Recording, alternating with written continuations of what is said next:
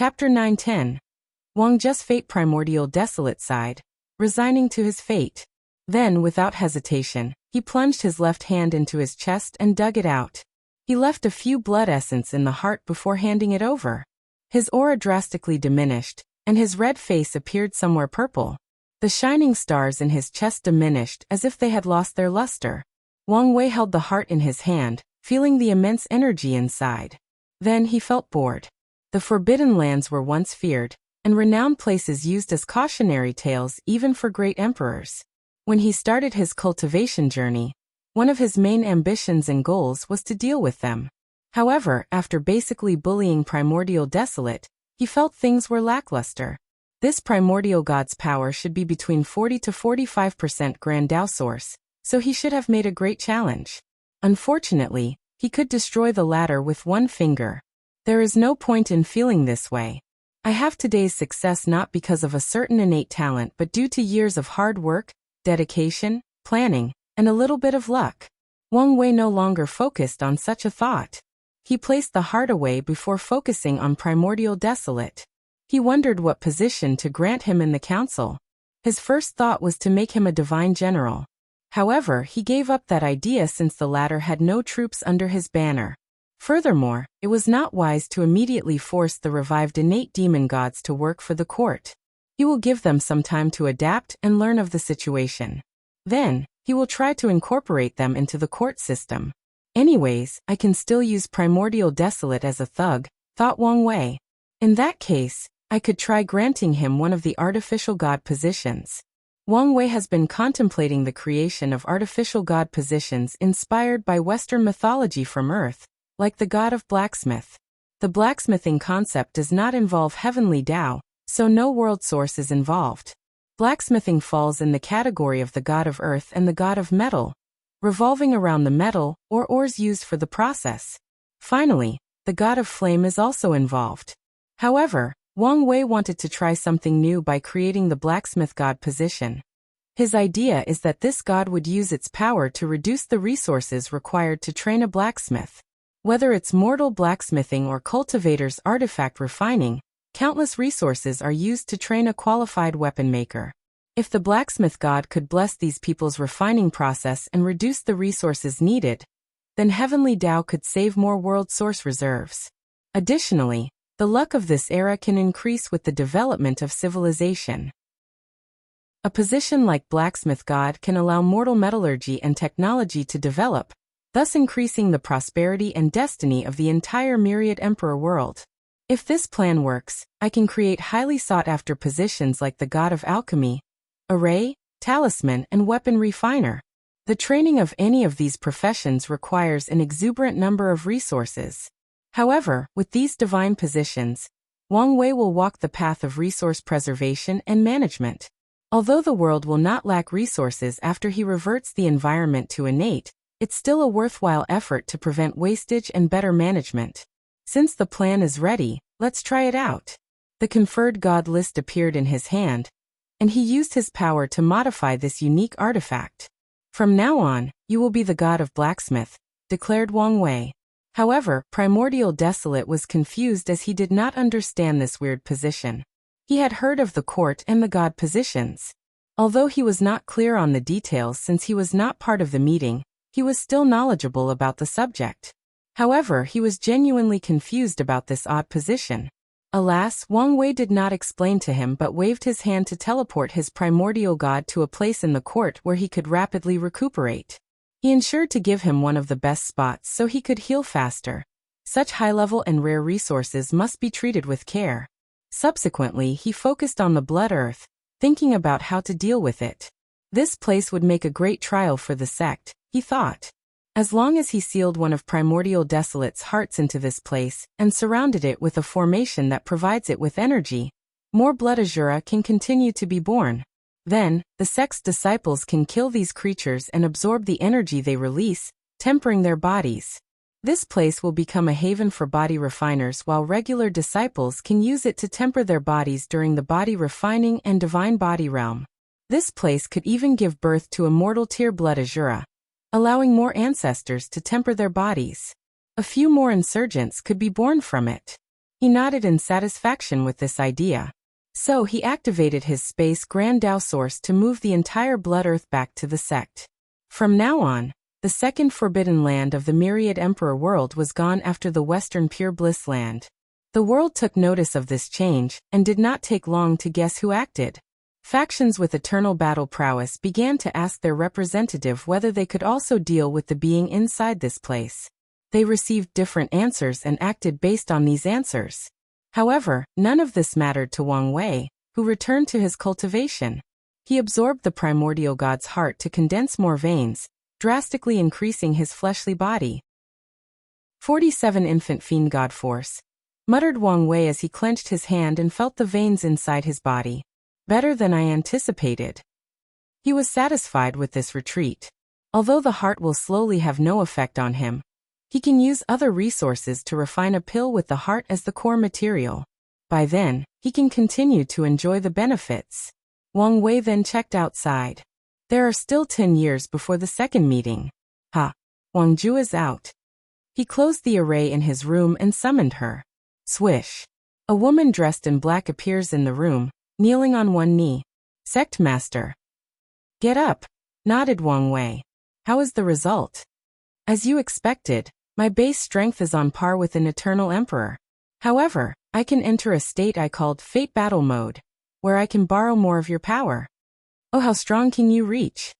35% Grand Tao Source for a short duration, 40% if I go all out with severe backlash, and 50% if I sacrifice my life. As Wang Ju said these words, the awe in her heart was indescribable. She knows she did not inherit the full strength of the sect master. Yet she was so powerful. The strength is not bad, he thought as he gazed at her inner world.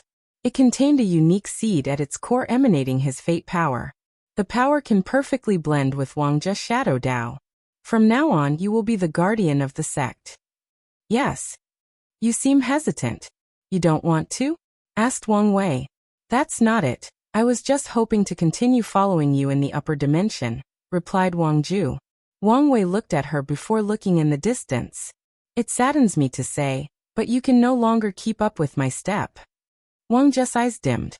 Maybe in the future, when I have established a foundation and reached the level where I have fewer restrictions, I will summon you to serve at my side. However, now you have to protect the sect for me. Wang Wei was not just saying these words to appease her.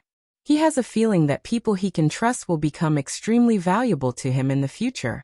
As such, he will not abandon Wang Ju because she is weak. However, it will be a while before they can reunite after he ascends. I know you're not a fan of the name Shadow 3. You can take the name Fate Shadow 1. Thank you. You should know of your next mission? Yes.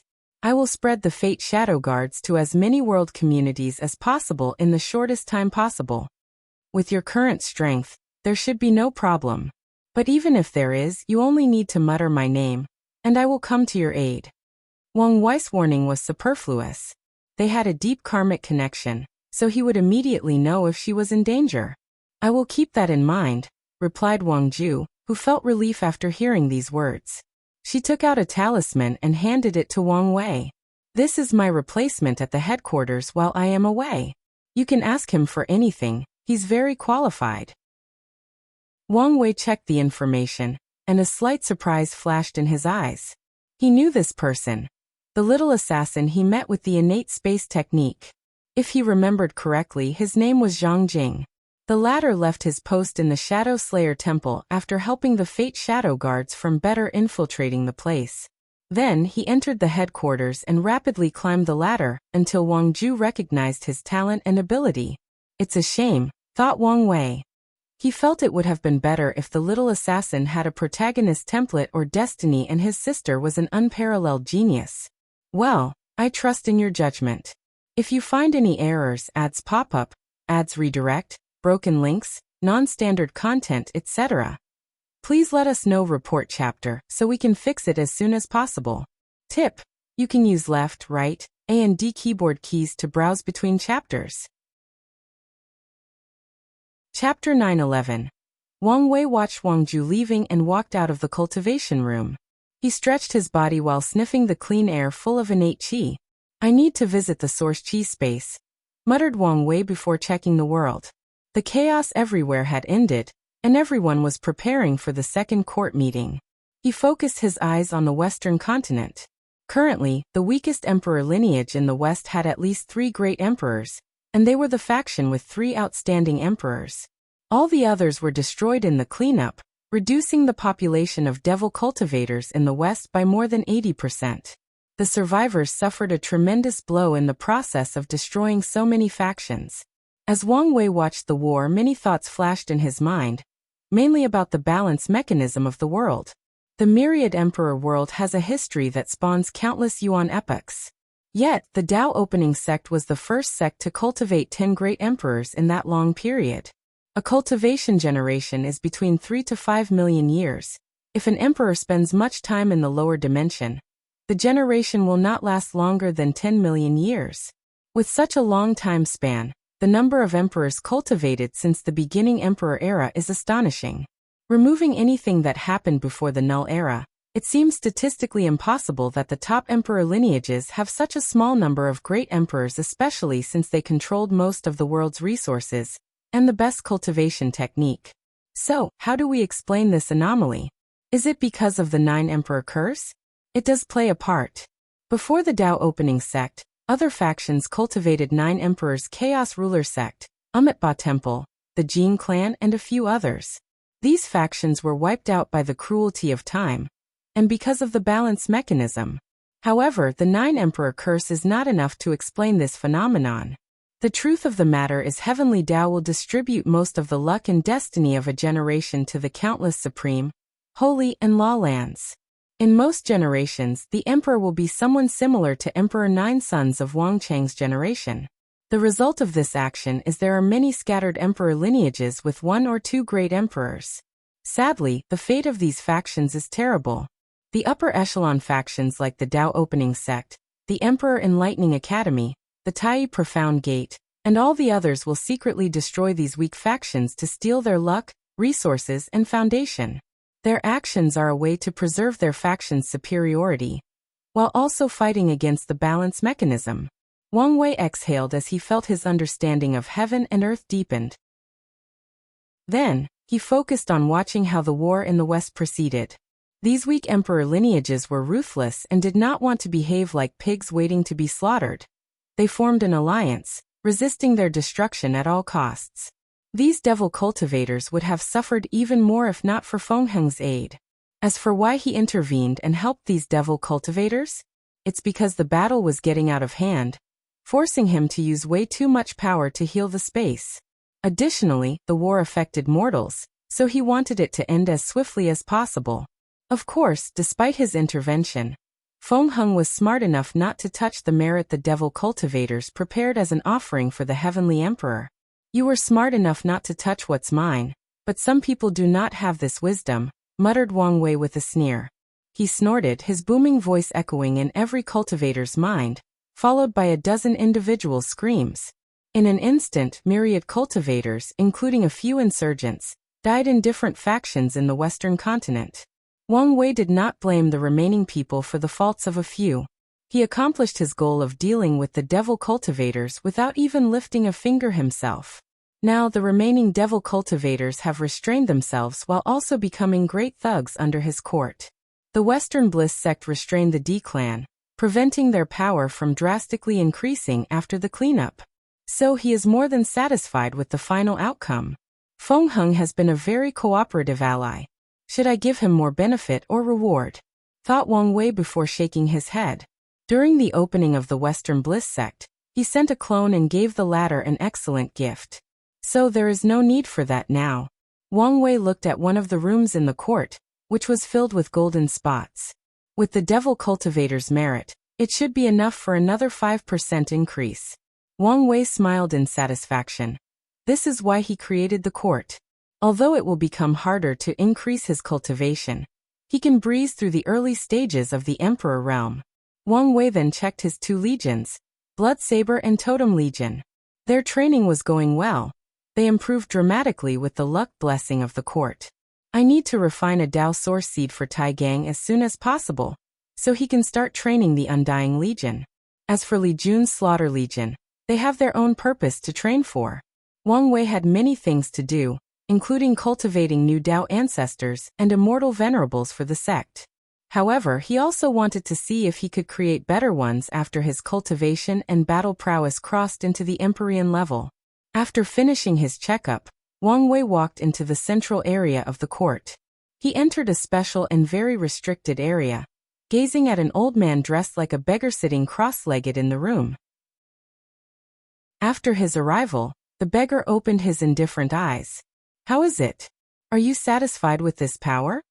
"More than satisfied," replied the beggar calmly. "If not for your actions, I would never have an opportunity to practice Heaven Dao to such a height." "I'm sensing you have questions," said Wang Wei as he sat before the beggar. "Why don't you begin by introducing yourself? I've known for so long but still don't know your name." "People in my generation called me Old Man Tianji." Wang Wei gave him a weird look. The name, Old Man Tianji, is often used in novels about his past life for people who are good at divination and calculating heaven's secrets. Maybe this name has some other mystery. "So, what do you want to ask?" "Why did you fuse Heavenly Dao into my body?" "Your court does not need Heavenly Dao to have a carrier to function normally." "There are many reasons I chose this method," explained Wang Wei. "Firstly, I wanted to see how a Heavenly Dao would control laws via a human proxy. It's a great learning opportunity. Secondly, according to my calculations, Heavenly Dao will be easier to control, manipulate, and restrict in this form. Finally, I felt Heavenly Dao was too rigid when doing certain things. Sometimes, it needs a certain humanity or ingenuity in its actions. However, it's incapable of doing so, so I give it this ability." His hope was for Heavenly Dao to have a small balance of humanity and ingenuity, while keeping its core essence as a program. In other words, a true artificial intelligence.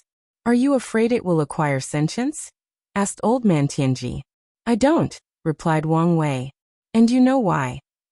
Just like the absolute beginning magic, the Sword Empress left a powerful sword power in the lower dimension that especially targeted Heavenly Daos, preventing them from gaining sentience. The name of her scripture is Heaven Slashing Sutra, and she fulfilled its title. "I know you're strong, but I still wish to warn you," said Old Man Tianji, his facial expression as blank as a white piece of paper. "The Heavenly Emperor karmic position is one of the highest secrets of heaven and earth. Your actions of blatantly stealing it and revealing it might have consequences." Wang Wei knew what he meant. The Heavenly Emperor karmic position existed as a last resort mechanism. Once a world faces true catastrophe, Heavenly Dao will manifest the position as a last attempt to protect the world. The three karmic positions existed for a specific situation. The Heavenly Emperor will appear when the laws of heaven and earth are affected. If they are incomplete, destroyed, or infected, then it's the job of the Emperor to return things to the way they were. The Human Emperor will appear when the protagonists of heaven and earth, whatever the race or civilization, are threatened and on the verge of extinction. Finally, the Earth Emperor will show up when samsara is affected, and the yin-yang balance of the world is tilted to the yin side. There might indeed be some consequences, but not as severe as you said. Wang Wei discussed with Heavenly Dao before taking the position.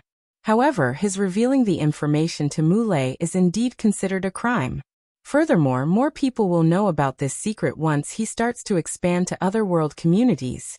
However, he renovated the Heaven Emperor position and made it better. The entire situation of the conferred God list and conserving world source is all his idea. If you find any errors, broken links, non-standard content, etc., please let us know. Report chapter so we can fix it as soon as possible. Tip: you can use left, right, A and D keyboard keys to browse between chapters. Chapter 912. Above Primordial Chaos, Terminus Haven. The adjudicator of fate sat on a round table with 5 unfilled spots. He looked in the distance, a little distracted. His short gray hair was slightly longer than the last time Wang Wei saw him. However, it was still compared to Cultivator's usual long hair. The place he waited was odd. Everything was all white except for countless dots and lines that kept moving like small worms. At the center of this chaotic space was a purple palace that appeared magnificent on the outside, but contained one room bathed in gold and white. While waiting patiently, The adjudicator kept tapping his hand on the table. Fate, fate, fate, roared someone, finally catching the adjudicator's attention. Oh, you guys are here. Why are you so distracted? Asked the judge of chaos, a woman with light purple skin, long black hair, a floral black dress, glowing eyes, and a crown. What's your purpose for asking for the meeting? Asked the magistrate of heaven, a burly man with no shirt, white pants, and golden rings as bracelets. Did one of the seeds bring you trouble again? Asked the overseer of samsara, a woman dressed in all white with a black cinnamon bar on her forehead. She exuded a cold aura similar to death. Her voice contained great ridicule, and she did not hide it in the slightest. What's with you? You seem a little more aggressive than usual. Asked the justiciary of time, a humanoid cat dressed in purple. His body contained countless ornaments associated with time. That bastard is now interfering with my plans, she replied. The others knew who she referred to as soon as she uttered these words. I haven't heard of a battle? Commented the arbitrator of the source chi. She was a woman with black eyes and gold hair. However, her outfit was difficult to describe as most of her body appeared illusory, as if she was nothing but a phantom and did not truly exist. I think she met his younger self, commented the magistrate of heaven. In that case, things are getting interesting.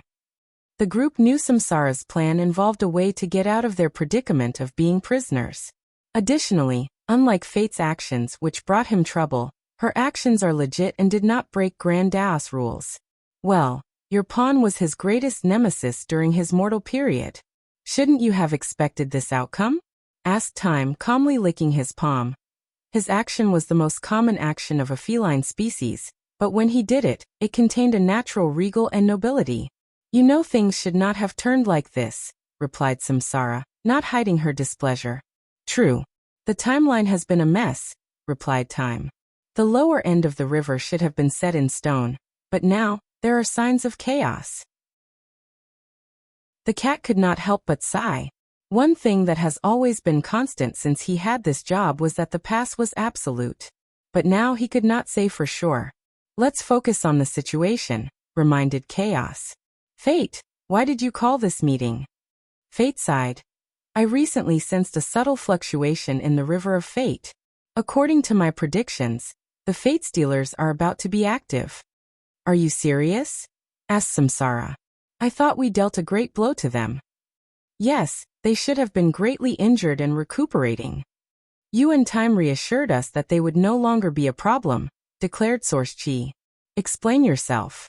Everyone's focus shifted to Fate and Time, their aura scarier than ever. I don't know what's going on, explained Fate. I am more worried than all of you. He knew he was the least likely to survive this catastrophe, so he did not want the Fate Stealers to return. I think I can explain, said the cat, remaining extremely calm despite the situation. Heavenly Book Paragon changed the lower end of the primordial timeline.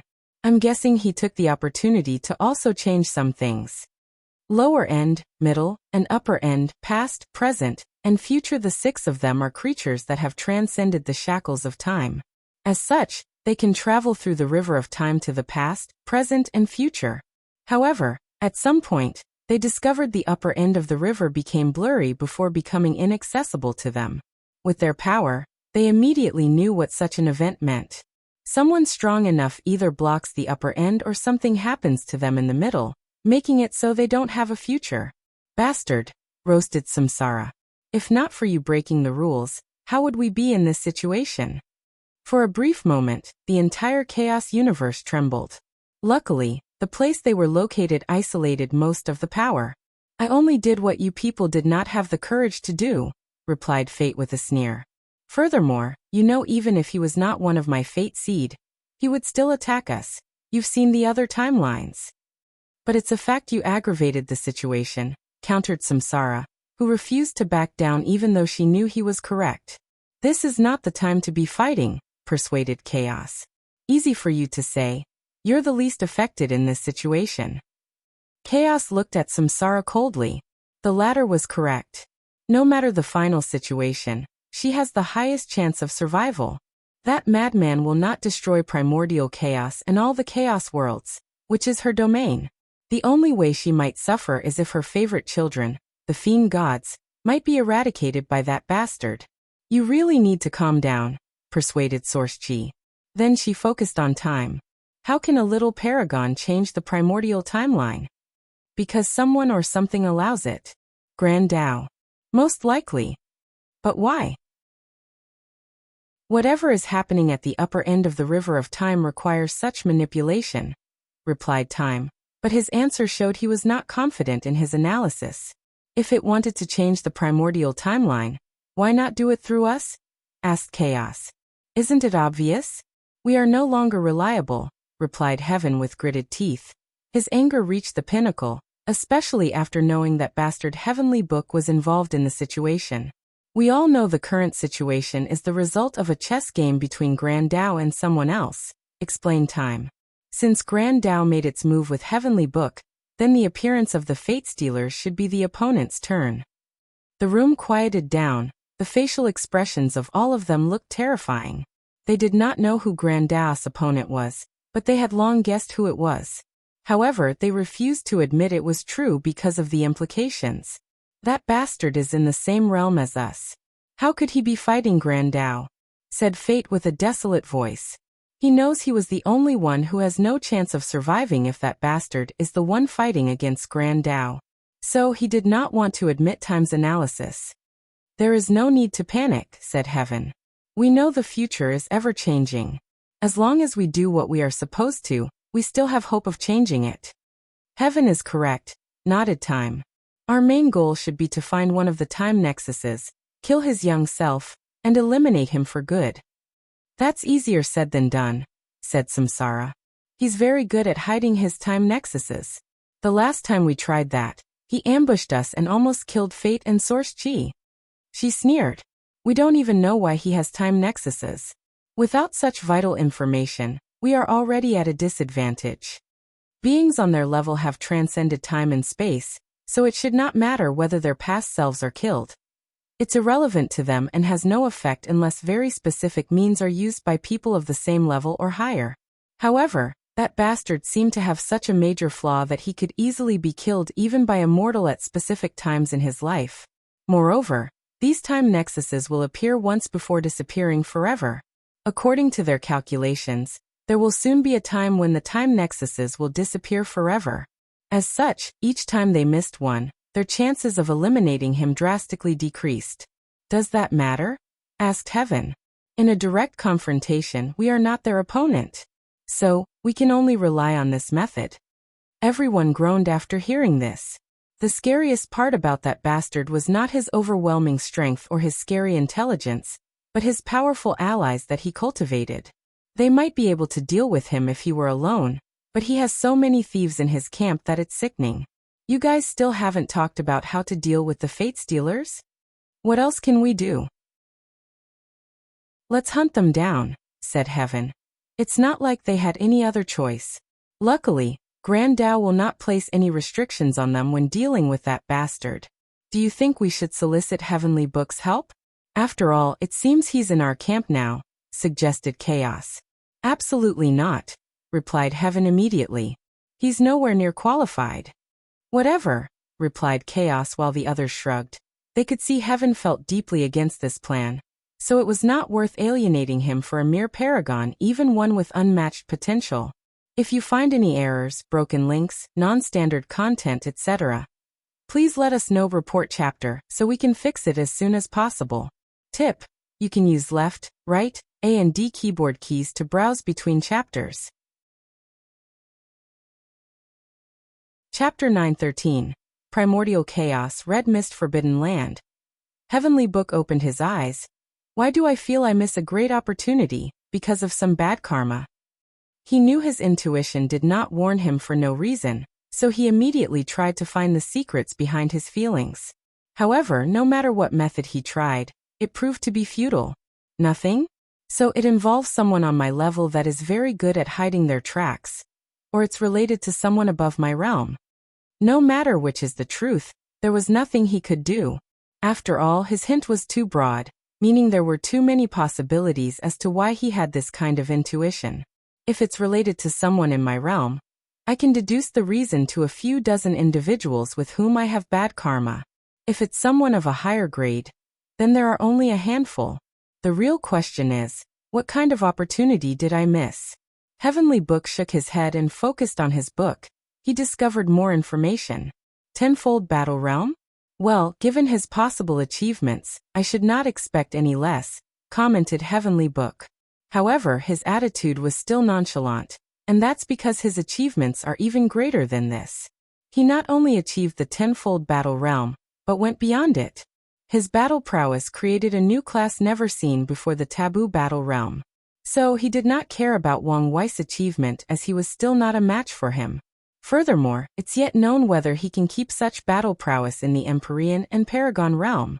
Heavenly Book flipped the pages of the book, reading and analyzing every detail with great concentration. Finally, a frown manifested on his face.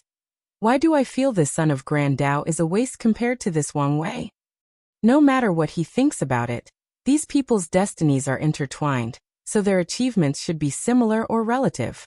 However, it appeared not to be the case. Maybe the Grand Tao son is a late bloomer, muttered Heavenly Book. So far, he only has some scattered information on these two up to the Great Emperor realm. So there is a chance for them to improve and become stronger. No matter the situation, with a title as the son of Grand Tao, he should be extraordinary. So let's not pass quick judgment. Heavenly Book has always been extremely cautious when doing things, despite how arrogant he often appeared on the outside. He always displayed such a facade to trick his opponent into underestimating him. Heavenly Book looked in the distance. It's been so long, and the all-seeing temple hasn't finished with their divination yet? He once tried to finish the prophecy before them, but felt an immense horror. So Heavenly Book concluded the prophecy might involve the information he learned from his book. The universe is about to enter an era of chaos and strife. Based on Qiyuan's actions, the Eternal Ascension world will be involved and might even be at the center. Sadly, I cannot use the pawns I left there. The situation in the Eternal Ascension world made him feel aggrieved. He spent so much time and effort creating a few pawns worldwide. Yet, after Mithriya and Supreme Unity appeared, his pawns became their pawns. Heavenly Book sighed, knowing he could not help it. Unless he finds a way to hide and survive against half-step transcendence, the situation will not change. Heavenly Book closed his eyes, prepared to continue waiting. He has clones in different chaos worlds doing certain tasks. He only needs to be patient. However, not even 10 seconds after closing his eyes, he opened them again. A talisman appeared before him, and he activated it. Death Reverence has appeared? Although the news only said signs of his appearance, this news still shocked him. There are a few paragons that Heavenly Book cannot see through and their secrets, and Death Reverence is at the top of the list. Why is he showing up now? No, the current situation is the perfect time for him to appear. Without hesitation, Heavenly Book created another clone and sent it to the sighting site of Death Reverence. A lack of information equals unwanted variables, so he wanted to know the whereabouts of Death Reverence. Eternal Ascension World, Origin Seal Continent. What exactly did this kid do? Muttered Sword Empress as she gazed at the Tao opening Sex Chi Luck. Even if he opened a new era, only a few hundred years have passed. How could he have gathered such luck? The current luck feedback from the lower dimension is enough for Qiyuan and someone else to revive. Furthermore, there is a great trend of upward increase. She remembered the kid discussing with Qiyuan how he was going to change the environment and make many improvements. However, they could not stay for long, so she did not hear the details. However, now it appeared the kid had a grand plan with far-reaching consequences. It's not just the Tao opening sect, said Wu Hong. The entire destiny of the upper dimension has shown signs of revival. They knew what those changes meant. It was a signal that the current political situation of the Eternal Ascension world was about to be reshuffled, just like it did when so many paragons felt during the ultimate taboo. Such a change should be a good thing. The terrible reigns of these 8 parasites were coming to an end, and the world could return to its prospering age. There is also a chance they could create an even more prosperous era. However, the wise individuals knew the 8 parasites did not determine whether this reshuffling would occur. No, such an honor went to the 2 sons. Such a change has given Mithriya the edge, but it also means the kid's situation is now more dangerous than ever.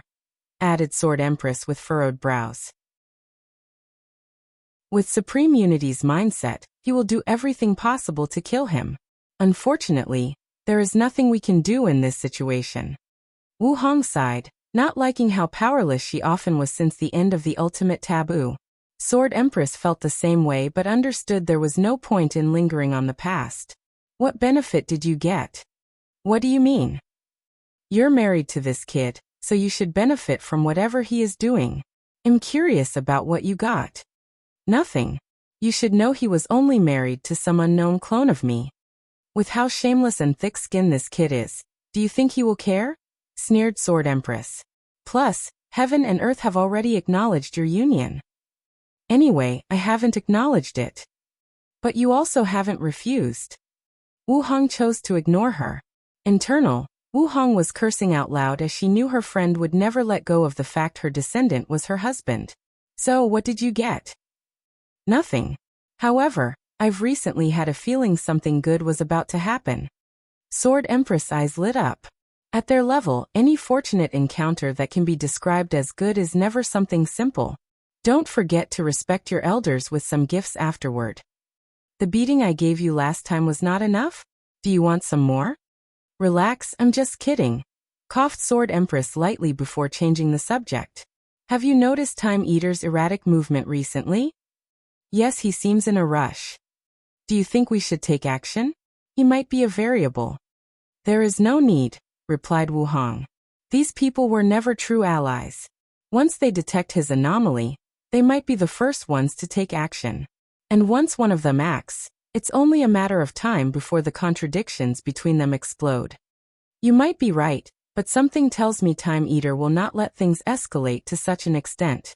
Even if he doesn't act, Supreme Unity won't allow them to disintegrate from the inside. Fair point, but I still think our best option is to wait and recuperate as soon as possible. Wait. Do you want to wait for the kid? Yes, since it's his destiny to deal with these people, let him deal with it. We can heal and support him if necessary. That's fine too, nodded Sword Empress, who guessed many people had similar ideas. Sometimes, it's best to let fate do its work and not interfere.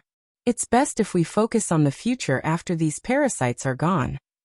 Are you talking about the prophecy? Although it took some time because of the current isolation, they still received the all-seeing temple's divination. Yes. You should understand better than me that if the universe becomes chaotic, we might be at the center of the storm. Sword Empress grunted with her melodious voice. She knew Qiyuan's action of concentrating most of the luck of the chaos universe on the eternal ascension world had many advantages as well as many disadvantages.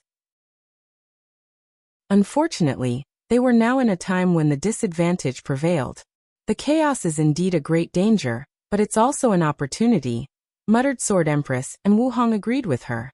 If you find any errors, broken links, non-standard content, etc., please let us know. Report chapter, so we can fix it as soon as possible. Tip: you can use left, right, A and D keyboard keys to browse between chapters. Chapter 9:15. Unedited chapter. Wang Wei sat cross-legged, floating in the air. Before him were three small carvings resembling the Temple of Havens he modeled his divine altar.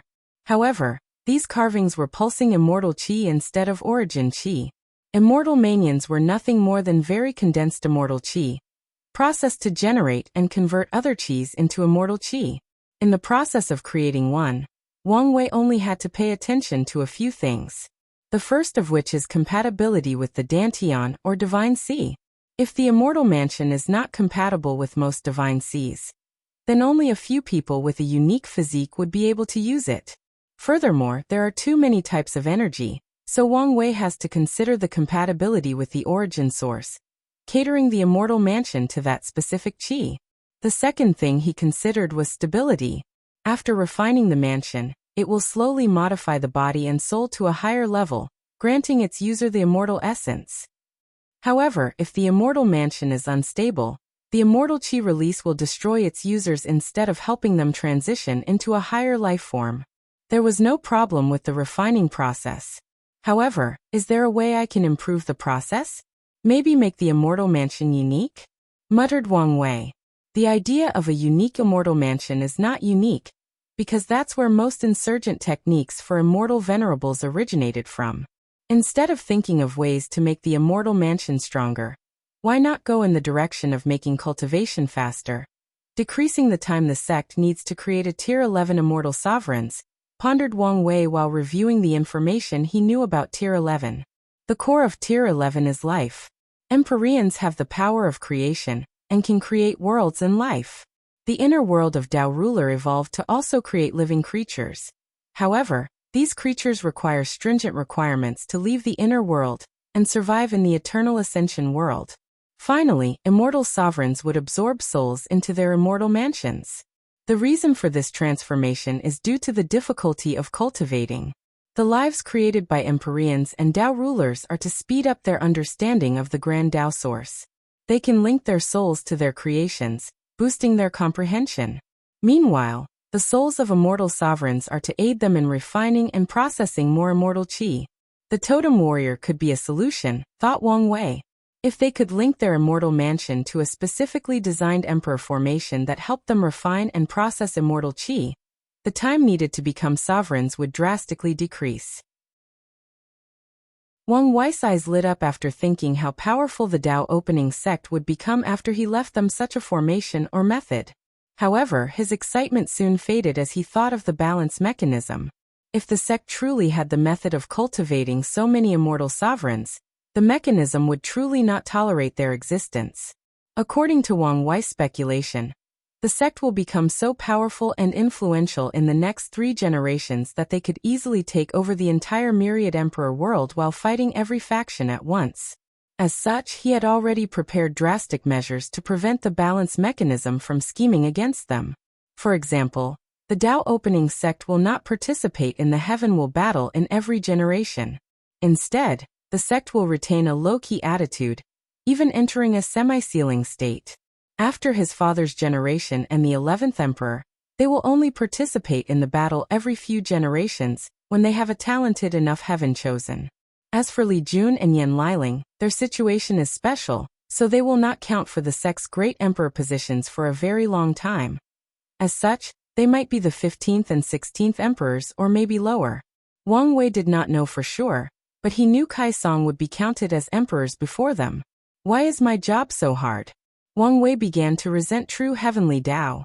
If he lived in a regular chaos world where the power ceiling was the Paragon realm, his sect would not have to worry about balance with the strength of their ancestors. Alas, it was not necessarily a good thing that true heavenly Tao's power was half-step transcendence. Forget it, I'll just work a little harder, thought Wang Wei, who already had a plan to deal with the issue of the immortal qi gathering array. He will allow the court's people to use it. However, the array will have tiers, granting people different levels of boost and aid. The first tier will be a secret and only accessible to the Tao opening sect.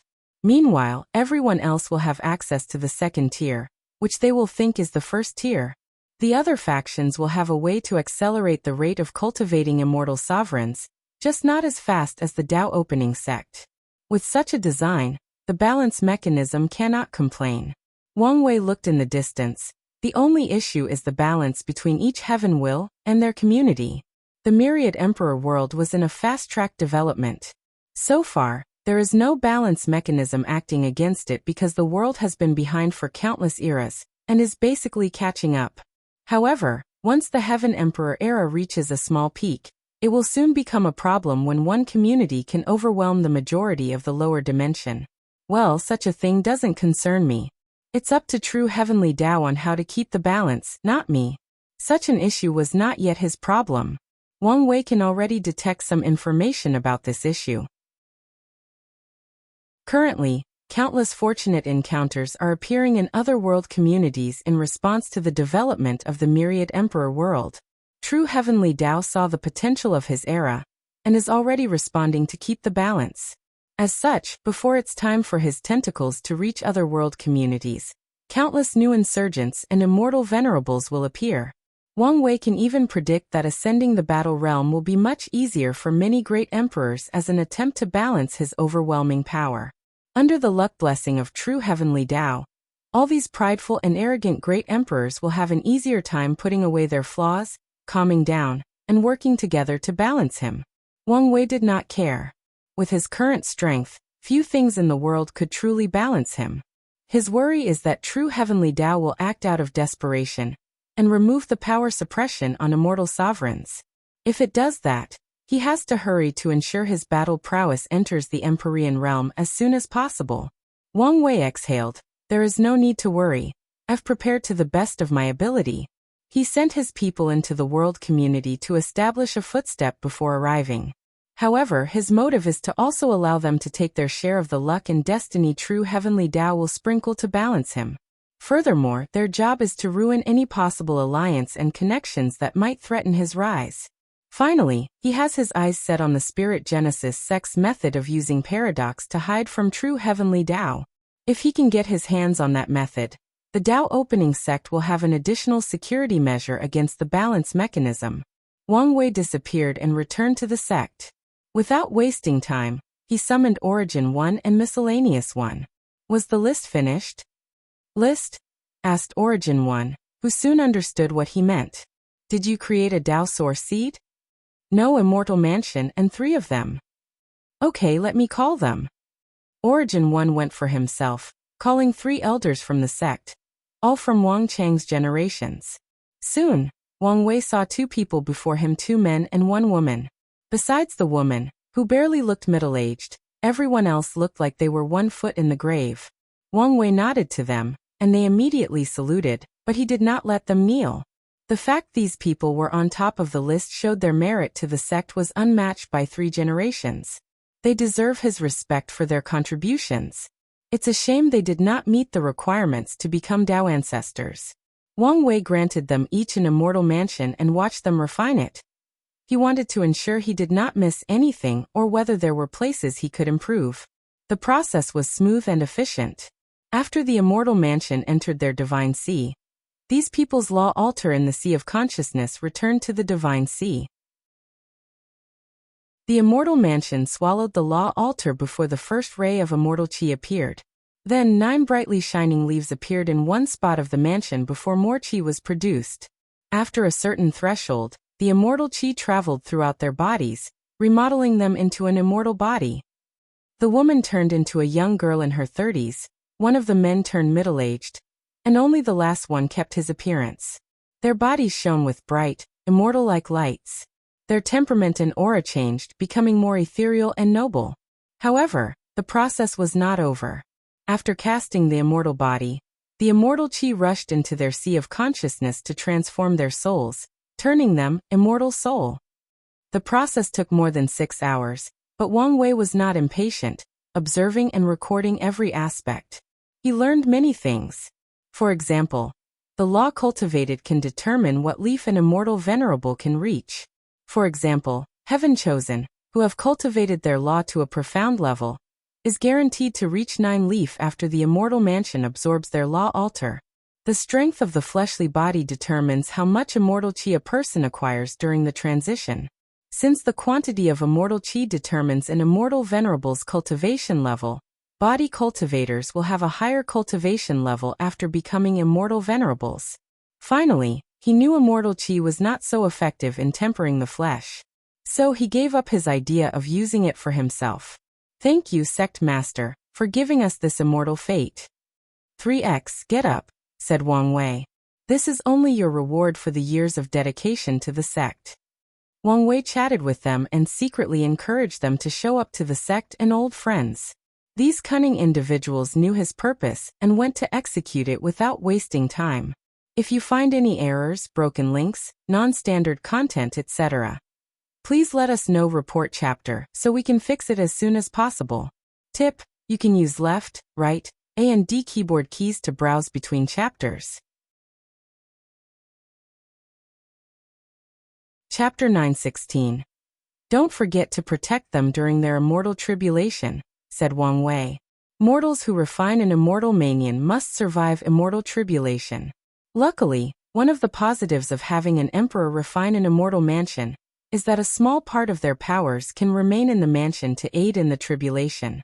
However, Wang Wei also did not want something to happen to these people, so he wanted Origin 1 to add more security measures during the tribulation. Wang Wei then gazed at Miscellaneous One. How is the sex formation going? Did you fix the flaws? Yes and no, replied Miscellaneous One. I have fixed all the flaws my abilities could find. However, fate is a very versatile Tao, so I wanted the array to display all its power without any waste. As such, I have rearranged the other 9 formations and used yours as the core for an even more powerful array. Lastly, I must ensure that future formations can fuse with this new combination formation. I see, nodded Wang Wei. You need to add Gu Xian's deception Tao into the formation. Our sect will need to be more low-key in the future, so it should help greatly. No problem, replied Miscellaneous One. As he said, Fate Tao is versatile, and with the origin Tao of the founder, it's not a problem to add deception Tao ability to the sex array. Wang Wei nodded in satisfaction. Once the final array is finished, he can study it to elevate his understanding of the Grand Tao source.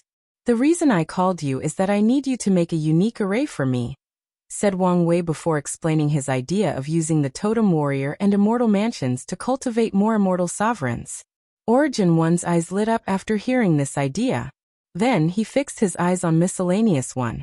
It should not be a problem, explained the array master. However, Totem Warrior is a new profession, but it's not well developed, so it might take some time. We can just ask Tong Ruobing. She has already succeeded, suggested Origin One. Tong Ruobing used an acquired source rune physique to take power from the Origin Talisman. As such, she could be said to be the first and only truly successful Totem Warrior. Is that okay? If we do this, she will receive a lot of luck for the creation of the Totem Warrior, said Miscellaneous One. Even if we don't ask her, she will still receive the merit, said Origin One, and he was correct. Although it was Wang Wei's idea, she was the one who executed it perfectly. So, much of the luck belonged to her. Speaking of her, how are things going in the Star Beast world? As expected, trouble after trouble, replied Wang Wei. Although Mu Lei has not asked for help yet, he has been keeping an eye on that world. As he predicted, things did not proceed smoothly even in the first step of establishing the Heavenly Court. Mu Lei used the same rough method as him by forcefully controlling the heavenly Tao of his world. However, it fought back and resisted immensely. Although it was overwhelmed by sheer strength, the Beast Star World's heavenly Tao used all its knowledge, ability, and means to resist and make trouble for Mu Lei. The Heaven Emperor is one of the highest secrets between heaven and earth. If not for Wang Wei's karma unbound physique and his potent strength, his luck would have suffered backlash for revealing such information. Luckily, Mu Lei listened to Wang Wei's method and tried to convince Heavenly Tao afterward that his methods were the best for the world. Alas, he was not a son of the era, so Heavenly Tao did not have so much faith in him, so the process was slow. Secondly, the other factions in the world reacted strongly. The Star Beast world's cultivation system relies too heavily on massive resources. As such, these people's nature is to fight for every opportunity, turning the Heavenly Court into a big, fat, and juicy piece of meat. Most people did not want the Star Monarch Mountain to eat alone. Others did not want anyone to have it, especially since the Heavenly Emperor had so much power. So, since establishing the court, Mu Lei did not even have time to confer with the main gods, and countless battles have occurred. Luckily, with Tong Ruobing and his sect, he made many allies beforehand, so he did not have to fight alone. Additionally, his strength is drastically increasing with time, making it easier to dominate the world. Wang Wei secretly watched everything and was shocked at how 6 immortal sovereigns had already shown up, and he knew this was just the tip of the iceberg. The Star Beast world is one of the top worlds in the commercial hub, amassing resources from more than 100 world communities. So, it made sense they had enough resources to cultivate more immortal sovereigns. The truly shocking thing is these sovereigns are the ones who survived the balance mechanism, and were not schemed against being killed, exiled, or sealed. After watching the chaos in the Star Beast world, Wang Wei knew how weak the Myriad Emperor world had become after isolating themselves from the endless void for so long. If not for the prestige of the predecessors, other worlds would have long invaded or interfered in the affairs of this world. What do you think their final fate will be? Asked Origin One. Of course they will win, replied Wang Wei. Mu Lei is an eternal emperor, and even an eternal supreme. Although the weakest tier, it's still an eternal supreme. The only issue is how much power and rights he will have as a heavenly emperor after quelling the chaos. Many of these factions are fighting against him to take more rights and power away from him. In other words, they want more benefits. So, the real issue is whether Muley is willing to compromise. As for Wang Wei, he's acting as a foreign mercenary. Although he requires a hefty price to show up, Muley will not have to lose any power by utilizing him. In that case, we need to prepare for the future relationship between our two worlds, uttered Origin 1. Furthermore, it also means Tong Ruobing will prove the Tao in this generation. She will be a foreign queen mother by then. Do we also give her a position in our court? Queen mother is a position only second to the heavenly emperor. So it holds a lot of power and is responsible for replacing a great deal of world source. It will depend on whether she will stay in the myriad emperor world or not, replied Wang Wei. However, based on the situation, it's very unlikely. Wang Wei could guess her subsequent actions. Lay out an emperor foundation for the great talisman city, before focusing most of her time and attention on the star beast world. After all, she has more to gain over there, and does not have to worry about a monster like him looming over her head. If that's true, we can either exchange one of our spots for theirs, or we grant the great talisman city a spot that is neither too high nor too low, suggested Origin 1. It's best to exchange spots, decided Wang Wei. It will be easier to spy or even intervene in their worlds through an ambassador. But they can also do the same to us? If they have the means, why not? Origin 1 then remembered who was before him and shook his head. Yes, with the vast difference in power, how dare these people try to intervene in the affairs of the myriad emperor world? What about world communities? Once we spread our footsteps, the information about the court could not be hidden. By then many people will try to set up their own court. Do you still want me to spread our court to the entire lower dimension? Origin 1 quieted down. Although I could do this with my strength. However, such an act would doom my era, replied Wang Wei. Even my father could probably barely take over my position. Then, once an emperor was not powerful enough to control the court, the other heavenward worlds would band together and eradicate the court, and even the myriad emperor world to prevent another me from appearing. Origin 1 sighed as he knew this was the case. Being powerful was fine, but being too powerful was a problem. Strength is needed to control a certain level of luck or destiny. Unfortunately, besides Wang Wei, no one has the strength to control the destiny of a heavenly court that controls the entire lower dimension. If he did something like this, the luck and karma backlash after he ascends is enough to wipe out the entire world. It just pains me that so many people will copy the court without any price. If things were so simple, I would be more than happy, said Wang Wei, shaking his head. If things proceeded as such, he could blackmail all these people for using his idea. Furthermore, the lower dimension would enter a heavenly emperor era across all world communities. As the founder, the luck and blessing he would receive would be incalculable. Are there any secrets? Asked Origin 1, suddenly thinking of something. Balance mechanism? Yes. I can already detect it. True heavenly Tao is about to change the order of the lower dimension. In the future, it will not be so easy to become heavenly emperor. So, it will not completely ban it? No, since the system is beneficial to it, especially in the current situation.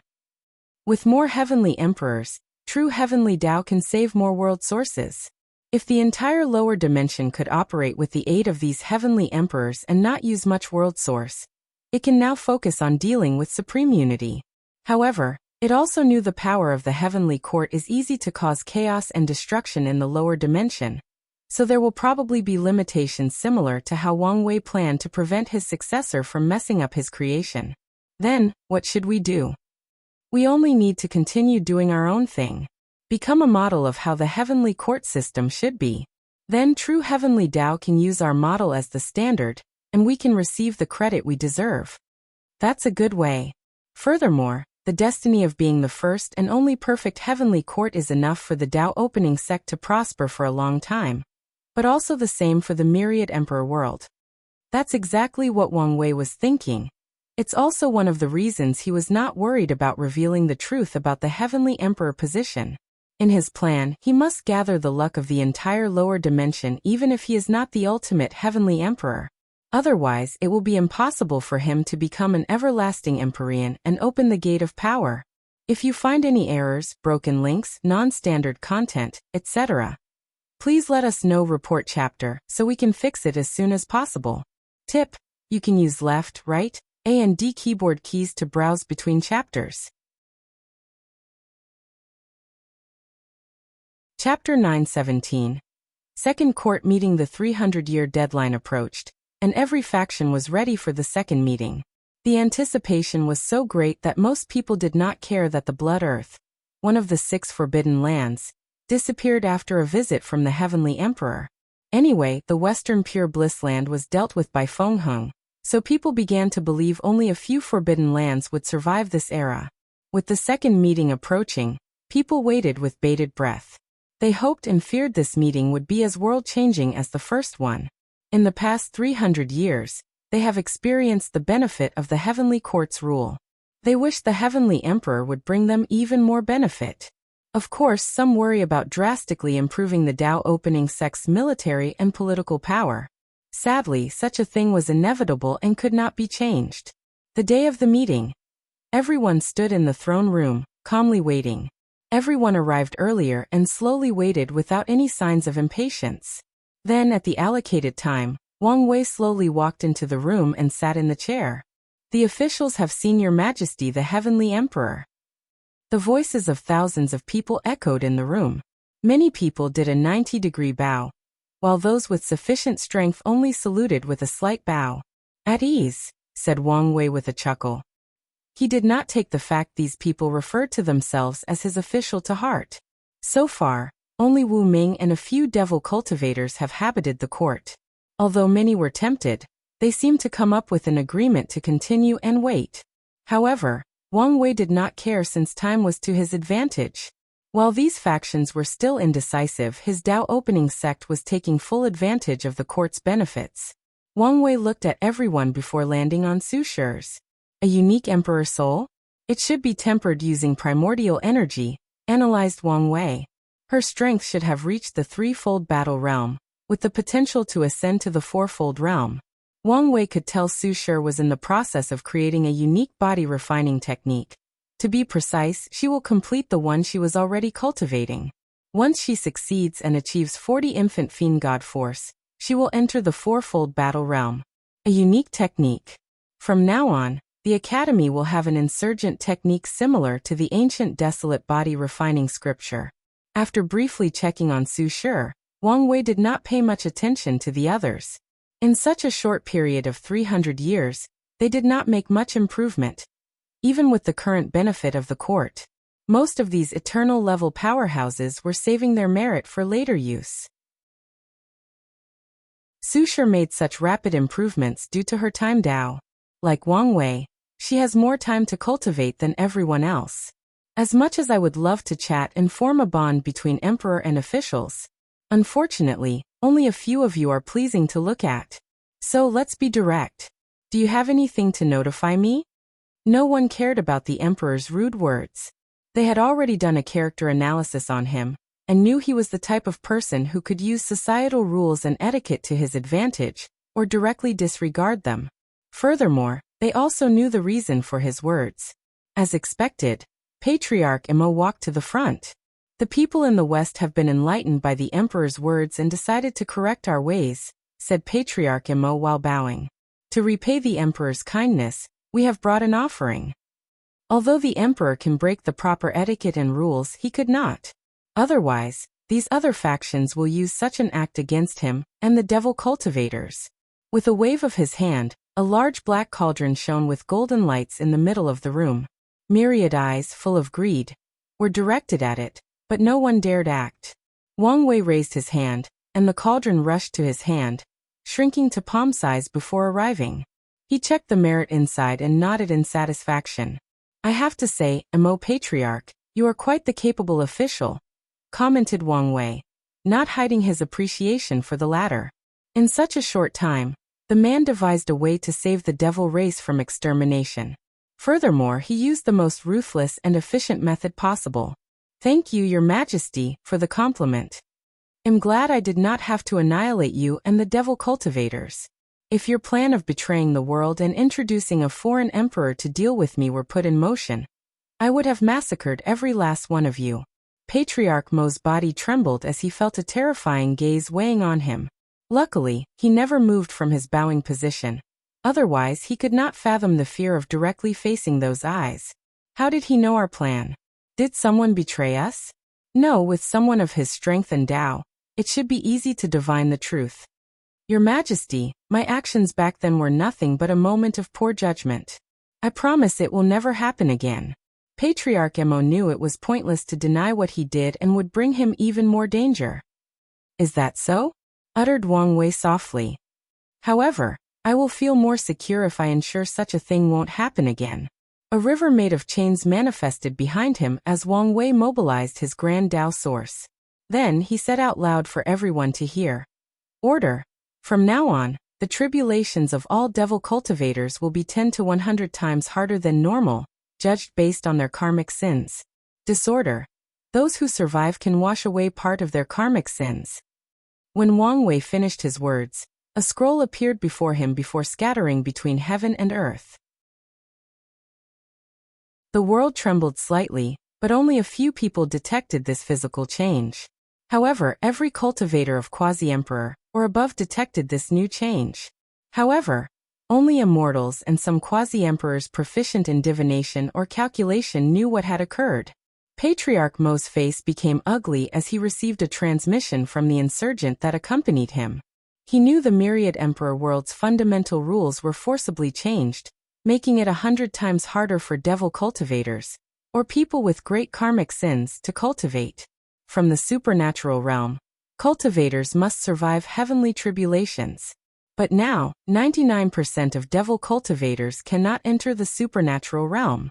Patriarch Mo could see the future of the devil cultivators. The already weakened surviving factions will have to abandon most of their emperor scriptures that require blood, flesh, soul, or negative emotions to cultivate. Cultivating disciples or elders will require more resources like emperor artifacts to protect them from heavenly tribulations. The rise of their future heaven-chosens will be 100 times harder. At least he left us some hope, thought Patriarch Mo with a pain in his heart. Washing away karmic sins was extremely difficult, usually only possible through things like merit. Now, as long as they survived heavenly tribulations, they can wash away some of their sins. Thank you, Your Majesty, for your mercy, said Patriarch Mo. Everyone looked at this once ambitious man and secretly sighed. Today's representatives knew it would be virtually impossible for the devil race to thrive or prosper in this world. Their fate is sealed unless they can give birth to an unparalleled genius that could forcefully overcome the current low luck or destiny of the devil cultivators. Many people secretly sighed in awe at the power of the heavenly emperor. You're dismissed, said Wang Wei, making Patriarch Mo secretly sigh in relief. He took a few steps back to return to the representatives' side. Wang Wei finally focused on the representatives. The main topic of this meeting is the improvement of mortals' lives, declared Wang Wei before waving his hand to manifest a list. Everyone focused on the list, not missing a single point. 1. Tao Opening Sect, 10 trillion merit points. 2. Great Jin Dynasty, 856,000 merit points. 3. Heavenly Tree Village, 567,987 merit points. 4. Emperor Enlightening Academy, 507,876 merit points. 5. D-Clan for 89,008 merit points. 6. Western Bliss Sect, 434,675 merit points. 7. 5 Elements Balance Palace, 345,876 merit points. 8. Tai Profound Gate, 320,565 merit points. 9. Eternal Dream Sect, 318,678 merit points. 10. Great Talisman City, 285,897 merit points. The list was longer than these 10 factions. However, the discrepancy between the top 10 was very noticeable.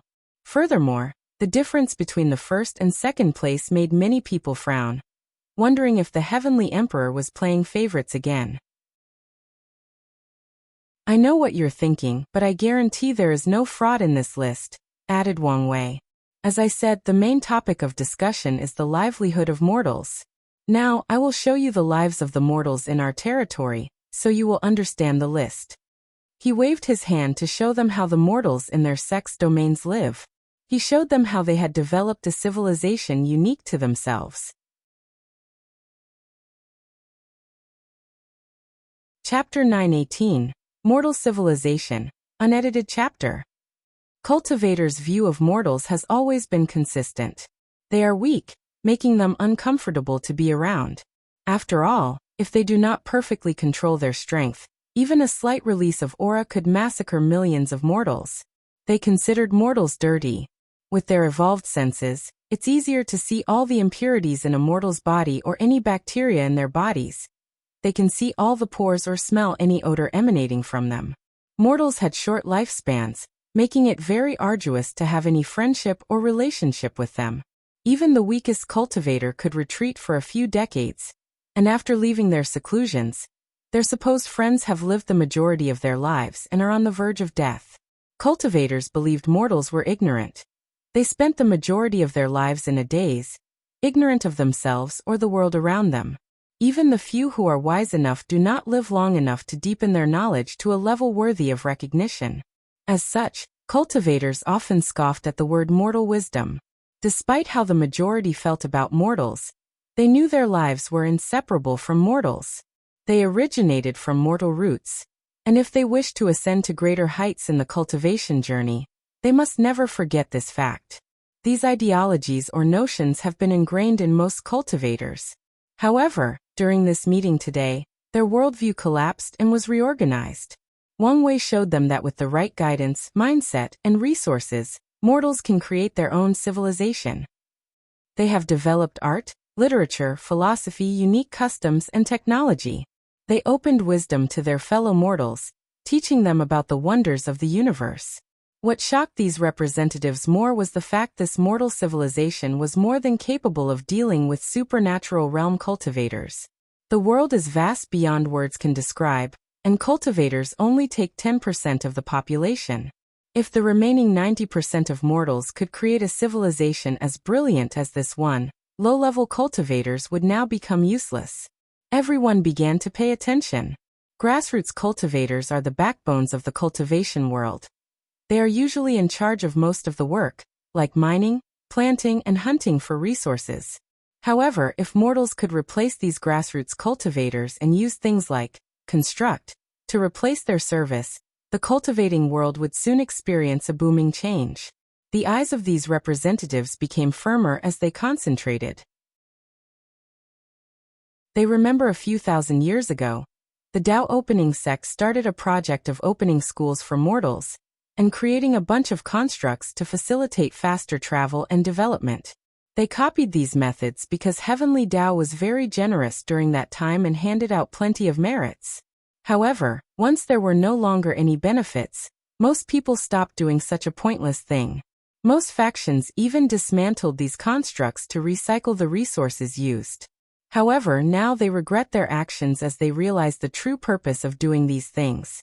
The Tao opening sect has been preparing for the court for countless millennia, granting them countless advantages. Why are we only fourth? Thought Su Shi as she looked at the list. She guessed correctly about the main topic of the court, so she suggested the academy copy the Tao opening sect's model of dealing with the mortals in their domains. With her level of power, she detected the Tao opening sect's domains had a vibrant atmosphere around them unlike any other factions. This atmosphere greatly contributed to their sect's chi luck. Based on this analysis, she also sought to replicate their success. Unfortunately, she only had a short 300 years and could not immediately catch up to the sect's 1,000 years of history. Even then, she believed she would be second during the meeting, acquiring more advantages for the academy. Alas, she was wrong. I have never heard of the Great Jin dynasty, she thought with a frown. She already analyzed why certain groups were in their position. The Heavenly Tree Village was a new supreme land that rose in this generation. They focused deeply on tempering the Tao heart by living a simple, mortal life. Despite their short existence, most factions knew about them. After all, the Heavenly Emperor built the court on top of a world tree raised in that village. Furthermore, the Emperor also left a projection to the village. In an emergency, the projection can act as protection. People even believed the projection could borrow the strength of the real tree when necessary. The conclusion of most emperor lineages is that this village has a great karmic connection with the Heavenly Emperor, so they labeled them into the class of not making them into an enemy. The D clan often dealt with mortals and protected them from devil cultivators, so their ranking made sense. Their clan often does good things for mortals to reinforce their identities as protectors of the Western continent. The Western Bliss sect, although recently established, was the savior of countless mortals during the era of chaos in the Western continent. Additionally, they inherited many of the mortals that the D clan used to protect. Lastly, as a sect of Buddhism that focuses on compassion, they treated the people under their rules with great respect. The five-element balance palace and the Tai profound gates are the leaders of Taoism, the biggest religion of the myriad emperor world. They have countless believers and worshippers scattered all over the world. As such, they treat the mortals under their reign with decency and dignity to ensure their reputation and consolidate their chi luck. The Eternal Dream sect most likely received some inside information from the Tao opening sect, and did not abandon the mortals like other sects once the benefits no longer manifested. The Yu clan was not higher on the list because they controlled only one domain, and their population was not up to par. Tong Ruobing was probably smart enough not to completely abandon these mortals as she felt the Tao opening sect was planning something. So she chose to wait and continue her support, even if it was the bare minimum, analyzed Su Shi. She would definitely do something like this with her personality. It would also explain why she was not higher on the list. Everything else made sense except for this great Jin dynasty. Many people had questions similar to Su Shi, but knew it was not the time to ask since the Heavenly Emperor was not finished. After everyone processed the information he gave, he continued. The Tao opening sect will become the standard model that I want you to follow. Many people immediately frowned after hearing this, releasing an aura of hesitation and struggle. Wang Wei immediately guessed their main source of concern: resources. Two main things are required to create a civilization like the one the Tao opening sect cultivated: food and the resources for the constructs. The issue of food can be dealt with after working together. However, the constructs are another problem. This world is too vast. According to Wang Wei's calculation, the world's largest domain is 576 times that of the observable universe back on Earth, and that's only one domain. Whatever domain a mortal is born in, they will never leave it through their entire lives. Even worse, millions of generations of their ancestors will live and die in that same domain. The distance between two cultivators' cities is usually counted in the light years. Meanwhile, the distance between two mortal cities in the same mortal dynasty can be as large as the Earth's circumference. If not for the fact that animals like horses were bred by heaven and earth for long and fast travels, transportation in mortal dynasties would be a nightmare. With such a vast distance, the constructs needed by mortals will need to be at least heaven tier to allow them to break the space and teleport to vast distances. However, heaven tier resources involve void-shattering realm cultivators and the power of laws. Such resources are valuable even in emperor lineages, so how could they use them to cultivate mortals? Even with the possibility of reward from heaven and earth, the gain was not worth the loss. Wang Wei waved his hand and a seed appeared. This is the good fortune seed. After planting it, it will absorb the spiritual QI between heaven and earth to accelerate growth. Furthermore, it can be programmed to turn into different crops like rice, grains, fruits, etc. With this thing, the issue of food is dealt with. The only precaution you need to take is to prevent animals from destroying the crops and deal with heaven and man-made catastrophes like dragons turning over, earthquake, drought, and insects. Everyone's eyes lit up as they saw another possibility for this rice. Cultivate body-tempering cultivators. Any product raised from this good fortune seed should contain traces of spiritual energy, which can be used for the tempering realm. They can use large quantities of food to replace low-level pills. Lastly, if they could retain some power of good fortune from the seed, It is the perfect energy or power to cast the foundation for their heaven chosen. Wang Wei knew what they were thinking but did not care, so he continued. As for the issue of transportation, I also have a solution. He waved his hand to show them a special dimension. This is a subspace created by the Tao opening sect, only accessible to mortals for their transportation. Our mortals have control of this subspace, allowing them to travel long distances without using any heaven-tier resources. Your job will be to create the same subspace and connect them.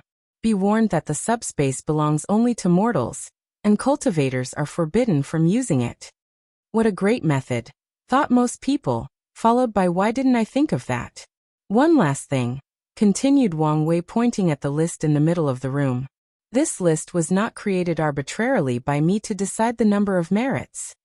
People's eyes squinted as they realized the implications behind these words. Heavenly Tao is in charge of the list and decides the number of merit points allocated. It's based on plenty of criteria, with the main focus on mortals' livelihood. In other words, the more developed and fulfilling the lives of the mortals in your domains are, the more merit points you will receive. No one said a word as they guessed they were more.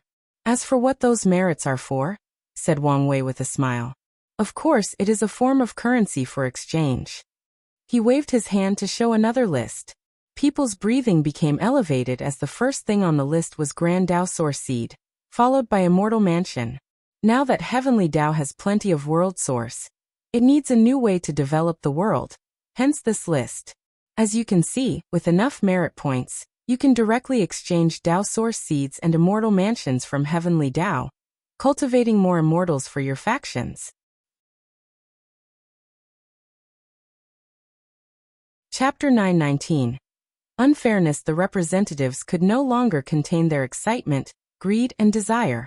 Previously, they thought the Heavenly Emperor wanted to elevate the life of mortals simply for a few merits and luck. But now they knew there were tangible benefits. The path of immortal venerable and Tao ancestor has always been controlled by great emperors, a right directly handed to them by heaven and earth. A few people knew such a thing was not absolute in the upper dimension, but that did not matter since they were not there. But now, people have another method to access these two paths. The emperor's monopoly was basically over. Although they knew the Grand Tao Source Seeds and Immortal Mansions created by Heavenly Tao would not be as unique and special as the ones created by great emperors, it was still better than nothing. The most excited of these groups were the non-emperor lineages. With this merit point system, they might have a chance to become immortal and Tao lineages relying on their own effort. However, the eyes of these people soon dim as they see the price of these two things. They were not the only ones. The emperor lineages soon had a similar response. Based on the prices, only the Tao opening sect could buy the things on the list. Even the Great Jin dynasty could not buy an immortal mansion. People soon focused on other items on the list, and despite only having a few things, everything was expensive. The only thing most people could buy was epiphany time. As the name suggests, people can use merits to enter a state of epiphany, elevating their comprehension to a realm never possible. Alas, the epiphany time is divided into mortal and immortal grade, and these factions can only buy the mortal grade. Furthermore, there is a warning in the list that the immortal grade can only help people cultivate 40% Grand Tao Source before becoming useless. Two more items on the list caught people's attention: Power Veins Pills and Pure Soul Power. The effects of these items are indeed valuable. The Power Veins Pills can drastically increase the flesh boda's strength. There is a notice that 100 of these pills are enough to cultivate an insurgent with a fleshly body that can fight third-class emperors. However, after seeing the price, most people shake their heads and focus on the pure soul power. Soul or spiritual power has always been vital, especially in the immortal realm. For a cultivator to become an Empyrean, Tao ruler, or immortal sovereign, their soul power must reach a certain threshold. Sadly, that threshold is so high, preventing countless people from reaching it. The pure soul power is something people on our level desperately need, thought Ao Shen, who knew the importance of soul power. Furthermore, the Power Vein Pill and Soul Power are the perfect combination to cultivate immortal sovereigns. A powerful flesh makes it easier and faster to gather immortal chi. Meanwhile, The soul is required to reach tier 11 and control the immortal qi in the mansion. Everyone will want these items, analyzed Huofeng Huang. However, they are limited. She gazed at the notice that these two things were not as easily available as the other things on the list. As you can see, people can also place their things on the list for others to buy, explained Wang Wei. If things proceed smoothly, the list can become a way to exchange high-level resources without any fear of fraud or contradictions. The Heavenly Emperor was correct. If Heavenly Tao could act as a medium for transactions, many people's fears of being cheated or reneging on deals would be removed, allowing for fair trade. They could see the advantage of such a simple system. With fair trade, cultivators will become more open and exchange the needed resources, leading to another boom in the cultivation world. Such a boom will directly boost the Heavenly Emperor era, making it more flourishing.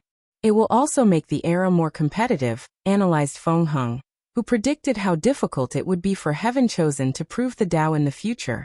The threshold for Heaven Chosen will reach a new height, and only the best of the best can be the final winner and seat on the throne. And this is just the beginning of the era, continued the wise monk. Normally, Heavenly Tao would not tolerate an emperor to stay too long in the lower dimension. However, this may not be the case for the Heavenly Emperor.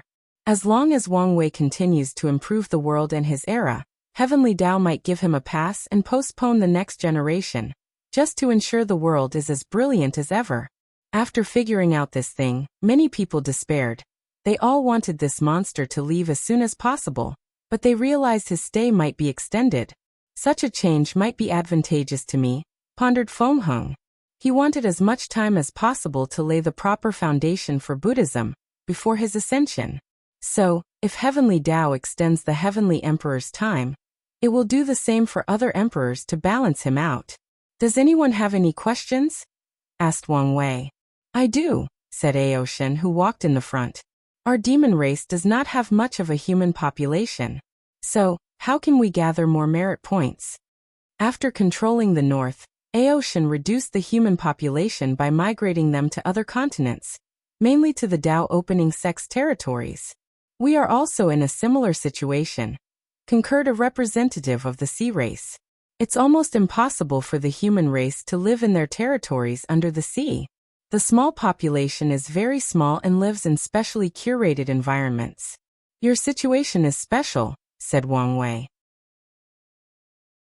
Humans are the protagonists of the myriad emperor world, so they are the best and fastest way to gather merit points. My suggestion is to incorporate more humans into your territory. Then use the demon school I created to cultivate more of your kind. Create a civilization that perfectly integrates humans and demons. Ao Shen and the sea race representatives frowned. This method was far from ideal. Cultivating more humans, even mere mortals, will only benefit the human race, not their kind. As intelligent as they were, they could deduce how much the power of humans would increase after the rise of countless mortal civilizations. Mortals make up more than 90% of the population. Hence, they are the source of talent for the cultivation world. With such a large population, countless mortals with cultivation talents are never discovered, forever remaining mortals until the end of their lives. Although these people are classified as individuals with poor luck, their talents are undeniable. Now things will become different. The mortal and cultivation world will no longer have a clear divide. As such, it will be easier to find talented mortals from now on. Additionally, if they follow the Tao opening sex model, the mortals in their territory will have a higher than average talent for cultivation. Martial arts provided these mortals with stronger bodies, increasing the chances their descendants could be healthier, and even inherit their strong bodies. Martial arts allowed them to passively absorb spiritual qi between heaven and earth, making their descendants have a higher affinity with spiritual qi. Such affinity will make developing a leakless body easier, and walking the cultivation path. The greatest creation of the mortal civilization is the extraordinary citizens. These people have access to their spiritual power, making them low-level pill masters, talisman makers, weapons refiners, and other professions. In the future, their number will drastically increase, thus contributing to the prosperity of the human race's luck. With such advantages, how could Ao Shen and the sea race allow humans to prosper in their area? The worst thing is the demon school situation is also a pit. It does allow them to turn simple mortal animals into demons or sea races. However, the demon race is born with extraordinary bodies and supernatural abilities at the expense of their intelligence. It's extremely arduous to raise an animal's intelligence to the level of humans and turn them into demons. Even after succeeding, their animal instincts usually make them aggressive and full of killing intent. They will need to take time and effort to remove that aggression. As for integrating demons with humans to create a unique civilization, it's not as simple as the Heavenly Emperor said. Furthermore, even if they succeeded, a good part of their luck would go to the Tao opening sect for the creation of the demon school. No matter which angles they looked at this advice, they felt they suffered while the Heavenly Emperor benefited without doing much. Wang Wei looked at them and guessed why they were thinking. Although it seems unfair, that's the price these races had to pay after losing the battle to become the world's protagonist. Furthermore, their issues involved the fundamental cores of every race. Demons are born powerful but lack in the soul or intelligence department. Meanwhile, it's the opposite for humans. Humans have become the protagonists in multiple worlds because of their intelligence and ingenuity. It is easier for them to innovate and create ways to make the mortal or cultivated world flourish. Because of this ability, humans have become one of the most powerful races in the entire chaos universe. Wang Wei looked at Feng Heng. Buddhism is excellent at opening wisdom. You can try to incorporate demons into your human civilizations. Success will grant Buddhism great blessing. Ba, uttered Feng Heng while playing with his praying beads. Although he looked calm on the surface, he was smiling wryly internally. He could feel Aoshan and the sea race's fierce gaze. Of course, he had the same idea as soon as the Heavenly Emperor said these words. However, he did not expect the latter to use him as a pawn to motivate the demon and sea race. In such a situation, he chose to remain quiet. Anyway, he will not give up any opportunity to help Buddhism, especially since he has his nemesis, Taoism, on the side. Taoism is not as excellent as Buddhism in opening wisdom. Its advantages lie in dealing with or suppressing demons and devils. However, they were also good in that area, just like Buddhism has its merit when dealing with and sealing evil. As such, Feng Heng knew he had worthy competitors and would not stop because of the warnings of Aoshan and the others. Where is the great Jin dynasty's representative? Asked Wang Wei after scheming against these people. Everyone looked around to see whether there were any secrets to this dynasty that suddenly appeared out of nowhere.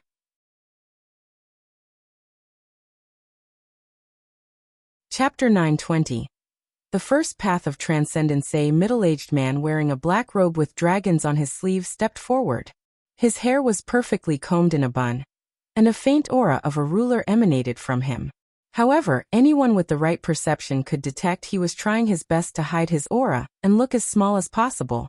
Such an act was not deemed cowardly by other representatives, and that's because the man was only in the quasi-emperor realm, indicating the Great Jin dynasty was only a supreme dynasty.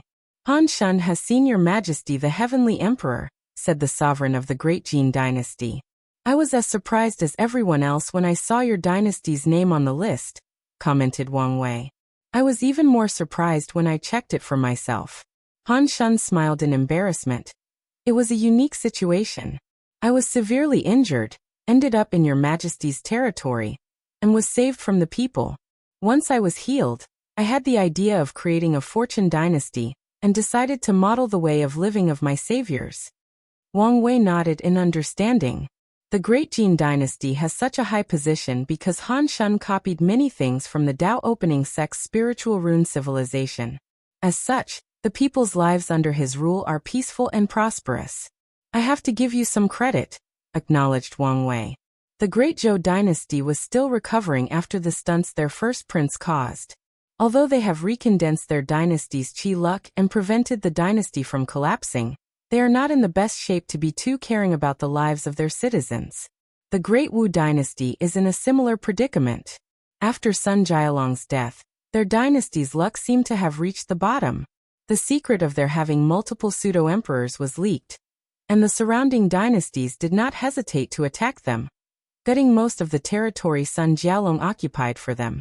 Meanwhile, Other dynasties do not dare to copy the Tao opening sex model despite being aware of it, and all because of unwarranted fear. These monarchs feared due to the open wisdom of the citizens from the spiritual rune civilization. They would reject the concept of monarchy and try to overthrow their dynasty. Of course, this is a high fantasy world, so no matter how much mortals revolt, it will be pointless. One divine body realm cultivator is enough to trample on Wang Wei's spiritual rune civilization, let alone even weaker mortal dynasties. The main source of fear for these people is that a peerless cultivator genius will appear among these mortals and rise against them. So most dynasties ignored the changes in the Tao opening sex domain, while a few wise ones adapted a few things to improve the lives of their citizens and gather more luck. However, Han Shun was not one of these people. He copied Wang Wei's civilization to the best of his ability, while also being a wise ruler that is loved and respected by his people. Sovereign Han Shun is a perfect example that our model can be copied and executed, said Wang Wei, looking at the representatives. As such, you should learn from him. Everyone secretly looked at Han Shun. However, their emotions and real thoughts were hidden. However, the great Jin sovereign was secretly scared. No matter his achievements, it did not change the fact he was only a mortal in the eyes of these big shots. Wang Wei waved his hand to condense a golden talisman. This is a reward for your effort and dedication. People were shocked by the power contained in this talisman. A few with dark thoughts immediately extinguished them. Thank you, Your Majesty, hurriedly said Han Shun, bowing with his most respectful attitude while also breathing in relief. He knew he was saved and could continue developing his dynasty without any problems. I only need to become a Tao lineage in this generation while preparing for my descendants to become emperors, thought Han Shun with great ambitions.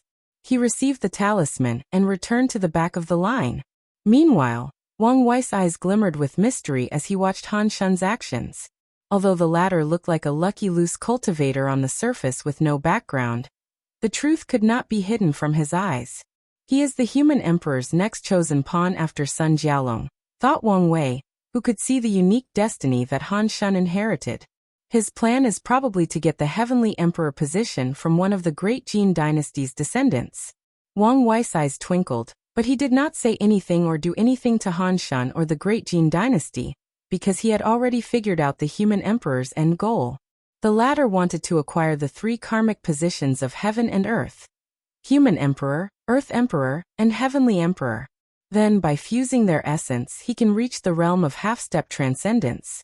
However, such a plan is not so easy to accomplish. The heavenly emperor in the lower position is not nearly enough for the transcendent path, so he will need to acquire it in the upper dimension. The one I leave behind is probably only a key for the one in the upper dimension. But even then, things will not be simple. The eternal ascension world's power ceiling is half-step transcendence, so he cannot use my method to become the heavenly emperor in the upper dimension. If the human emperor attempted such a stupid thing, true heavenly Tao would obliterate him. So, will he go to another source chaos world where the power limit is only the Paragon realm? Unlikely. There is a high chance he reincarnated not only because he wanted to become a boundless paragon, but because he needed one of the main source worlds to become transcendent. Countless thoughts flashed in his eyes as he analyzed the human emperor. He has already acquired the human emperor position, which true heavenly Tao acknowledges. What he lacked is the other two. One of the 8 parasites, the Earth Emperor, is probably one of his pawns for the Earth Emperor position. However, I have a feeling that guy did not truly acquire the position, and is just another key. The Earth Emperor's position involved reincarnation, so Wang Wei did not think the Earth Emperor had control over reincarnation of the upper dimension. Then there is Old Man Nether. He has been obsessed with reincarnation for heaven knows how long. Is this also related to the Earth Emperor position? Wang Wei secretly shook his head as he had too little information to speculate about Old Man Nether. Technically speaking, it should be almost impossible for the human emperor to acquire the heavenly emperor position. However, with the current political situation of the upper dimension, after acquiring the key, it's not impossible for him to negotiate something with true heavenly Tao. True heavenly Tao might agree as long as his positions can weaken Supreme Unity's control over the world. Wang Wei frowned as he wondered whether the human emperor would be an ally, an enemy, or a neutral acquaintance. Ever since he guessed the human emperor was the Qin emperor from Earth, he had an instinctual aversion to the latter. However, he also knew he could not completely rely on his instinct for certain things. I should consider my relationship with the human emperor based on the situation. The real issue is whether I should use his method to also become a half-step transcendent. Wang Wei did not ponder much longer about the situation before rejecting the idea. Such a method is applicable to people of the sovereign Tao. If I use his method, half-step transcendence will be my limit, and I will never truly become detached and become free and unfettered. No matter how tempting this method was, it was contradictory to his path and goal. So he would never use it unless he was forced and had no other choice. Furthermore, this method is only an idea and has no tangible method of success yet, so it's yet to be determined whether it will succeed. Such a brilliant idea, did the human emperor come up with it? Thought Wang Wei. I doubt it.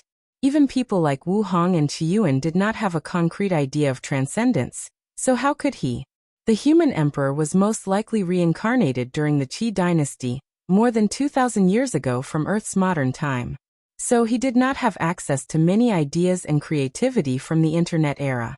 Wang Wei has long predicted that the novels and other works of fiction he read on Earth were not simple stories created out of imagination. They might have some deeper secrets. Otherwise, it made no sense for them to contain so many pearls of wisdom, secrets, and ideas applicable to real life. So this must be the work of Hongjun. As a half-step transcendence, he has walked in this path and knows more about how to achieve this realm. But if he already had a method of transcendence, why did he participate in the ultimate taboo? He should have known of the danger. As soon as he asked this question, he knew the answer. Lack of trust. According to history, Yingzheng was the kind of suspicious emperor who never truly trusted anyone. So, how could he easily believe in Hongjun and follow his plans without any precautions or preparations? Wang Wei shook his head. He would have done the same if he were in the human emperor's shoes. He probably would have done worse since Hongjun's portrayal in many stories has not been ideal, so his weariness towards the latter is extremely high. Wang Wei exhaled slightly as he finished his thought. His analysis was rewarding as he already had one idea for a way to transcendence. Although only applicable to sovereign Tao, such an idea is valuable beyond words could explain. He focused on the room and realized everything had quieted down, waiting for him to wake up from his distractions. My apologies for making you wait, said Wang Wei. He knew he did not need to explain, but he still wanted to show respect to these people. To be specific, to the ones with eternal strength. He only needed to say a few words, so why not do it? The meeting will end. If you want to place something in the contribution list for others to buy with merit, you need to submit an application. Our next meeting will be 1,000 years later. This should be plenty of time for you to work. People nodded while also secretly speculating what the next meeting would be about. Most people believed it was time for the court to branch out to the lower realm, spreading its wings to other worlds in this community. A few emperor lineages have already begun to prepare. Unfortunately, they do not have an ability like Wang Wei's soul network, so it's not easy for them to find other worlds. Su Shi, Feng Heng, Ao Shun, and Ho Feng Huang, please stay. Others you may leave, ordered Wang Wei calmly.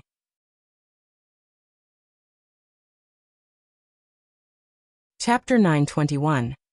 Dao discussion. Wang Wei led the group into the court's garden, where 5 seats forming a circle awaited them. Everyone sat cross-legged as Wang Wei served tea. I called you here for 2 reasons, said Wang Wei.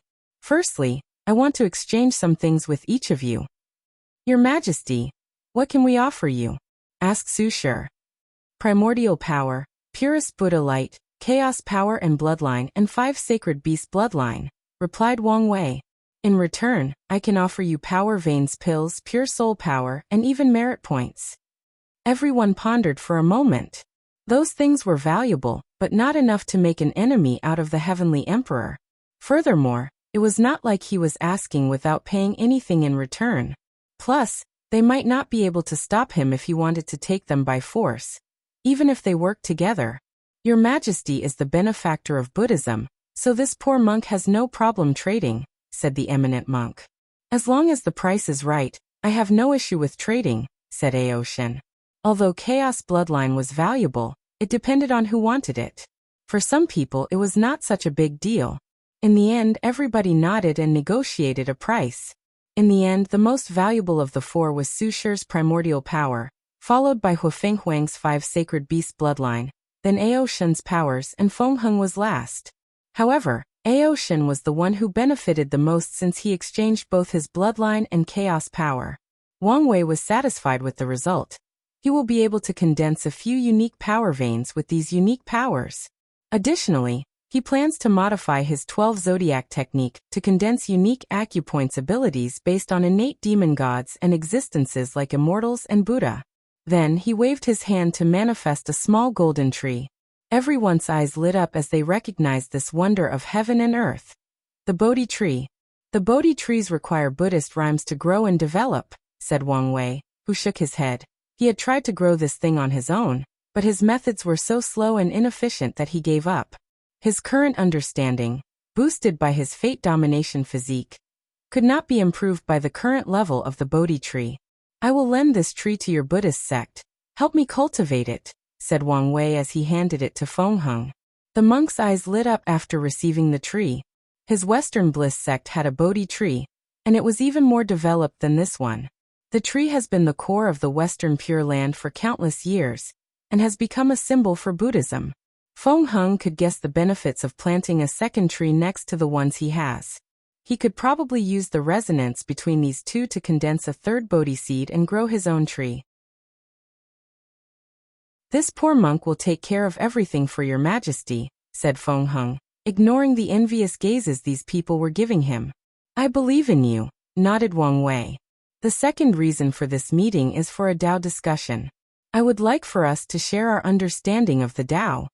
Su Shi and Feng felt this was a great idea.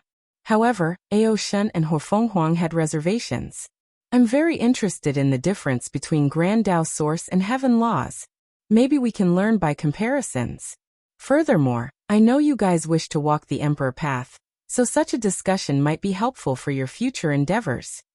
The Heavenly Emperor's words made sense, so they agreed. Who wants to go first? Asked Wang Wei, but no one immediately answered. I will go first, said Su Shi after sensing the quietness was rapidly approaching the level of awkwardness. She took a moment to gather her mind before beginning. What is time? Is it simply the progression of events from the past to the present to the future? Is it the movement of particles?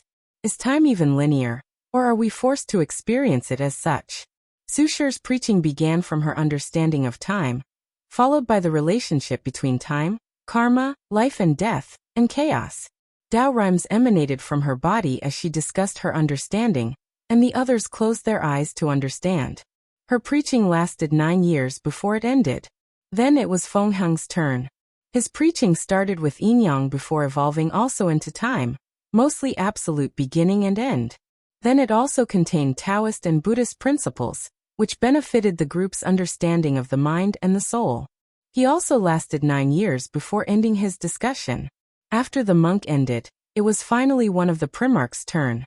Aoshin decided to go first, and his understanding of Chaos Heaven Law did show its uniqueness. Heavenly Law was nowhere near as grand or potent as the Grand Tao Source. However, its application and implications were worth learning. It contained some secrets of heaven and earth since true Heavenly Tao boosted all heavenly laws. Wang Wei, Su Shi, and Feng benefited most in understanding and applying their Tao by imitating how true Heavenly Tao boosted heaven laws. Finally, heaven laws seemed to contain the secrets of bloodline. Wang Wei opened his eyes after Aoshin's preaching. I see. The Emperor path becomes immortal through understanding laws, the Tao path turns itself into a world, and the immortal path uses energy, but the primarchs achieve immortality through bloodline. If they're used to be a soul path, they achieve immortality through the soul, while the true power Tao realm does it through the body. Wang Wei felt his understanding of heaven and earth deepened. Furthermore, he was now more confident in modifying his Fiend God Body 12 revolution. Huang's turn arrived, and she also preached about all her 5 heavenly laws. Aoshin focused more on the heaven will boost, so she focused more on the bloodline aspect of Primarchs. After 9 years, it was finally Wang Wei's turn.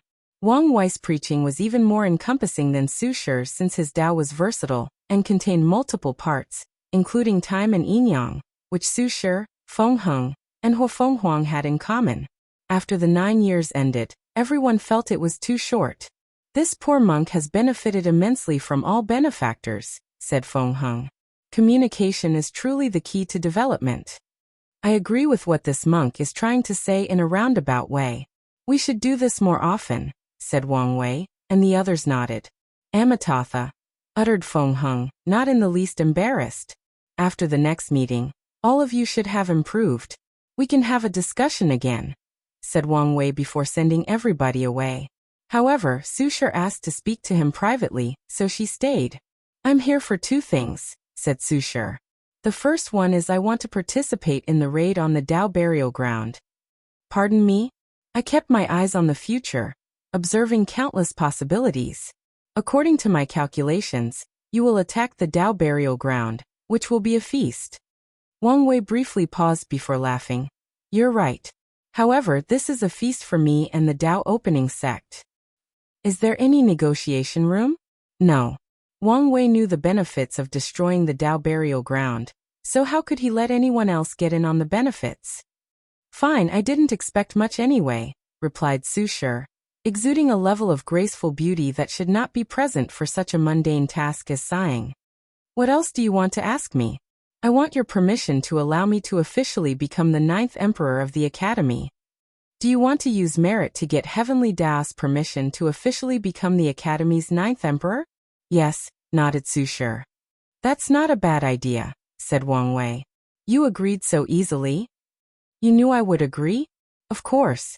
After all, I know about the balance mechanism, and the Academy having a 9th Emperor will greatly reduce the pressure on you. I just did not expect you to agree so swiftly.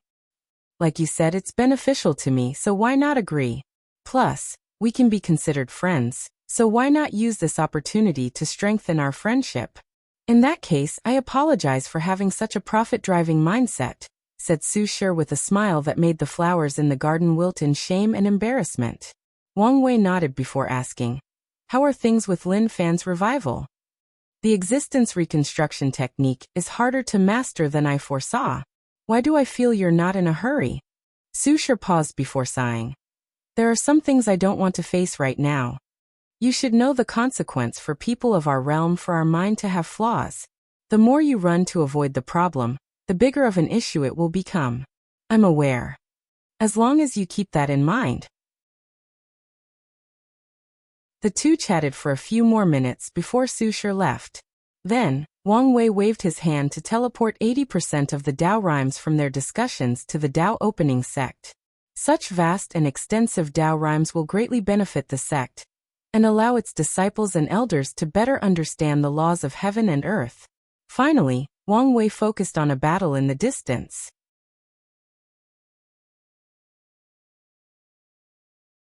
Chapter 922. Immortal sovereigns might. Although the four spent 45 years in the court, only a day passed outside. Wang Wei did not want their discussions to affect the political situation in the world, so he used his time Dao to change the rate of time outside and in the court. As such, a day later, Feng Heng, Ao Shun, and Huo Fenghuang left the court and returned to their factions. At least they tried. Huo Fenghuang teleported to the moon, which is the entrance to the ancient clan's small world. However, a visitor was waiting for her. An elderly man dressed in all black slowly caressing an all-white sword while sitting cross-legged on a moon rock. A sharp aura naturally emanated from the man's body. If a mortal looked at him, their eyes would bleed like a sharp object pierced their pupils. You're from the sword-casting villa? Asked Huo Fenghuang. That's correct. Haven't you people given up already? The ancient clan do not have the right or power to monopolize all the god positions in the eastern continent, said Jian Sha. But you guys get to control an entire region of the sea? You and I both know the sea is not as valuable as any of the continents. Furthermore, our territory does not house too many powerful emperor lineages. Unlike yours, calmly responded Jian Sha without stopping to caress his swords. It was as if he had not seen or touched it for a long time and was very nostalgic about it. All I'm hearing are excuses and rhetorics, snorted Huofeng Huang. This conversation is pointless. You and I are only pawns on this chessboard, but it seems your ancient clan has offended the chess player. Huofeng Huang's pupil squinted. Yes, our battle is inevitable. She took out her white tiger killing sword, releasing a terrifying killing intent. Such a beautiful and powerful sword is wasted on a sword user like yourself, said Jian Sha as he stood up. Releasing a killing intent as pure as his opponent. The obsession you people have over the purity of the sword is disgusting and unsavory, replied Huofeng Huang. You wouldn't understand, replied Jian Sha, shaking his head. However, what should I expect from people who only see the sword as nothing but a tool? His aura changed, becoming more ethereal and elusive. He resembled a supreme immortal swordsman who had slaughtered gods, demons, Buddhas, and great emperors. Jian Sha mobilized an immense amount of immortal qi before rushing forward. In an instant, he appeared before her and slashed his sword downward. Clink! Huofeng Huang blocked the attack, but her pupil squinted. She discovered a vast energy that offset her killing heaven law. Clink! Clink! Clink! Jian Sha released a barrage of sword strikes, each faster and more potent than the previous one. In an instant, their swords clashed thousands of times. Then, Huofeng Huang suddenly felt something was wrong as her intuition warned her of danger. So she used her yin-yang Dao to control push and pull. A powerful force manifested out of nowhere, pushing Jian Sha 100 meters away. Push! Thousands of sword marks appeared on Huofeng Huang's body, destroying her clothes and revealing her jade-like skin. She was calm throughout the process, not showing an ounce of pain. The undefendable sword art? She asked as her body naturally healed. However, not all the sword marks disappeared. You're quite knowledgeable, little girl, said Jian Sha. The undefendable sword art was an ancient technique that existed before the Null Era. No one knows who created it, but this technique was famous because it was often used to deal with non-emperors. The technique was extremely difficult to block, so immortal venerables and Dao ancestors would use it against their own kind, inflicting heavy injuries on their opponent. The idea of this technique is to take advantage of the fact the other paths do not have the healing factors of the Emperor path. Huofeng Huang secretly sneered after figuring out the opponent's tactic. Although she did not have the unnatural healing factors of eternal emperors, she had the Phoenix bloodline to make up for it. So, she only needed to be on guard for the opponent's other tricks and schemes. After her body naturally regenerated, Huofeng Huang prepared to go on the offensive. However, before either acted, a voice echoed in their surrounding. Could you guys fight someone else? I don't want your battle to destroy the moon. The moon god, said Huofeng Huang. Yes, and your battle can affect my domain. So please fight someone else. Huofeng Huang and Jian Sha looked at each other before disappearing. They appeared near the world's barrier to ensure their battles did not affect other people. Immortal Lotus Step, Jian Sha used a spell that increased speed. In an instant, he appeared before his opponent, leaving numerous lotus shining with immortal lights in his thrall. Clink! Clink! Clink! His sword clashed with Huofeng Huang. However, he discovered she did not hesitate to fight him head-on despite knowing about the undefendable sword art. Soon he knew why. His sword technique failed. A subtle white and black shield appeared around her body, blocking the attack. Are you surprised? Asked Huofeng Huang. This technique is ingenious, using cause and effect to ignore any defenses. However, as long as I can block the karmic connection between me and you, it's easy to defend against it. The sect master warned me about you, telling me I should not treat you lightly, because you're a member of a terrifying generation. I should have listened to him, sighed Jian Sha. You should have listened to him, she said with a sneer. Killing sword. She slashed her sword and manifested a terrifying white tiger that rushed toward Jian Sha. The latter tried to use his speed spell to evade, but he soon realized he was caught in a trap. Yin-yang was reversed, so up was now down, left was now right, and moving was now stopping. When he thought to move, he was actually telling his body to stop. Jian Sha's mind was fast, and he quickly figured out the ins and outs of this technique, So he told his body not to defend, which in fact generated a protective field around him. Unfortunately, the sword slash bypassed his defense and entered his body, heading directly into his immortal mansion. Is that your plan? To kill my immortal mansion and render me useless? Unfortunately, Jiansha released a terrifying energy fluctuation that broke Huafenghuang's yin-yang technique. Your immortal qi, muttered Huafenghuang with a frown, but Jiansha did not explain. It's 100 times harder for insurgent immortal venerables to cultivate to the immortal sovereign realm, so emperor lineages will only choose regular immortal venerables with normal immortal qi to cultivate to tier 11.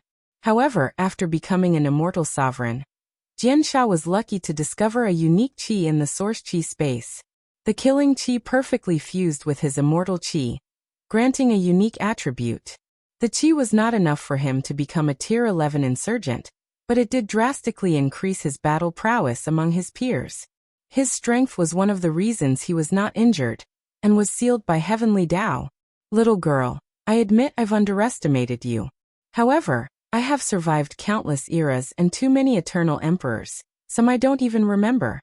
So today, no matter what, you will be defeated and forced to hand over the god positions. Old geezer, you have too much nonsense coming out of your mouth. The world is truly unfair. If this was the upper dimension, why would I care about a mere pre-march? Huafenghuang wanted to tell him it was his fault for choosing such a rubbish path.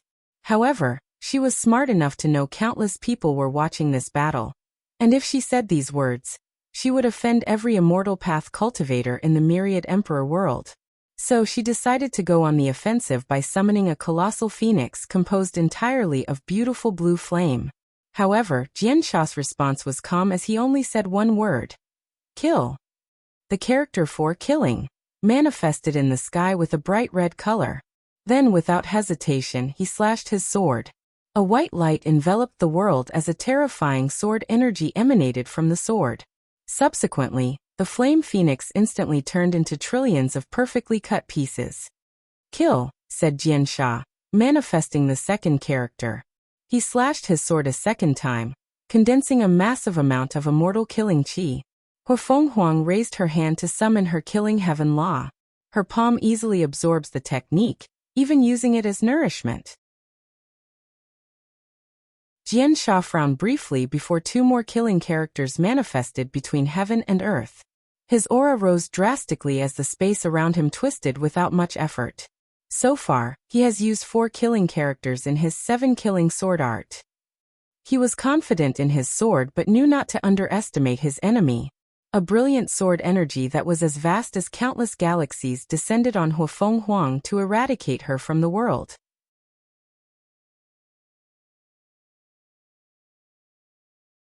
Chapter 923. Force compromise. One of the properties of water is its malleability or its ability to contain everything. So after seeing that attack, Huafenghuang mobilized her Azure Dragon bloodline to summon a pale blue ocean. The ocean swallowed or maybe fused, with the vast sword energy descending on her, turning into deep red.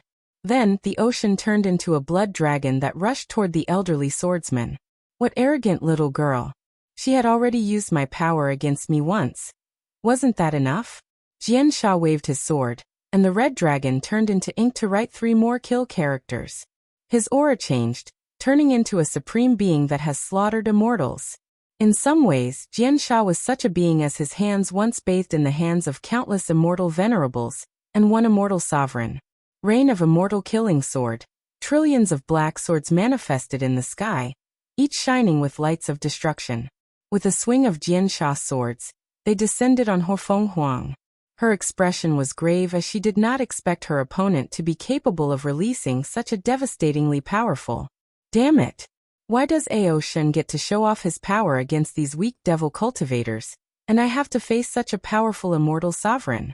Her clan has records about the strength of immortal sovereigns, and none she read about were this powerful. Her opponent was obviously not a regular immortal sovereign. Phoenix manifestation. Huafenghuang turned into a red phoenix, allowing the swords to descend on her. Then, a beautiful sound of chirping echoed between heaven and earth as her phoenix roared in pain. Whenever the sword touched her body, It would pass through as if she were an elementary creature intangible by physical attacks. However, the killing energy on the sword would damage her, but her current form was the best at minimizing damage. Furthermore, she had unparalleled life force to heal and regenerate. Once the Rain of Swords ended, Huofenghuang appeared, her face slightly pale. Creation Destruction Ball. She mobilized her Yin-Yang Heaven Law to resonate with the Destruction and Creation Tao, manifesting one blue and red ball. They rotate before fusing into a half-red and half-blue ball, with the sign of Yin-Yang at the core. The ball rushed toward the swordsman, making his heart race faster than it had ever done in a long time. Jian Sha felt tremendous danger, so he activated his Immortal Lotus Step to evade. Alas, Huofenghuang seemed to have predicted this move. As soon as Jian Sha evaded, she activated her dowel to boost her speed and instantly appeared before him. A second Creation Destruction Ball appeared in her palm, ready to destroy her opponent with a single thought. Unfortunately, the thought never arrived. Huofenghuang felt a terrible pressure coming out of nowhere, making her mind and spirit very sluggish. Everything around her slowed down. She had difficulty thinking and breathing, her memories were blurred, and her concentration was non-existent. The attack in her palm weakened and almost disappeared. Then a red aura materialized around Jian Sha's white sword as he swung down with the intention of annihilating her from existence. Huofenghuang's bloodlines passively activated at the last minute as a beautiful dragon armor with tiny yin-yang symbols in each scale enveloped her. Boom! Huofenghuang's body flew in the distance, but there were two sections as the previous attack bisected her diagonally from her shoulder to her waist. Flame tendrils emanated from the two sections of her body and connected them. Huofenghuang finally regained her bearings with some confusion, before becoming extremely serious. That was soul coercion? Immortal sovereigns are tier 11 cultivators, so their immortal souls are of a higher class or grade than even eternal emperors. As such, it's perfectly normal for them to use it to pressure any tier 10 cultivators. However, from what Huofenghuang knew, such a tactic was only applicable to the upper dimension since immortal sovereigns cannot use most of their soul powers in the lower dimension. This bastard, she thought, looking at him with red eyes. She came so close to death, and that idea scared her. Unlike great emperors, she cannot rely on the Tao imprint to revive herself or use a variety of means of eternals. Little lady, this is just the beginning. Look around you. Huofenghuang's face became ugly as she swiftly scanned the surroundings. She saw 4 invisible arrays scattered in 4 directions: east, west, north, and south. Immediately afterward, she felt a pressure on her body as the space transformed. This subtle change reminded her of her trip to the Source Chi space. Her Heaven Will Law was difficult to mobilize, and she felt it was extremely arduous to operate. A formation that imitates energy dominance, she said with gritted teeth. Even the Grand Tao Source will be affected as long as the energy purity and density are high enough. Correct, said Jian Sha with a smile. Energy dominance is one way for immortal sovereign to dominate lower tiers like yourself. In fact, it is the most orthodox way to become a tier 11 insurgent by creating an energy dominance that can even affect Empyreans. Sadly, we are restricted from using such a method in the lower dimension. Jian Sha was relaxed as he knew victory was in sight. Primarchs did not have as high of energy resistance as great emperors, so such a formation was very effective against them. Do you think this is enough to stop me? Of course not, replied Jian Sha. After seeing Huofenghuang's battle prowess, he changed his attitude and listened to the precautions Jian Wushuang told him to pay attention to. As such, he knew such a method was not enough to kill a pre-march with a 5 sacred beast bloodline. Little lady, why don't you check on your clan?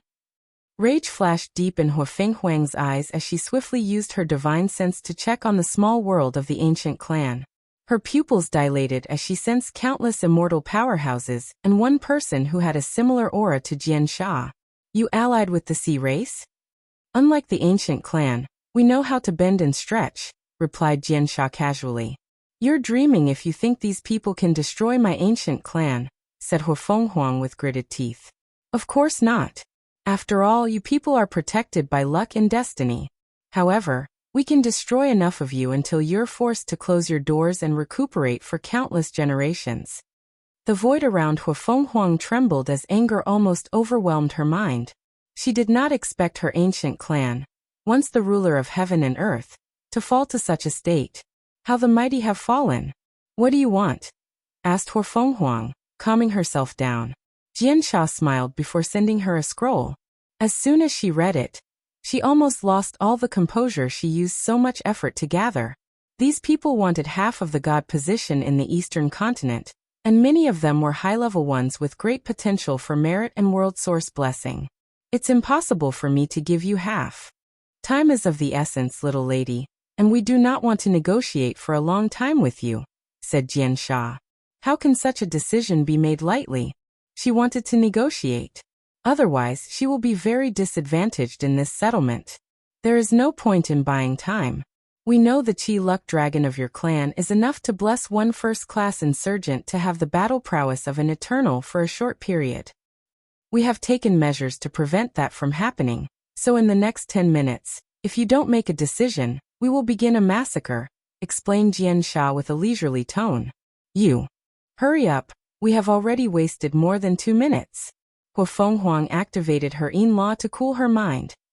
You can have half the positions, but they must all be unimportant ones.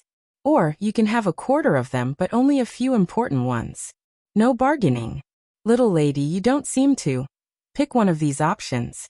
Otherwise, our ancient clan will wage Emperor Dao war with all of you until both sides perish. Don't worry, I will pay extra care to use sword-casting villa during that war. Jiansha's mouth twitched. No matter how weak the ancient clan was, it was still one of the most powerful factions in the world due to its ancient heritage, and the fact they were an amalgam of many factions with great destiny and luck. So if they went crazy, the sword-casting villa would suffer. Decisive, aren't we? Commented Jiansha. Fine, we will take the second option. However, we want half the important positions. No more than 10%, countered Huafeng Huang. Fine, sign the contract. Huafeng Huang looked at the contract, and it was very simple. Furthermore, these people were smart enough to apply the contract to only this generation. After all, everyone knew the court situation would be reshuffled after every generation. After making sure there were no problems, she signed it on behalf of the ancient clan. This is not over, Huafeng Huang declared before disappearing. Jiansha smiled calmly before waving his hand to remove the arrays and return home. Now he had to negotiate with the other eastern factions on how to distribute these god positions. Northern Continent. Aoshin watched the battle with clenched hands. The Emperor path is the only true path. In the last meeting, he felt great humiliation during their Dao discussions as he sensed Grand Dao Source's great superiority over Heaven Law. Now, after watching Huafeng Huang's battle and realizing he might have been in an even worse situation if he was in her place, the humiliation overwhelmed his mind. I need to become an eternal emperor, he muttered. And the only feasible way for that to be possible without reincarnation is merit. He thought of Feng Heng's method of proving the Dao. I doubt I could get the information from his hand without paying a tremendous price. The only other person who might know this method is Wang Wei. Aoshin groaned slightly. He knew he did not need any methods to use merit to transition from the heaven path to the Grand Dao path. As long as he had plenty of merits, he could ask true heavenly Dao directly. However, the correct method can exponentially decrease the amount of merit needed. Since it was not possible for him to gather enough merit to use the direct method, he needed whatever method Feng Heng used. Countless ideas flashed in Aoshin's mind before his eyes suddenly lit up. He waved his hand, and a body on the verge of death appeared before him, Xiaosongxi. If I remember correctly, his Baishi clan has a star sage?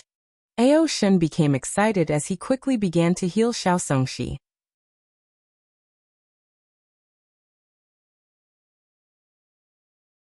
Chapter 924. Fiend God Body 12 Revolution. Wang Wei watched the battle calmly until the two reached a compromise, and Huafeng Huang left in anger. His expression did not change much, making it impossible to know whether this was the outcome he desired or not. The ancient clan's ambitions are too grand for their capabilities. I hope they understand the message I'm sending them. Otherwise, no matter how harsh the backlash for their annihilation is, I won't hesitate to eliminate them, muttered Wang Wei. These people's ambitions are an instability to his era. If they messed around too much, the heavenly era might be short-lived, and that's something he cannot accept or allow. Huh, uttered Wang Wei as he looked at the northern continent. Aoshan's fate has changed. The power of fate flashed in his eyes, revealing heaven and earth's deepest truths or secrets. He wants to use the Star Sage to transition into an eternal emperor? Well, he's a 6-star Primarch, so there should be no problem. However, the 3-star Sage does not have such ability. But Aoshan's bloodline is chaos, so he should be able to raise the Sage to 4-star. Wang Wei did not care much about Aoshan's breakthrough as it will only help alleviate the issue of balance mechanism, just like Su Shi. What about Ho Fenghuang? Does she have the same idea? He gazed in the direction of the ancient clan. His eyes ignored the innumerable distance between his position and the clan's small world. It's undecided? It seems she wants to wait for when I leave and become heavenly emperor. Wang Wei pondered the implications of her controlling the court. The next generation belongs to my father. However, the best plan would be to wait a few generations after him before participating in another battle. After all, it won't be good for the sect to have 3 consecutive eternal emperors. 2 generations are enough to establish a deep foundation for the heavenly emperor era. Furthermore, Li Jun and Yan Liling will be watchguards and ensure no problem occurs for a few generations. After figuring things out, Wang Wei no longer cared whether Ho Fenghuang became an eternal in this generation, or waited later to become a heavenly emperor. The real issue is the balance mechanism against the myriad emperor world. One generation might have as many as 5 eternal emperors. There needs to be balance. Otherwise, the other world communities cannot compete. His gaze penetrated the river of fate as he divined the truth. I see. A system like the devil god world. This should work. Wang Wei frowned after discovering the truth. The situation in the lower dimension will become complicated. I must hurry up. Although the development speed of the era was perfectly all right, he did not want any unknown or uncontrollable variable to suddenly appear. So he decided to speed up certain things. Let's increase my strength first. Without wasting time, he walked into his cultivation room and entered seclusion. Wang Wei took out the things he exchanged with the 5 Eternals and began to condense more power veins. His body began to glow golden, releasing a holy aura full of compassion, love, and understanding. Sounds of chanting could be heard emanating from his body, lasting for many years. Afterward, countless visions manifested in the room. There were noble dragons with the power of chaos, followed by the 5 sacred beasts. With each vision, Wang Wei's flesh became increasingly more powerful. After an unknown amount of time, everything returned to normal. Wang Wei stood in the room with only pants on. He clenched his hand. 59 Infant Fiend God Force, the peak of 2nd class. He sighed, thinking how difficult cultivating in the true power Dao realm was. The resources he used to condense the power veins were top of the line, but the increase was so small. Of course, Wang Wei knew between 40 and 70 Infant Fiend God Force was a special time for body refiners, and cultivating in these stages is harder than usual. It seems every body refiner will have some sort of bottleneck in this stage. Some people will spend eons without any improvement. Most pure body refiners will waste their 9 yuan epoch lifespan between these stages. Luckily, he can pass this stage with relative difficulty with his talent and top-level rare resources. After checking his body, Wang Wei continued his retreat. He took out 2 things from his space ring. Dtion's diluted fiend god bloodline and Su Shi's primordial chaos power. Without hesitation, he fused them in an attempt to make up for the flaws in the bloodline. He immediately noticed a transformation in the blood after fusing with the primordial chaos power. Wang Wei observed every detail of the change, analyzing the secrets of this fiend god bloodline. It's not enough, he muttered after observing for countless years. He observed his chi flower ability to see how much chaos chi he had in reserve after so many years. Most of the innate chi in the flower had turned into chaos chi, to Wang Wei's satisfaction. Now, I can use Aoshan's pure chaos power and Su Shi's primordial power as a template to condense primordial chaos chi. Wang Wei started to condense his chaos qi into primordial chaos qi. His first attempts were futile, but he eventually succeeded after repeated efforts and relentless study. He channeled the newly created primordial chaos qi to the fiend god bloodline to complete its sublimation. Success, said Wang Wei with a smile. He did not want to waste time, so he continued without pausing. He used the knowledge he gathered to renovate the fiend god body 12 revolution. Previously, he only had a template or embryo of what the 10th revolution would be like. Now he upgraded the first 9 revolutions and finished the 10th revolution. He even had ideas for the 11th revolution. By now, this technique looked nothing like Dao Monarch Qianhui's technique. Wang Wei closed his eyes and accessed his bloodline or genetic information. Humans are not creatures that inherently rely on bloodlines. Some cultivators will fuse their laws or Dao comprehension into their bloodline, allowing their descendants to inherit their cultivation talent and countless divine abilities. However, most powerful humans do not do so because of the limitations of bloodlines. Another reason is that humans have a unique bloodline based on intelligence and good fortune. Take a clan like the Wang or Di clan. In every generation, talented individuals will be born in their clans. Their geniuses will be born with a high affinity with spiritual qi, high comprehension, and good luck and destiny. High affinity with spiritual qi means their descendants will have a great talent for cultivation. High comprehension means their souls are easier to cultivate, and they have no problem understanding the laws. Finally, luck and destiny have too many benefits, one of which is a higher probability of being chosen by heaven and earth to inherit a heavenly physique, which is like a bloodline without limitations. As Wang Wei accessed his bloodline, he briefly saw the lives of all his ancestors, going as far back as Qi Yuan. He saw when the latter became the source of the Wang clan's bloodline. He also took this opportunity to check whether no one left some imprint in the bloodline. Although he trusted Qi Yuan and the others, he could not be too sure.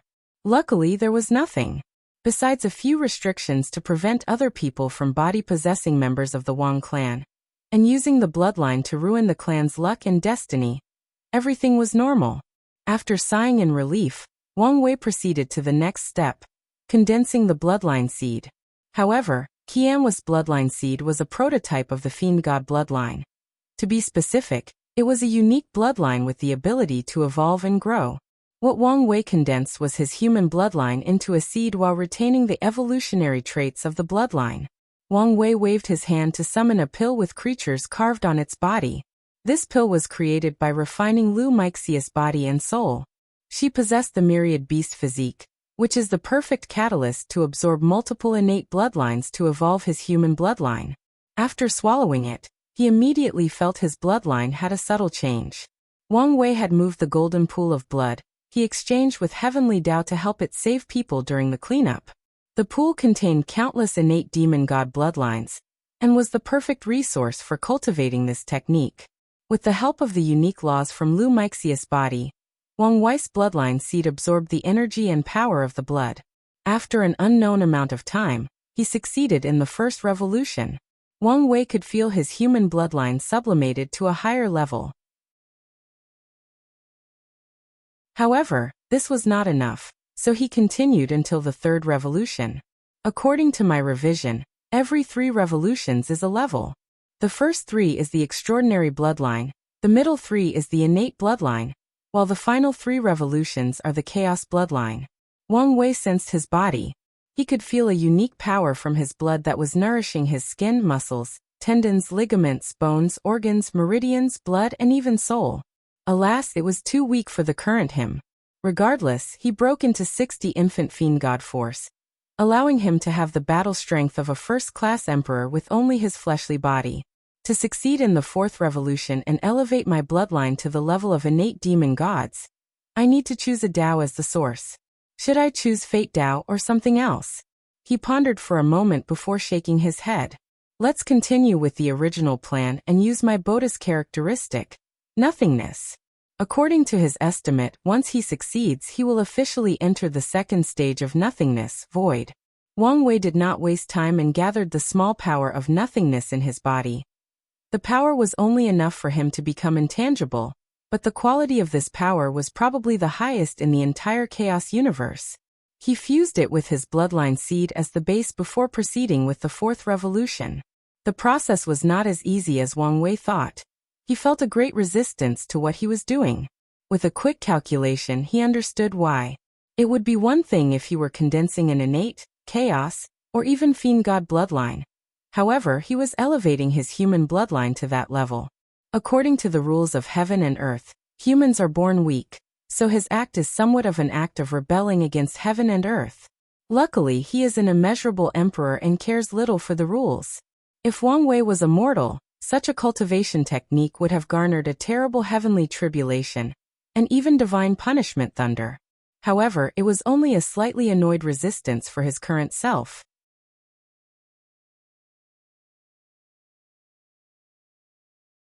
Chapter 925.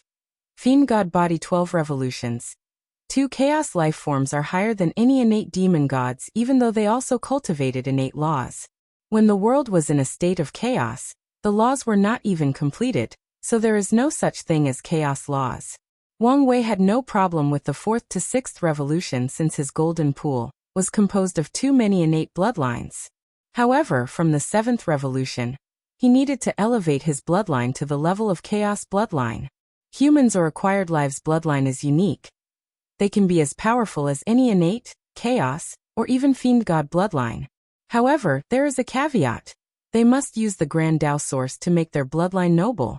A great emperor's bloodline is as noble as any innate bloodline, the same for Eternals and Chaos bloodlines, and a paragon's bloodline might be even better than any fiend god. However, Wang Wei's actions were as if humans were born innately by heaven and earth and their bloodline was inherently noble. He did not use the Grand Tao source to make his bloodline powerful and forcefully turned himself into an innate demon god. After the 7th revolution, Wang Wei's bloodline reached the level of any order chaos life forms. However, he also felt something outside the court waiting for him, but did not care. After the 9th revolution, Wang Wei felt his human bloodline reached the level of any disorder chaos life form. Although these creatures have no mind of their own, their madness makes them extremely powerful and destructive. Furthermore, their bodies are more powerful after being tempered using disorder chaos qi instead of order chaos qi. After the 9th revolution, Wang Wei did not condense any innate laws but continued with the 10th revolution. He immediately felt an intense resistance but did not care. The energy in the golden pool was plentiful, and he had a real fiend god bloodline as a model to copy from. With that single sample, he can use his divination to deduce countless other bloodlines and learn from them. Crack. He heard something breaking before his body emitted a sense of joy. He then felt his body rapidly transform, from every cell to every atom. The power of nothingness rushed to every corner of his flesh, nourishing and strengthening everything. 10th revolution and the void stage, muttered Wang Wei with a smile as he felt the changes in his body. Then his gaze broke the court and looked at the sky. Purple gold clouds floated above the court, flashing with lightning of the same color. Immemorial tribulation, he muttered. Heavenly tribulations do not stop for cultivators in the upper dimension, because they are immortal. From breaking through tier 11 and above, there is a bottleneck that even the most talented individuals will experience. But even after passing the bottleneck, these cultivators must also survive immemorial tribulations to become empyreans, Tao monarchs, and immortal sovereigns, unless you're in the lower dimension. The immortal sovereigns that do not ascend do not have to pass immemorial tribulations, hence one of the many reasons they are so weak and restricted in the lower dimension. It's also why so many of them do not ascend because of the fear of surviving the immemorial tribulation. Wang Wei squinted his eyes. Immemorial lightning and thunder not only exist as a tribulation for cultivators, but also as a form of punishment similar to divine punishment thunder of the lower dimension. Unlike the lower dimension, true heavenly Tao is extremely lax in his control over the upper dimension, letting these mighty cultivators do as they please. However, once they get out of line, go too far, or do something truly shocking, immemorial punishment lightning will descend on them. The most powerful of these punishments is enough to eradicate even the best boundless paragons. Wang Wei calmly watched the immemorial tribulation above him before focusing on the surroundings. He could feel he was now in a separate dimension created by true heavenly Tao to prevent the tribulation from destroying most of the lower dimension. How considerate, he muttered before going into action. He used the divine punishment thunder his wife sealed inside his body to temper his newly condensed bloodline. He wanted it to be as pure as possible. Then he allowed the immemorial tribulation to descend on him. Wang Wei had to admit if not for his own strength, his fleshly body would never survive this tribulation on its own. So he activated all his Grand Tao boosts and fought with this tribulation, ensuring it would be used to temper his bloodline instead of destroying it and ruining all his efforts. To his surprise, the strength of this tribulation reached as much as 65% of the Grand Tao source. In the process of surviving this tribulation, Wang Wei stabilized his tenfold battle realm, and his strength reached 69% Grand Tao source. Finally succeeded, muttered Wang Wei, who did not expect his act of elevating his human bloodline to the level of fiend gods to be a rebellious act against heaven and earth, making the tribulation so difficult. Wang Wei suddenly felt something and scanned the entire world with his divine sense. Many people were observing the court with eyes full of fear. The power of that tribulation terrified too many people. The main issue is that many of these people believed he did not survive this tribulation and became restless. So he released a terrifying aura that surrounded the entire world, warning these monkeys that the kind was still present. Then the world returned to its calm, with people even more awe and respectful of the heavenly emperor. Of course, they most want to know what he did to have such a terrifying tribulation. Wang Wei focused on himself as he still had more things to do. He checked his strength, 74 infant fiend god force. He now had the strength to fight eternal emperors with his flesh. Although the increase looked small, Wang Wei knew the true potential of this bloodline. A mysterious power was constantly being released and tempering his body at all times. Now, like all fiend gods, he only needed to wait for his bloodline to develop, and his body would passively become stronger. Sadly, he also has the downside of all fiend gods. It might take billions if not a few yuan epochs before his bloodline reaches the peak. By then, he will reach 100 infant fiend god force without doing any work. All I have to do is continue cultivating or absorbing more energy to accelerate the rate my bloodline develops, and I can easily enter the fifth true power Tao realm. Wang Wei nodded in satisfaction before continuing his work. True heavenly Tao does not allow any bloodline on the level of fiend god to exist in the lower dimension, so he needs to do some extra work to ensure the Wang clan won't be annihilated or forcefully exiled to the upper dimension. He used his order disorder Tao to place some restrictions on the bloodline. He classified future bloodline descendants into 3 categories. The first category is the unawakening. These people are the previous bloodline that is based on good fortune, luck, cultivation talent, and comprehension. These people do not have any bloodline abilities or blessings, but it does not mean they did not benefit from the human fiend god bloodline. The benefit Wang Wei gave them was an unparalleled talent for body refining. After Qiyuan separated the bloodline, the other Wang clan inherited the heaven-opening emperor's talent for body refining while the Tao-opening sex branch inherited Qiyuan's talent for cultivation and comprehension. As such, in each generation, some people of the Wang clan have a talent for body refining while others do not. Now Wang Wei provided the talent for all descendants of his branch. The second class of descendants will be the semi-awakening. This class of individuals will only awaken a bloodline between 1 to 3 revolutions. Afterward, they have to cultivate the fiend god body 12 revolution and increase their bloodline concentration. The advantage of this class is they can choose whatever Tao or concept they wish as the source of their bloodline, adding more variety to the Wang clan source bloodline. They do not have to inherit Wang Wei's nothingness powers. This class of people can also awaken innate laws and become primarchs. As for the level of primarchs they will become, it will depend on their abilities and talents. The last class is the full awakening. This class will inherit everything from his bloodline, and will essentially be fiend gods. Upon awakening their bloodline, they will immediately become immortal and awakening primordial law of void, not primordial law of nothingness, since even Wang Wei cannot condense such a thing as of yet. This class of individuals will only have to rely on their bloodline to reach the strength of eternal emperors.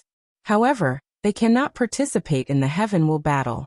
If they want to prove the Tao, these people must ascend and do it in the upper dimension. The first class will be the clan's main source of great emperors. The second class will create more primarchs or immortal tier powerhouses. This group of people will guarantee variability in the bloodline. Nothingness or void can contain everything, similar to chaos. So no matter what Daos the second-class people choose, it will benefit the entire bloodline source. Meanwhile, the last class will be the secret guardian of the sect while also being the main source of talent for the clan in the upper dimension. Wang Wei will one day ascend, so he must prepare to ensure his power in the upper dimension. The last step is to make sure the clan members have a choice, thought Wang Wei, placing a seal in his bloodline for future descendants. In other words, all members will start in the first class and choose whether to awaken their bloodline in which category. Of course, there is a chance of failure, especially for the third class of full awakening, since not everyone can inherit his bloodline.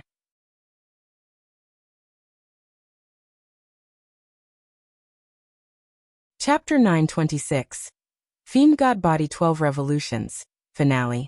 Next is the other three clans and the sect, muttered Wang Wei before continuing his work. His bloodline contained the bloodline of the Li, Yan and Yu clan and many other families to which the Wang clan had married. Wang Wei even discovered the bloodline of the Di clan, and even members of the Divine Tao League. So Wang Wei took some time to trace the bloodline source of the Li, Yan and Yu clan. I only need to slightly modify the Li and Yan clan's bloodline, granting them some benefits until Li Jun and Yan Liling can cultivate to the 10th revolution, acquire a human fiend god bloodline, and fully modify the source. I only hope they can do it before I ascend so I can protect them through the tribulation. The Wang clan members won't have a problem cultivating the 10th revolution since their bloodline is already at that level, and they are only adding to it. However, it's different for the Li and Yan clan. Wang Wei soon finished modifying the Li clan's bloodline source and proceeded to the Yan clan. He discovered their bloodline was matriarchal in nature, favoring woman over man in its blessing.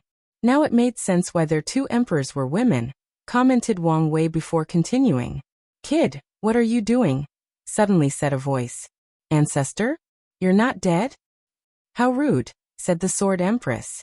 So you're the only one who survived the ultimate taboo. However, why do I feel you're so weak? Said Wang Wei as he looked at the woman who appeared before him, releasing a natural terrifying sword will. I was injured, so now, am only a little emperor, replied the Sword Empress. But even if I'm in this state, how dare you say I'm weak? She looked at him up and down. Tenfold battle realm? She did not hide the surprise in her face, followed by envy and regret. What's with this look? When I was young, I was super competitive, so I wanted to achieve the tenfold battle realm, and even the legendary taboo battle realm. So I underwent foundation re-establishment. Alas, I only achieved ninefold, and it's the same for your wife. One of my regrets is that I failed. You achieve ninefold without tempering your body? Tempering the body is overrated, replied Sword Empress before remembering her situation. Many source techniques can boost the flesh to be on par with the best body refiners. Although it's only a temporary boost, it's more than enough for battle. Wang Wei nodded his head. He had long anticipated the Eternal Ascension world was a cultivation civilization that had developed to a terrifying level. As such, almost everything was possible after countless years of research and development of techniques, spells, and arts. How is she? Asked Wang Wei, and Sword Empress smiled. She's fine. Plus, she does not completely reject your marriage. You only need to woo her again. I'm satisfied as long as she gives me a chance. Wang Wei was prepared to use the stalking tactic if she refused to let him court him again, without a care to how disturbing and shameless such a thing was.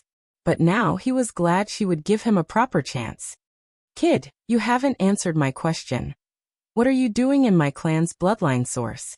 It's like this, replied Wang Wei before explaining everything. Human fiend god bloodline. What an ingenious idea. You're over-exaggerating, replied Wang Wei with a humble smile. You don't understand. People at my level disdain innate and chaos bloodlines but not fiend gods. However, the primordial and grand Tao path are semi-exclusive, making it difficult for paragons to condense fiend god bloodlines, and even harder for fiend gods to prove the Tao and become paragons. Your method is the perfect approach to this situation. Wang Wei frowned after hearing this. I'm sure other people had such an idea before? Sword Empress sighed. Do you think removing Grand Tao's cognitive barrier is simple? Are you saying Grand Tao placed barriers around people's minds to prevent them from having certain ideas and thoughts? Asked Wang Wei with squinted eyes. Yes, fate is so powerful, but it appears to be useless to the more powerful cultivators. But that's only my own error, thought Wang Wei. If you can control a paragon's environment, the culture they are surrounded by, the people they often come into contact with, and even the habits they develop through long years, it's easier to subtly influence their mind and decisions. It's like designing invisible parameters they can grow and develop. That's the horror of Fate Tao. Wang Wei had an epiphany, knowing that reaching 35% Grand Tao source won't be much of a problem, and would require less merit or resources than before. Thank you, ancestors, for enlightening me. You don't need to thank me, replied Sword Empress, who did not think she did anything to deserve such credit. Tao lords and overlords have this title not only because of their intelligence and wisdom, but because they have broken off the cognitive barrier of the world. Their mind is no longer in the perfect box Grand Tao created for all sentient beings. I see, nodded Wang Wei. Feeling Tao lords and overlords had a strange relationship with Grand Tao. The latter loved them for their mind and innovation, but also hated them for going out of line. Your technique is truly useful to me. I can condense my human fiend god bloodline, and stand there as my body is tempered. I don't have to waste my time and effort, and only absorb countless resources to grow. Sword Empress' eyes lit up. The more she thought about this idea, the better she found it was. I can condense a unique sword bloodline, so I can walk the ultimate path of swordsmanship. She was truly excited. Meanwhile, Wang Wei smiled wryly as he could sense his ancestors had some aversion to body tempering, most likely because of countless arguments against the ancient desolate emperor. Ancestor, is it possible for you to modify the Yan and Li clan's bloodline? Wang Wei would prefer if she did this instead of Li Jun and Yan Liling, removing the risks involved. That's not a bad idea, she replied. Even without Battle Maniac here, she can still modify the clan's bloodline source to the highest level, and that's because she knows the core secrets of the latter's existence and can access and modify it. That's how close the three of them are. What Daos do you think I should use as the base? The Yen clan did not inherit your swordsmanship talent, so it's best to use a more encompassing Dao, like Chaos. The Li clan did inherit the ancestors' battle talent, so it's fine to use it as the base. In that case, let's use Brother Kishin's origin Dao as the base for my Yen clan. The Li clan will inherit the battle Dao. That's fine, nodded Wang Wei. From now on, the Dao opening sect's 3 classes will have 3 unique human fiend god bloodlines: Void Pseudo-Nothingness, Origin, and Battle. Will it take long? I only need to cultivate the 10th revolution first before I can modify it. By then, I should return to the Empyrean realm. Let's see how that little bitch bullies me. She gritted her teeth as she uttered the last phrase. Wang Wei pretended he did not hear anything. Although his strength was on par with his ancestors, that's only on the surface. Who knows what kind of technique she knows to return to her peak. Furthermore, he is also the kind of person who respects his elders. Ancestors, will you have no problem condensing your bloodline in the upper dimension? Don't worry. I've made up with Mithria, and she will protect me. Wang Wei was quiet before asking, is she trustworthy? One issue intelligent people like you, Qishan, and Wu Hong have in common is you overanalyze things, making it more difficult to trust people without knowing much about them. Mithria did something wrong, apologized, and even promised she would explain things at the appropriate time. That's more than enough for me. I also wish I could trust so easily, sighed Wang Wei. Sword Empress shrugged her shoulders. She was used to dealing with Qiyuan, and his descendant seemed even worse, so there was nothing she could do. I'm leaving, but I will see you again once I'm done. Oh, I will search for Qianwa's inheritance to see if I can find the 11th and 12th revolutions for you as inspiration. Thank you. Don't thank me. You only need to create the 12th revolution as soon as possible, so I can become an inextinguishable paragon without much effort. Wang Wei's mouth twitched. His ancestor was so happy in her fantasy, she forgot she still had to pass the flesh tribulations in the true power Tao realm, even with a human fiend god bloodline. I will, replied Wang Wei, deciding not to ruin her excitement. As soon as the Sword Empress disappeared, he focused on finishing his task of giving some benefits to the Yu clan. Of course, they will not be as obvious or high as his faction. Additionally, even if Wang Wei wanted to, he could not give them too many advantages. Unlike the other two clans, whose bloodline has been entangled for countless generations, the Yu clan's blood inside of him was small. Lastly, the Yu clan's bloodline does not have enough destiny to bear the karmic weight of being human fiend gods. If Wang Wei elevated them to that level, it would be a matter of time before they received luck backlash, leading to their destruction. After all, how dare a clan with merely one emperor bore the bloodline of a noble creature as fiend god? If not for the countless paragons that have appeared in the Wang, Li and Yan clan, Wang Wei would not dare share his bloodline with the whole clan, and would only use it for himself. Lastly, Wang Wei sealed most of the benefits for the Yu clan's benefit until his mother proved the Tao. Finally, Wang Wei paid attention to the world to see the influence of the sect on his new bloodline achievements.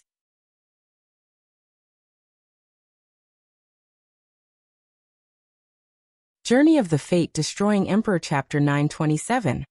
Bloodline changes. Wang Wei gazed at the entire world, seeing all the changes of the Wang clan and a few others. Because the bloodline had just awakened and was in the first generation, countless individuals inherited its 10th revolution and the full bloodline. The immortals and insurgents from the Wang clan benefited the most from this change.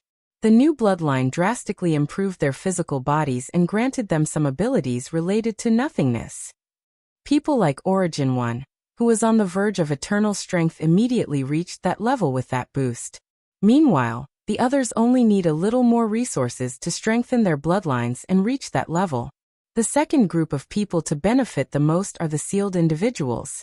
Before death, many Wang clan members will seal themselves and become the sect's foundation. When needed, they will wake up from their coffins and fight one last time for the sect. However, this was no longer applicable as most had no issue with their lifespans. Those who inherited all his bloodlines were immediately immortal. Meanwhile, the few unlucky ones who inherited 9 revolutions, unless still had their lifespan drastically decreased. Regardless, these people do not have to worry about lifespan once the environment is changed back to innate. With a 4-revolution bloodline, they can rely on the environment to become immortal. As long as they continue to absorb innate chi, their lifespan will be infinite. Such an ability is one of the reasons the innate demon gods are considered the darlings of heaven and earth. Wang Wei focused on another group, the sealed Heaven Chosen. The steward had to deal with all these Heaven Chosen forcefully awakened, due to bloodline activating. These Heaven Chosens had choices to make and also no longer had to partially seal themselves to wash away their karma and suffer terrible pain. The sect now had plenty of karmic washing water, so they did not need to suffer like this. They can completely seal themselves or enjoy their new immortality. It's all based on their choices. In the hidden Wang clan world, many people were baffled by the chances before the ancestor arrived to deal with the issue. Meanwhile, Wang Wei saw the look of envy and desire in the Li and Yin clan members. Their bloodline did change, but it was a basic change. Their lifespan increased, but it was still nothing compared with immortality. These people seemed to have inherited certain qualities from Wang Wei's cultivation of the ancient desolate body refining scripture. Some people inherited his innate field for his skin, his mastery of elementary control due to his organs, or any of his other body parts abilities. A few people even inherited his exaggerated regeneration with some restrictions. He saw a girl from the Yen clan who inherited his chakras that he opened during the divine body realm. The Li and Yen clan were not the only ones who inherited his fleshly Buddhist divine abilities, but they were the majority. With a thought, he sent a message to all Yen and Li clans' bloodline descendants, telling them their bloodline would also evolve, but they needed to wait a little while. Wang Wei watched their faces and eyes change, going from envy to excitement and pride. He smiled before focusing on somewhere else. His gaze was now in the room with the 9 blood pools. He removed the remaining traces of imprints in the blood with a single thought. Over the years during his retreat, he had a better understanding and control of the Tao imprint in his existence, allowing him to achieve such a feat now.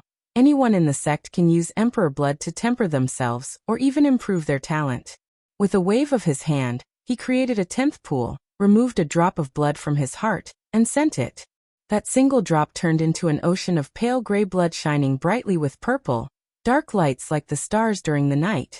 With my blood and the Fiend God Body 12 Revolution technique, members of the sectarian factions can also temper their bodies and activate a unique bloodline. The only downside is their limit is the 9th revolution until they ascend to the upper dimension. Wang Wei had no choice but to leave things as such. The issue of bloodline could easily lead to contradictions. If members of the sectarian sides have human fiend god bloodlines, they could easily create another family that will become the core of the Tao opening sect. However, here lies the issue. The sectarian sides recruit outside disciples, so each time they cultivate a great emperor, a new family might be born into the sect. If this problem is not solved, it's only a matter of time before the sect becomes one controlled by many families or clans. Kai Song, Jin Mingyao, and future sectarian emperors could create a new family, leading to many other problems. The Shadow Ruler Emperor did not create a family, most likely to prevent such a situation. But it's not guaranteed others will be as accommodating as him. The next group of people Wang Wei focused on was the Yu clan. Their changes were the least as he mainly focused on increasing their lifespans and their base talents, ensuring the Yu clan would prosper from now on relying on themselves. The Yu clan did not know the drastic changes of the Wang clan, so they were not jealous and envious. They were only happy they could benefit. Wang Wei proceeded to check on the scattered Wang clan bloodline. As expected, there were many outside clan members who were not known or registered. After so many years, it's understandable that some bloodlines remained outside. Some families had the Wang clan bloodline, just like he had traces of the D clan bloodline, but they were too little to even elicit an awakening, especially since Wang Wei ensured these people did not benefit from this mass awakening. However, Wang Wei did discover something interesting. The Wang clan and the other 2 families had branches scattered in the lower realm and otherworld communities. According to his divination, Qiyuan sent these people outside to ensure the clan would have a backup in case something happened to the main branch in the Myriad Emperor world. According to the rules he set, the branch members cannot easily reveal their identity or connection to the main branch, and they cannot live in any heavenward worlds to minimize the danger. He cultivated a powerful guardian to protect them and left an order to send replacements to these branches in case something happened to them. The ancestor is wise, but I might have caused some trouble. With these people's awakening and unique bloodline, it's only a matter of time before other interested parties discover the connection to the Wang clan. Wang Wei pointed his finger and accessed the river of fate. He placed a cognitive block around this family's bloodline. So, in the future, even if someone knew these people had a unique bloodline similar to the main branch, no one would ever think there was a correlation. The only way to remove this blockage is if a Tao Lord or Overlord is close to his power. Otherwise, no matter who investigated these branch members, they will never connect them with the clans in the Myriad Emperor world. Wang Wei finally focused on his family.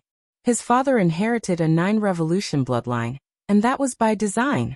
Just like the Sword Empress said, walking both the primordial and grand Tao path is troublesome. Unfortunately, the 10 revolution bloodline is classified as the primordial path. So if his father inherits his human fiend god bloodline, there will be some issues when he tries to prove the Tao. As such, Wang Wei only allowed him to inherit the 9 revolution, while also leaving him a special seed to modify his bloodline as he wished, using the power of nothingness to contain everything. After proving the Tao, he can sublimate his bloodline to the 10th revolution. He should be walking a similar path as the ancestor, thought Wang Wei before checking on his mother. Her inheritance focused more on increasing her talent for body refining. In the future, she can also cultivate the Fiend God Body 12 revolution, and Wang Wei will leave methods to help her in the tribulation. Unfortunately, only she can inherit the bloodline, and cannot leave it to the Yu clan after achieving the 10th revolution. His grandfather was laughing like a madman while using a punching routine to adapt to his soaring strength. He inherited the entire bloodline, even dealing with his problem of lifespan. Wang Chang now had two paths before him. The first one was to cultivate an 80 to 90 infant fiend god force before ascending and fighting with the Nine Suns Emperor. The second is to reach the high end of the primordial dragon realm, or the low end of the infant fiend god realm, becoming a Dao ancestor before fighting his enemy. Wang Wei smiled as he watched him. However, his smile soon turned into a frown. Does he still want to reincarnate? With the first option, his grandfather can still prove the Dao. However, the latter seemed to have made up his mind to start over. To have his own glory as an emperor of the lower dimension, and maybe even sit on the heavenly emperor throne. Maybe some part of him still hopes to reunite with grandmother after reincarnation. Wang Wei checked the path of reincarnation, and his frown deepened. He used the karmic connection he and his grandfather had to check a second time, but was still unsuccessful. Did she cultivate a higher realm than me in her second life? Or maybe she was reincarnated into another source chaos world. He knew if his paternal grandmother had reincarnated into the upper dimension, he would still have found traces. However, the result was nothing, so he could use these two explanations for the current situation. Forget it, and let's not tell the old man this news to not affect his already fragile Dao heart. Wang Wei then checked on Li Jun and Yan Liling. They had no great changes since he was waiting for his ancestors to modify the bloodline source. He waved his hand and two people's projections appeared before him. Sword and Desolate One. You should have received the changes that occurred in the clan? They nodded. I will give you two choices. Inherit one of the clan's bloodlines or cultivate the Fiend God Body 12 Revolution. I want to inherit the clan's bloodline, responded Sword One without hesitation. She wants nothing more in this world than to become part of the same family as her young lady. Oh, cultivate, replied Desolate One succinctly. Very well. Wang Wei accepted their choices and helped them. Desolate One was still re-establishing his foundation, so Wang Wei decided to help and accelerate the progress. Meanwhile, Sword One was far away, so Wang Wei had to teleport some blood to her.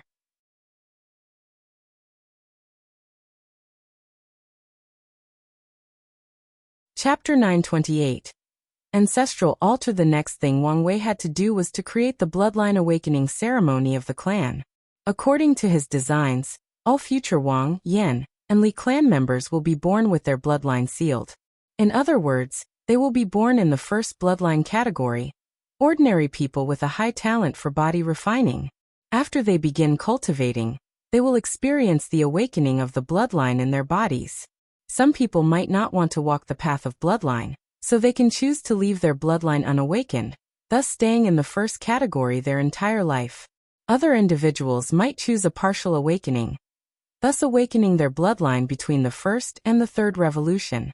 These individuals will inherit a special bloodline seed that allows them to modify their bloodline to their desire.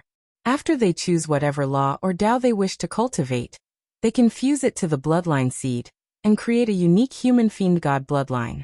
These people can elevate this bloodline to the 10th revolution without having to pass the terrifying immemorial tribulation, since they only updated Wang Wei's original void bloodline.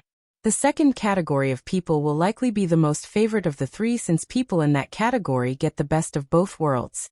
They can compete for the heaven while also having a powerful bloodline that helps them refine their bodies. These people will become heaven chosens, similar to Hufeng Huang, with innate laws and a powerful fleshly body. Finally, suppose they fail in the final battle. In that case, they can use their innate laws to pass the heaven path tribulation to become Primarch, or they can awaken their bloodline to the 10th revolution and become immortal human fiend gods, walking the primordial law. However, it will not be easy for them to walk the primordial path. After modifying their bloodlines to fit their own personal Dao, Wang Wei's void bloodline will have been changed, requiring them to cultivate on their own to reach the 10th revolution. The third category of individuals will be fully awakened, inheriting the entire 10th revolution bloodline. After the ceremony, these individuals will immediately become immortal human fiend god. With enough resources, their bodies can reach the level of fighting eternal emperors.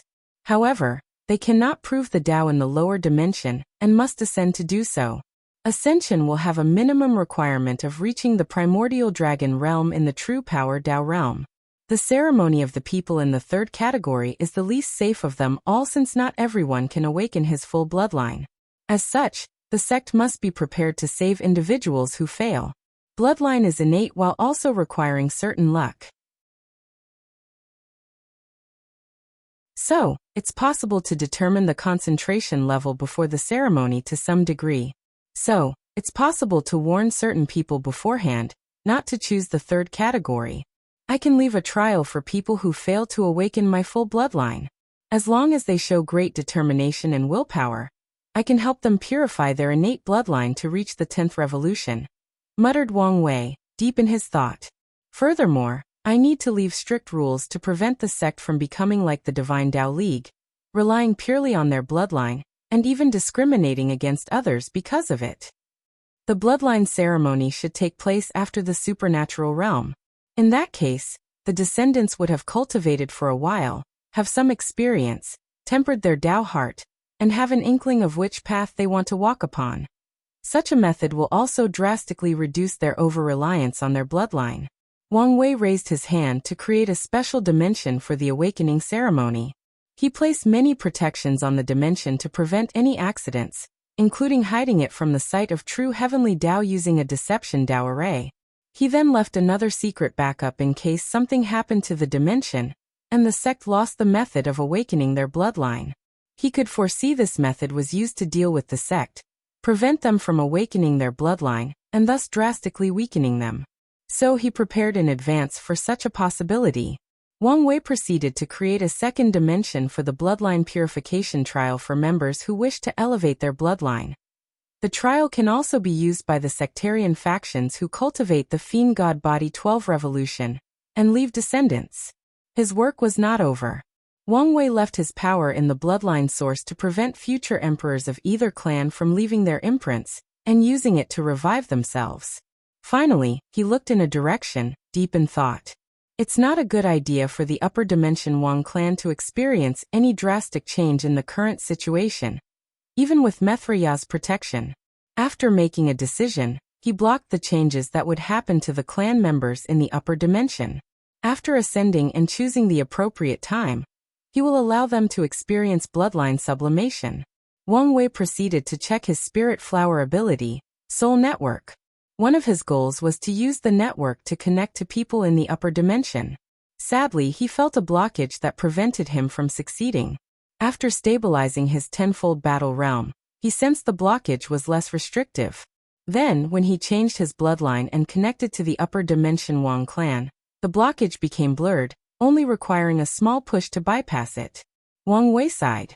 Even if I could access the upper dimension with my network, I doubt I could be secretive and hide it from Supreme Unity. In the end, I still need Mithraya or someone at her level as protection. He shook his head before continuing his retreat. He absorbed all the merit the devil cultivators gifted to him, along with the ones he had already amassed as the Heavenly Emperor. While he was in retreat, the world was in turbulence as people noticed the anomaly of the Wang clan. They deployed all their spies and used whatever means was possible to detect what was going on. Ancient clan. What's going on? Asked Huafeng Huang, who was in retreat ever since she lost to that bastard Jian Sha. The Wang clan members felt a throbbing in their blood, but we have not detected anything, responded one of the elders. The conclusion is the other branch's bloodline has changed, but we have not found out the exact reason. All their spies were long cleaned up by the Tao opening sect, and methods like divinations and calculations were surprisingly useless in this generation. Well, not surprisingly, given the Heavenly Emperor's Tao. Do we want to sacrifice some of our chi luck to find the truth? Is this worth the price? Normally, no. But if it's a change in the clan's bloodline, it's not something we can ignore. Everyone became quiet, a sign they agreed with this proposition. In the end, they looked at Huafeng Huang for an answer. If we do this, the Heavenly Emperor will know we are prying in his affairs, replied Huafeng Huang, making everyone frown. Then, what should we do? Two choices, she replied. The first one is to wait. Such a secret is impossible to hide forever. Sooner or later, news will be released. Yes, such a drastic change in bloodline cannot be hidden forever. However, it might take too long to know the truth, someone commented. The second option is to contact our ancestors in limbo. They might be interested in this news. During the deception trial, Huang analyzed Wang Wei and the upper dimension heaven chosen's reaction, and knew many of their ancestors died in a terrible event, and were now in the realm between life and death, existence and non-existence. We have tried that before, and it was unsuccessful. The world was drastically changing every day, and the ancient clans wanted the wisdom and aid of their ancestors, so they tried on many occasions to contact them. Alas, all their attempts resulted in failure. With the current event, we have a higher chance of succeeding this time, replied Huang, who intuitively knew they would succeed this time around.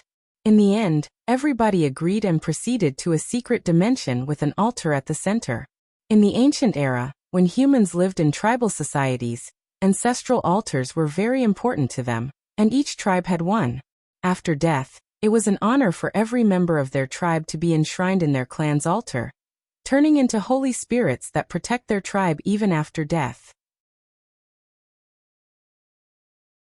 In the modern era, the ancient clan fused the altars of many tribes as a way to condense the chi luck of all the different tribes. As such, this altar is not only a way to contact their ancestors, but also one of the most powerful weapons that is protecting them in this era.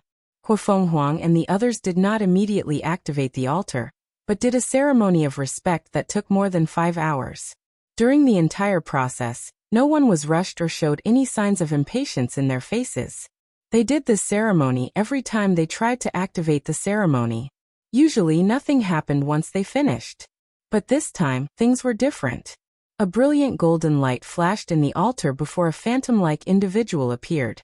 However, everyone's face subtly changed after seeing the one who appeared.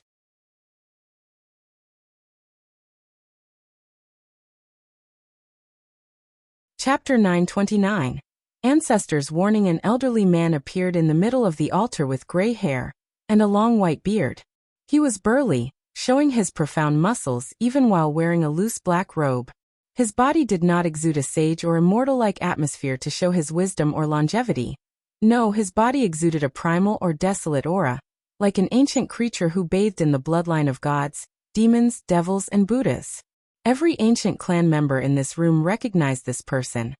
The Tao Father of the world and their clan, the heaven-opening emperor. The mighty emperor was momentarily confused as he looked around. So it worked, he muttered, knowing his attempt to reach the lower dimension succeeded. A while ago, while still dead and in limbo, he sensed something important had happened in the lower dimension. So he spent a great deal of effort to arrive here. The heaven-opening emperor looked around, gazing at the members of the ancient clan. With his strength he could sense the guilt and fear these people tried to hide. He immediately knew why but did not care. Like Qiyuan, the Wang clan's branch from his side treats raising genius and capable people with the utmost cruelty. Since the members of his branch could not keep their positions, power, and strength in the lower dimension, it only showed their inadequacy. When it comes to people of his level, the lower dimension can provide them with little power or ability. However, as their place of origin, most paragons will have a special place for their place of origin. So, as long as they are not destroyed, people in the upper dimension will not care about the prosperity of the factions they left behind. The heaven-opening emperor asked, "Why did you guys summon me?" No one answered for a moment before Huang took a step forward and bowed. "I have seen the ancestor." "A pre-march on the lower dimension? How rare," commented the heaven-opening emperor. "However, it's a shame for someone of your talent to become a pre-march." Huang smiled wryly before explaining the situation, starting from the heaven will battle to the heavenly court, and finally to the current changes in the Wang clan bloodline. Qiyuan's branch gave birth to such a talent? Muttered the heaven-opening emperor as he caressed his well-trimmed beard. His eyes shone brilliantly as many truths appeared in his mind. Mortal emperor, 10 supremacy foundation, an even immeasurable emperor? This kid is scary. No, this generation, in general, is unique. He looked in the distance, observing something. He raised the Wang clan's human bloodline to the level of fiend god? Said the heaven-opening emperor, not hiding his shock. Yes, yes, yes, that's the answer I've been searching for. The heaven-opening emperor's voice was loud, shaking the entire ancestral room. Oddly, the sound never escaped the confines of the room. Everyone of sufficient level knew he was unique, because of a mutation of his physique. He was the only individual between heaven and earth who cultivated power Grand Tao Source, while simultaneously reaching the end of the true power Tao realm, and opening the gate of flesh. Many people referred to the heaven-opening emperor as the ultimate body refiner, and they were correct about that because he also had a fiend god bloodline he cultivated to the limit. However, the bloodline has become the core issue of the heaven-opening emperor. After becoming a paragon, he went to great lengths to fuse with this bloodline, almost dying in the immemorial tribulation. According to the rules of heaven and earth, the Grand Tao and primordial path are separated. So, it's a nightmare for fiend gods to prove the Tao and eventually become paragons, but it's also the same for paragons to acquire a fiend god's bloodline and reach the pinnacle. The heaven-opening emperor always felt something was wrong with his body after reaching the pinnacle of the paragon realm. He never knew what it was, and anyone he consulted concluded nothing was wrong. He even consulted his greatest rival, the owner of the Grand Tao Source position of the Power Tao. The two had more than thousands of battles for the position. In the early stages, the heaven-opening emperor lost all of them, but later on, they only tied, allowing the others to keep their position. Alas, even after consulting his friends, he never found the answer. A few people suggested to him the problem might be his bloodline, but that answer was too broad, so the heaven-opening emperor changed his bloodline a few times and recultivated them to the pinnacle. Alas, the feeling of incongruity did not fade away. This problem was one of the main reasons he participated in the ultimate taboo, hoping to find an answer. Today he finally knew the answer to his problem. No matter how much I train and cultivate the fiend god's bloodline, it's still foreign. The heaven-opening emperor can say for sure he has 99% control of his bloodline. However, he realized that the missing 0.1% was the real issue. Such a small problem might not be important to others, but after reaching his level, such a small flaw might be detrimental. The real path I must take is to create a human bloodline on par with those pinnacle fiend gods. Only this way can I reach the true pinnacle of body refining, establishing the greatest foundation to become transcendent. The heaven-opening emperor felt his mind cleared and a heavy burden lifted from his shoulder. He knew the way forward after he resurrected himself. He did not need Wang Wei's Fiend God Body 12 revolution, since only a few people understand bloodline better than him. So it's not a problem to create Wang Wei's technique. Furthermore, if he wishes, he can travel through the river of time to find Tao Monarch Qianhua's technique and learn from it. The only issue he needs to prepare for is the immemorial tribulation for changing his bloodline, and the heaven-opening emperor could deduce how terrifying it will be. It seems I owe this descendant some karma, muttered the heaven-opening emperor as he observed Wang Wei. He could see countless destinies around him, one of which was the destiny to deal with the 8 parasites and return the eternal ascension world to its golden age. Qiyuan gathered the destiny of the entire chaos universe with the mission to bring about the era of half-step transcendent. His attempt both failed and succeeded. Qiyuan's attempt did create multiple half-step transcendents, but it was not enough. Furthermore, most of the methods that resulted from the ultimate taboo were flawed, which was unacceptable to most people. Someone else must finish what he started. Could this kid be the next one after him? The heaven-opening emperor was in deep thought. The eternal ascension world has gathered the greatest destiny amongst all the chaos worlds. So the probability of the next chosen one to appear there is the greatest, but it's not completely guaranteed. Some of these old guys must be trying to prevent this from happening, doing everything to make the next destined one appear in their world. Since these old guys are working hard, it's not impossible for Qiyuan to be also secretly plotting. Did he make a move to ensure the next chosen ones appeared in the eternal ascension world, and even the Wang clan? Or is this just a coincidence? The heaven-opening emperor did not have a definite conclusion. However, he knew the chaos universe was about to experience another era of prosperity and chaos. As such, he needs to prepare. Should I facilitate the merger of our Wang clan? After thinking about this idea, he secretly groaned. He had his disagreement with Qiyuan and fought a few times. However, they were not enemies and even worked together on many occasions. On multiple occasions, they also discussed a possible merger. However, the conclusion was that it might not be possible, at least not now. Each branch of the Wang clan reached the pinnacle of the eternal ascension world, but in different factions. Because of their power, some people do not want them to merge, so they've been secretly plotting to aggravate the contradictions between the two factions. Although Qiyuan and the Heaven-Opening Emperor took measures to alleviate the situation, their methods were not 100% successful in the end. After years, the two clans had many resentments, contradictions, and hatred. Although they can control themselves when they are allies, the difficulty is another level regarding turning them into one huge family. Because of the balance mechanism, it's impossible for the clans in the lower dimension to fuse. However, they can still be allies. So let's show some sincerity. The Heaven-Opening Emperor waved his hand to remove all the hidden imprints in the Wang clan's bloodline, even protecting them from such a situation from happening.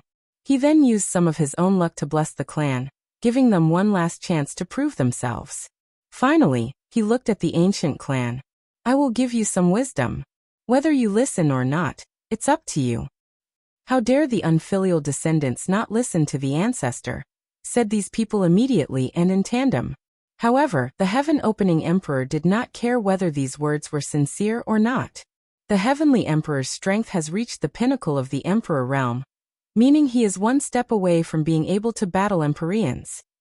The ancient clan members' faces changed. They knew the Heavenly Emperor was powerful but never thought he was to that level. After all, it hasn't even been 2,000 years since he proved the Tao. The Heavenly Emperor era is very important to him. So no matter what grand plan you are plotting, make sure it does not negatively affect his legacy.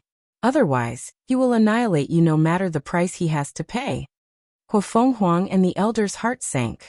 Their greatest reliance is no matter the situation, they can rely on their qi luck to survive. Now it appears it might not be the case. One last thing, continued the Heaven-Opening Emperor.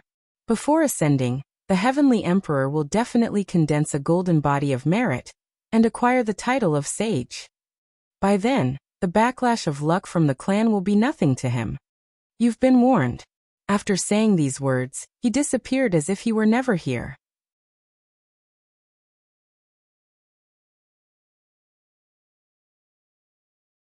Chapter 930. Ancient Clan's Internal Response. What should we do now? Asked one of the elders, and Huofeng Huang did not know how to answer. Bloodline is very important to the ancient clan, but now, they heard the Wang clan had the highest bloodline, fiend gods. Their relationship with Qiyuan's branch is neutral after so many years, so they are not their main concerns. The ancient clan worries the Wang clan in their branch will follow after their counterparts, elevating their bloodline to a higher level. How did they change their bloodline? Is there a way we can replicate it? You're asking me, but who do I ask? They are the most knowledgeable faction in the world regarding bloodline, even outclassing the demon race. However, they've never heard of a human bloodline sublimated to be on par with fiend gods. How about we steal their bloodline? Are you crazy? Didn't you hear the ancestors' words? How dare you say such words with the Heavenly Emperor's strength? Stupid, I'm not talking about using force. We can do it through marriage. That's not a bad idea. Better yet, how about we facilitate a marriage between the Patriarch and the Heavenly Emperor? Great idea. The Heavenly Emperor's Tao companion mysteriously disappeared, so we might have a chance. Not necessarily. There have been rumors that he has a hidden relationship with the Emperor from the Academy? Zushur, be respectful. You're right. I mean the Time Void Empress. She's indeed the most beautiful woman in the world. However, she lost in terms of noble temperament to our Patriarch. Patriarch, how do you feel about this plan? The elders all looked at Huofeng Huang.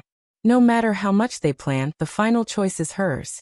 Huofeng Huang did not immediately reject the idea and took some time to contemplate the feasibility of this plan.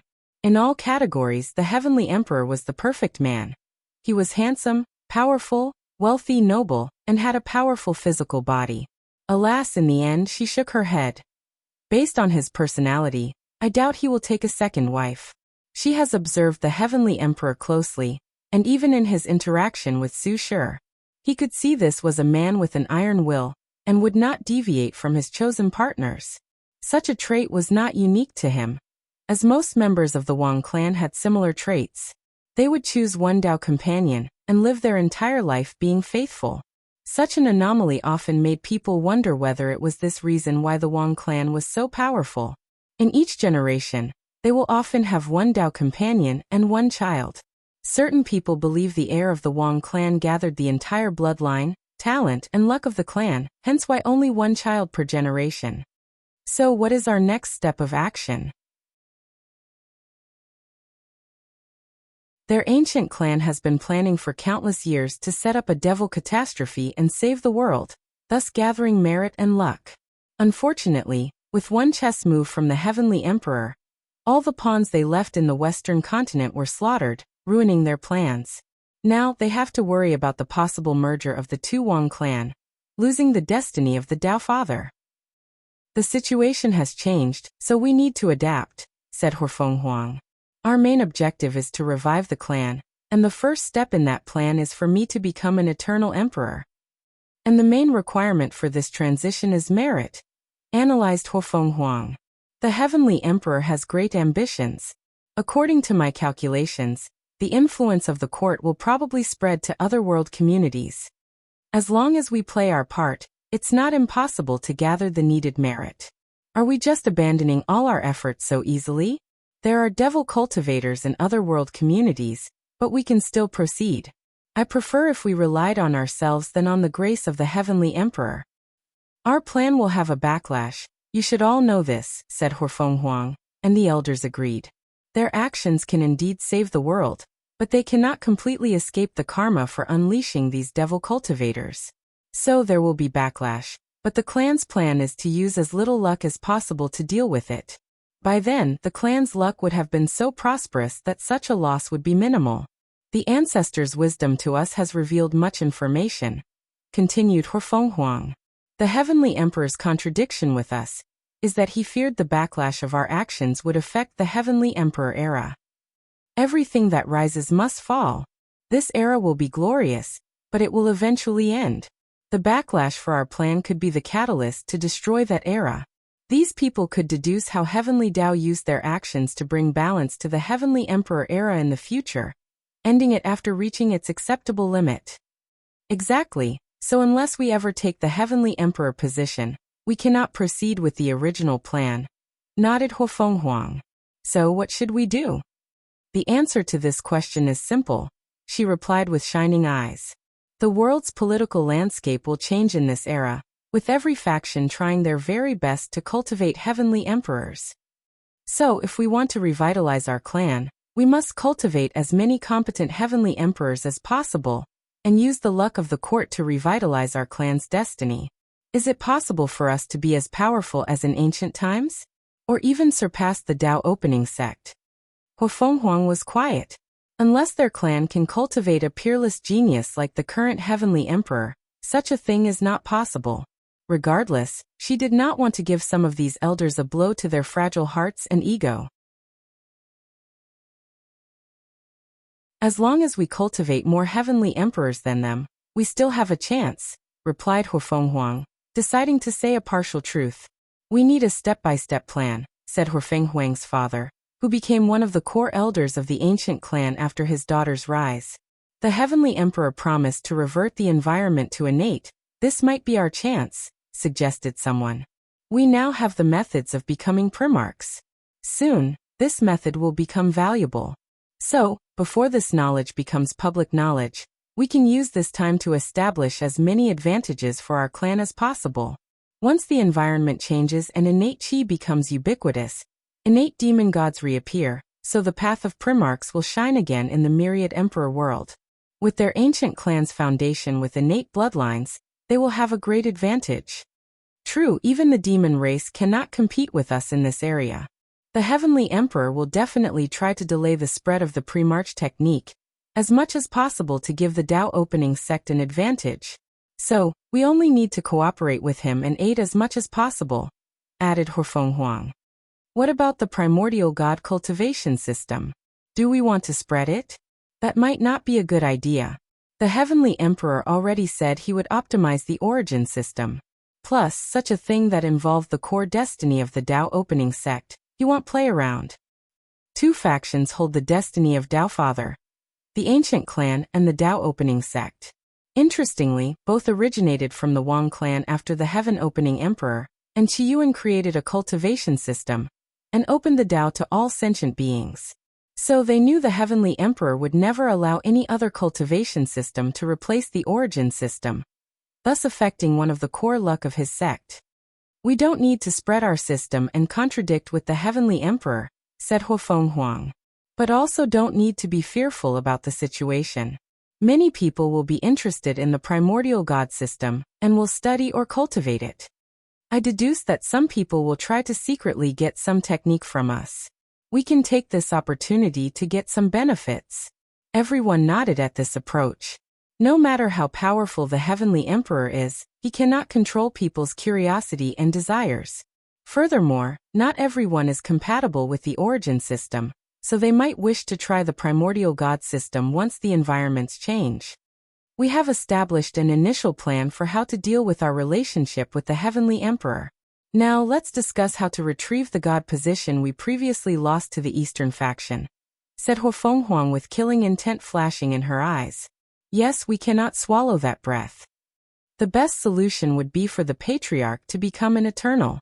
However, such a plan would take too much time. So, I propose we choose a few sealed heaven chosens, and have them experience the heaven path tribulation. If we can cultivate a second 6-star pre-march, we can retake everything we lost. The elders agreed with this plan, but also worried about the implications. A faction cannot have two voices, and another 6-star pre-march could lead to problems. Let's do it, said Huofeng Huang, fully confident of her strength. Her 5 sacred beast bloodline is not a joke. As such, she knew she could suppress anyone who tried to test her power.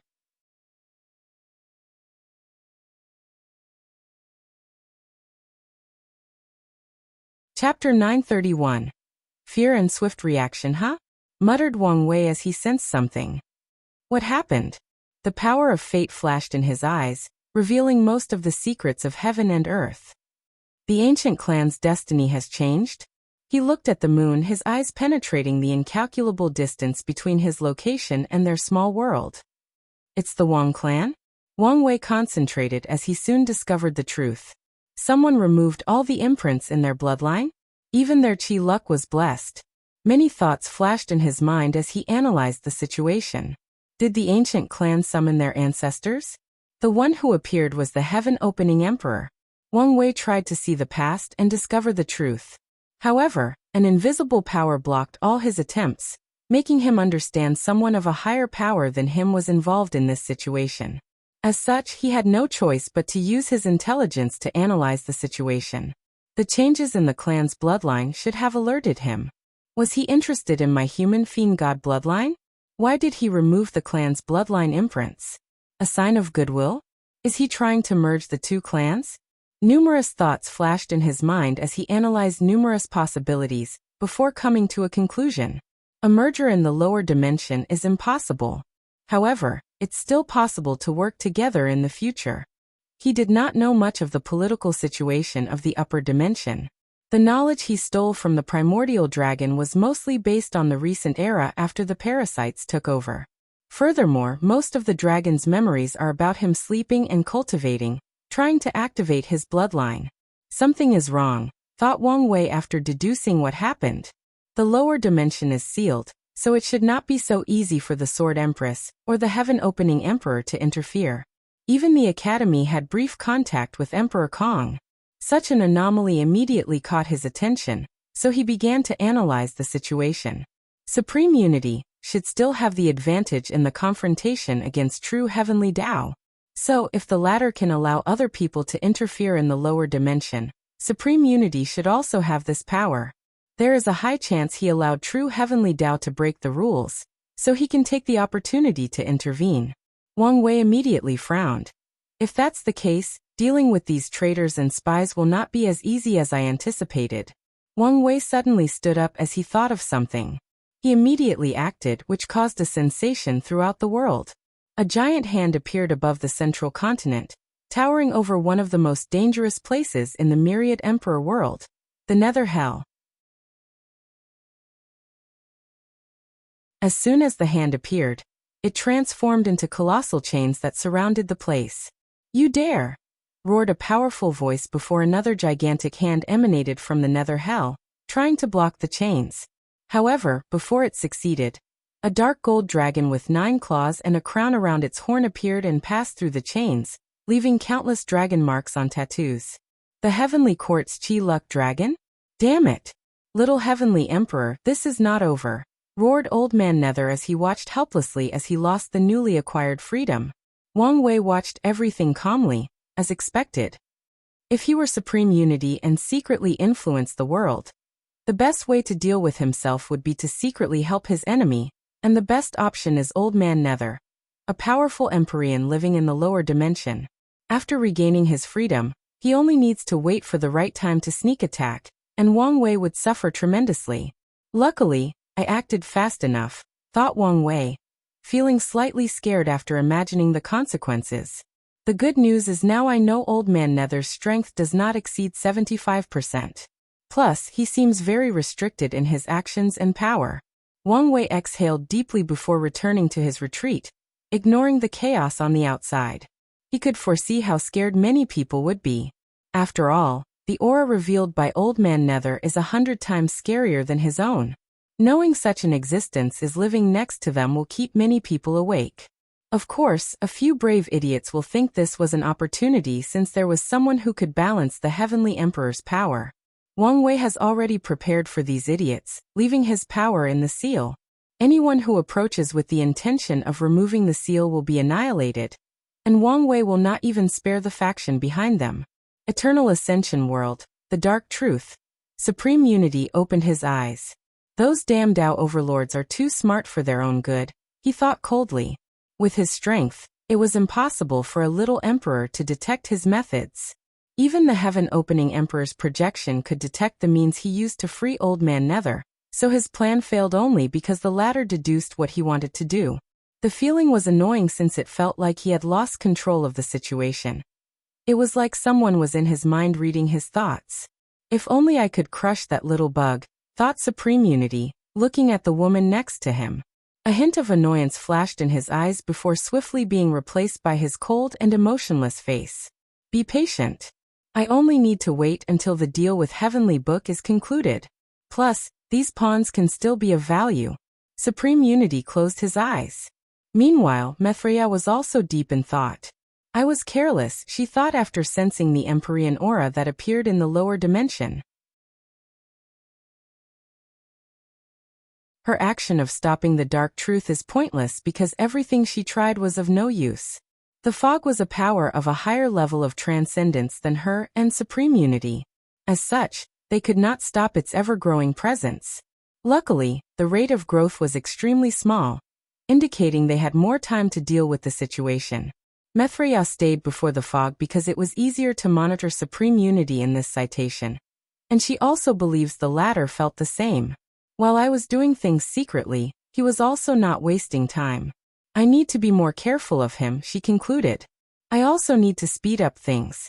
Mithria closed her eyes, but no one detected she sent a message to one of the 7 moons. Monk Twinflower was cultivating, his body pulsating with the aura of the Grand Tao Source. He suddenly opened his eyes as a piece of information entered his mind out of nowhere. He did not panic as this was not the first time. However, he squinted after reviewing the message. Frowny face, find a way to kill Time Eater, no matter the cost. Twinflower was in deep thought after reading his lord's order. Has it started? He thought. He had long known the 7 moons would not last long. He represented Mithria, while 7 Cauldron represented Supreme Unity. From the beginning, their alliance was already divided, not to mention contradictions between certain members of the group. The hidden 8th member, Disaster, is a coward who runs away at the slightest sign of danger. Since the last meeting, he disappeared, and no one knew where he went. The situation is disadvantageous to the Lord. Unlike supreme unity, Mithraea no longer had any need for these people, so she no longer wished for them to control the eternal ascension world, suppressing everybody else. However, they would not easily accept handing over their powers, especially after making so many enemies. So if he is not careful, everybody could turn on him. It's easy to aggravate the contradiction between Five Feathers Phoenix and Undead Phoenix. However, she is the one with the most desire for power after the Earth Emperor. Time Eater has recently shown his edge, taking most of the power of the Alliance. I should be able to convince her and the Earth Emperor to ally with me and kill him. However, I also need to be on guard against Seven Cauldron taking action. As for Blood Dragon, the best way to deal with him is to create another civil war between the dragon race. Blood Dragon used cruel means to take control over the dragon race, making the majority of different branches hate him. Five Feathers always wanted for her Phoenix clan to overwhelm the Dragon clan. I can use this fact to facilitate an alliance between us to deal with Time Eater. Twin Flower took a moment to refine his plan and waved his hand to secretly send a few messages. An hour later, he stood up and disappeared from the room. He ensured he was so quiet that no one knew he had left. Alas, things did not proceed as he expected. After leaving, Twin Flower found himself surrounded by a powerful formation. Then his pupil shrunk after seeing the person controlling it. You.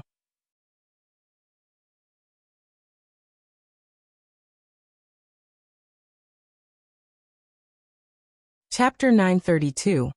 Old Det Wang Wei continued his cultivation. With each passing second, he deciphered fate's deepest mysteries and intricacies. The process was faster and more enjoyable than ever, with merit as an aid. Wang Wei did a few tests, restricting his comprehension level to understand the difficulty of cultivating in the Emperor realm. He also compared the difference between using and not using merit. According to his conclusion, merit can give a boost as big as 1,000 times acceleration, and that boost is to someone of his comprehension level, which probably reached the ceiling of the chaos universe. The difference was so big that Wang Wei wanted to cultivate 100% of the time using merit. Unfortunately, such a thing was not possible. After he finished the merit, he had a few achievements. First, his base cultivation reached 32% Grand Dao Source, 2% higher than the predicted 30%. The reason for this error was because of the Dao discussion he had with Su Shi and the others and the epiphany he experienced after talking to his ancestor. Wang Wei's second achievement is he completed the Heavenly Dao control of his force control skill. Heavenly Dao had a natural affinity for wielding laws or Daos. Controlling laws is no different from moving the limbs of any creature. Such affinity makes it possible for Heavenly Dao to do extraordinary things with the laws of heaven and earth with little effort. Wang Wei took the opportunity of this retreat to study Old Man Tianji and this world's Heavenly Dao. Then, based on the previous foundation and a deeper understanding of Lu Cheng's innate talent, he created this level. This technique has more potential, thought Wang Wei as he read the final product. So what's next? Empyrean control? Paragon control? Wang Wei shook his head. Empyreans and Paragons were more powerful and had a deeper understanding of the Grand Dao Source than Heavenly Dao. However, it did not mean they had better control of it. After all, in some senses, Heavenly Dao was born or created from the Grand Dao Source. So, the next level of this technique will be true Heavenly Dao control and Grand Dao control. Maybe I will need to divide this realm because of the vast difference, but that's the outline. Wang Wei had a general outline of how to complete this source technique. The next modification is to elevate it to rank 2. Source techniques are divided into 3 ranks. The first rank corresponds to the Emperor realm, and the third rank is applicable to Paragons. In other words, a second-rank source technique allows Empyreans to fight above their percentage, and the third rank did the same for Paragons. Wang Wei put away the book in his hand before checking his current strength. Still 69%. If I wanted to be specific, it should be 69.5%. However, I now truly reached the tenfold battle realm. Most people who recognized his battle realm countered the extra 5% from his status as an immeasurable emperor. However, after this retreat, he truly achieved the tenfold realm, meaning even if his cultivation was only 20% Grand Dao source, he could still battle 69%. All of this is because of the 10% boost of his fleshly body after becoming on par with an eternal emperor, and the completion of the force control skill. The next step is the taboo battle realm, and I have an idea of how I can reach it. But I need more information. Wang Wei no longer focused on his strength and took out another. This technique will be his main focus next. I always wanted to turn my life and death wheel innate talent into a longevity ability. Most of his innate talents are useless, so he wanted to improve them. The direction he chose is to elevate this innate talent to a first-rank longevity ability, granting him extra lives in the Emperor realm. I'm glad I exchanged knowledge about Monk Wu's 9 Nirvana heart. It should make things easier. Wang Wei did not know whether he could copy the monk's unique physique and acquire 9 extra lives. However, he was happy as long he succeeded with 3 or more. Wang Wei reviewed the information of the physique before putting away. He walked out of the room, ending his reclusion. As soon as he walked out, he saw countless golden threads floating above the court. Then they rushed towards him. Thank you, Heavenly Emperor, for opening knowledge to the people. Lord Heavenly Emperor, bless me so I can get the promotion at work. Lord Heavenly Emperor, bless my child to be free from sickness and misfortune.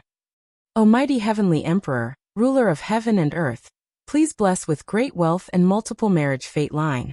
I want to honor my family's bloodline by having as many children as possible. There were trillions upon trillions of voices coming from every corner of the world, and Wang Wei listened to them calmly. The power of fate? It seems the sex propaganda worked. Wang Wei looked in the distance and saw he was not the only one receiving incense. People like Su Shi, Feng Heng Aoshen, and Ho Feng Huang were worshipped by countless mortals in their respective regions. These people competed for the incense by preventing others from receiving worship in their territory. Wang Wei was the only one who could receive worship from all 5 continents and 5 seas. Even after opening their wisdom, these mortals still worship gods? Well, given how powerful cultivators are, it makes sense. Wang Wei did not complain much. After all, incense is another power that he can use to accelerate his comprehension of the Grand Dao source. He decided to store the incense for his next retreat. Wang Wei wanted to visit his family next but detected that someone was waiting for him. So he invited the guest to come to the garden for tea. A few minutes later, Wang Wei sat cross-legged on a cushion with a small table before him, fresh hot tea releasing steam. Zhen Biyu has seen the Heavenly Emperor, said the 5-element balance physique owner. Using the highest courtesy, Wang Wei used his power to prevent her from kowtowing. Have a seat, said Wang Wei. I dare not, quickly replied Zhen Biyu. She knew any great being had karma, so it's not simple to sit on the same level as them, receive their bow, or any form of respect. For example, if an emperor bowed to a mortal, the karmic weight of their actions would immediately be the mortal. If the latter is a cultivator, their luck will instantly ruined, and they might die due to misfortune. There is no need to behave like this, said Wang Wei. I just want to follow the proper etiquette. Wang Wei looked at her and no longer insisted. He had absolute control over his karma, so she should be fine. However, he can't force her decision. I know why you're here, but I'm afraid you might be disappointed. Zhen Biyu's face changed. Her worst fear had come true. The Heavenly Emperor did not want to repay his karma. It's not what you think, said Wang Wei calmly, taking a sip of his tea. Right before I proved the Tao, Emperor Fiveheart seemed to have sensed danger and ran away to the upper dimension. She left? Yes, replied Wang Wei, not hiding his regrets. He truly wanted the artifact in her hands as it might be beneficial to his issue with the balance mechanism. Alas, the latter seemed to have an intuition for danger and ran away before he even became an immeasurable emperor. Zhen Biyu did not expect this outcome. She had already panned her life. With the help of her sect, she successfully purified her second soul, returning it to the pure heart state. She even took the risk and revealed that she had a second soul that was full of wisdom and a strategic mind, showing the upper echelons of the palace that she was the perfect heaven chosen. Now, all she had to do was wash her karma before sitting on the throne and becoming a heavenly emperor. But now, she learned she could not achieve complete freedom. Don't worry. Since I said I would repay my karma, I will keep my word. Wang Wei raised his hand and held a red thread connected to Zhen Biyu and somewhere far away. Then he crushed it with ease. Now you're free. You are no longer a clone but your own self. Zhen Biyu felt a heavy weight lifted from her shoulder. The karma binding her and Emperor Five Heart was crushed, and even their fate was separated and no longer entangled. She felt free and without any burden. Thank you, Your Majesty, for your benevolence, said Zhen Biyu, bowing 90 degrees. Wang Wei did not stop her this time and calmly nodded. Immediately afterward, she left the court and returned home. Is this the loneliness of being at the top? Muttered Wang Wei after watching her leave. He sighed deeply. Luckily, I have people who can keep walking with me until the end of this path. Wang Wei disappeared from the court, returning home.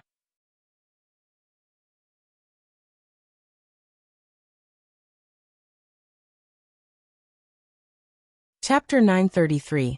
Swordsmanship World. Wang Wei appeared in the backyard of the Wang clan manor. The first thing he saw was his father training his swordsmanship. He held a sword in his hand, slashing repeatedly at a wooden dummy. The odd thing is his slash left no marks nor cut anything. It was like his sword was intangible and passed through the solid object. However, Wang Wei knew this was not the truth. He could see that with each swing, his father's sword would pass through the gap between the atoms and subatomic particles of the wooden dummy, given the illusion that it was intangible. Such subtle control of his sword is a display of his father's swordsmanship realm. Why are you here? Said Yu Yan with a gentle smile after noticing him. Do you want me to make you something to eat? No, I'm fine. What's wrong? You look distracted. Wang Wei sighed. No, I just have a lot of things to do, and am thinking about where to begin. Take your time, there is no need to hurry, she suggested. I may not have as much time as I anticipated. Is it because of what happened to the Nether Hell? Asked Wang Tian, who ended his training. Yes, nodded Wang Wei. Dark forces are moving against me, so I must hurry. Wang Tian sighed after hearing this, his voice a little desolate. I would offer you my help. Alas, there is no longer anything I can do to help you. I'm fine with just the emotional support, reassured Wang Wei. The family of three sat down, and Yu Yan still gave him some snacks and tea. How was your retreat? She asked. Productive, replied Wang Wei. How about you guys? How are you adapting to your new changes? Very satisfied. I've modified my bloodline to fuse my sword Dao. I can't wait until I can reach 10 revolutions, said Wang Tian with a smile. With the increase in his fleshly body cultivation, his sword and sword realm has increased exponentially. Now he only needs to finish the 9 extremity foundation, wash away his karma, and wait for the next generation. That's good to hear. What about your mother? I'm just happy that body refining is so easy. Although painful, it is much easier than before. You can cultivate the Fiend God Body 12 revolution, and I protect you during the tribulations. However, I'm afraid you cannot leave the entire bloodline to the Yu clan. That's fine, replied Yu Yan. She knew little about Fiend Gods and Paragons, so she understood that the Yu clan did not have the virtue or destiny to become a Fiend God class family. Maybe after she one day becomes a Paragon, but it's not possible now. What about the resources needed? She knew this technique was not simple and required unique and high-level resources. Don't worry, replied Wang Wei. Although he finished the blood pool he used for his cultivation, he had another way to make up for his mother. So he waved his hand to manifest a river made of red threads, the river of karma. He connected it to the myriad emperor world's river of time, changing the karma of the past to affect the future. Then, a few secret realms that contained the blood of innate demon gods and survived the null era suddenly appeared in the myriad emperor world. For some reason, they were miraculously never discovered during the long history of the world, and their creator forgot about them or died immediately after setting them up. Wang Wei raised his hand, and 6 small cubes floated on his palm. These 6 secret realms should be enough for you to cultivate the 9th revolution. I will get you the rest after you prove the Tao. Wang Tian sighed deeply. I truly marveled at your power. Such a heaven-defying method. Won't you get in trouble for using it? Asked Yu Yan. Don't worry. It will be fine as long as I don't do it too often. Good, she nodded before taking the 6 cubes. Then, Wang Wei took out another sphere and handed it to his father. Is this? Yes, your swordsmanship world, replied Wang Wei. He spent a great deal of effort in creating this world. The first step was creating a world using space-time Tao before using Fate Tao as its core to evolve all 3,800 main Tao, creating a complete world. This process was easier than expected since Wang Wei studied Heavenly Tao through Old Man Tianji, and could basically copy the essence of the Myriad Emperor world and recreate it for this swordsmanship world. As a result, the world was a quasi-heavenly world, where people could reach the quasi-emperor realm. After Wang Wei created the world, he only needed to accelerate time until creatures were born. He connected the world to the source Qi space to instill spiritual Qi and allow people to cultivate. He sent a projection to the world to preach the Tao, introducing the origin system to the people of that world. However, his preaching was extremely biased toward sword Tao. All the inheritance he passed down involved swordsmanship. Furthermore, Wang Wei blessed the sword Tao in that world with great destiny and luck. As a result, 95% of cultivators in the entire world are swordsmen. Finally, he accelerated the world to more than 500 million years, allowing countless geniuses to grow, die, and develop sword Tao. It's a shame I could not create a genuine heavenly world, said Wang Wei with a sigh. He knew even if he were a paragon, he could not create a heaven will and grant people immortality and eternity. Regardless, Wang Wei did imitate the heaven will system. In each generation, all the swordsmen in the world will battle it out for the tithe of sword god, recognized by heaven and earth. Wang Wei made sure the highest lifespan of the world is 1 million years, and the final winner will have an additional 4 million years. The cultivators of that world do not care for immortality. However, the longer they live, the more time they have to cultivate their swordsmanship. Wang Wei even left a competition between the sword gods to see who is more powerful. Every sword god will condense an imprint with all their strength and sword Tao accomplish before their death. Then the imprint will evolve a projection that competes with all previous sword gods to decide who is the best and acquire the title of Sword Emperor. What a brilliant world, said Wang Tian, his eyes shining brighter than ever. Such a world is a wet dream for any swordsman. I've never seen you so happy, even when Wire was born, said Yu Yan with dangerous eyes.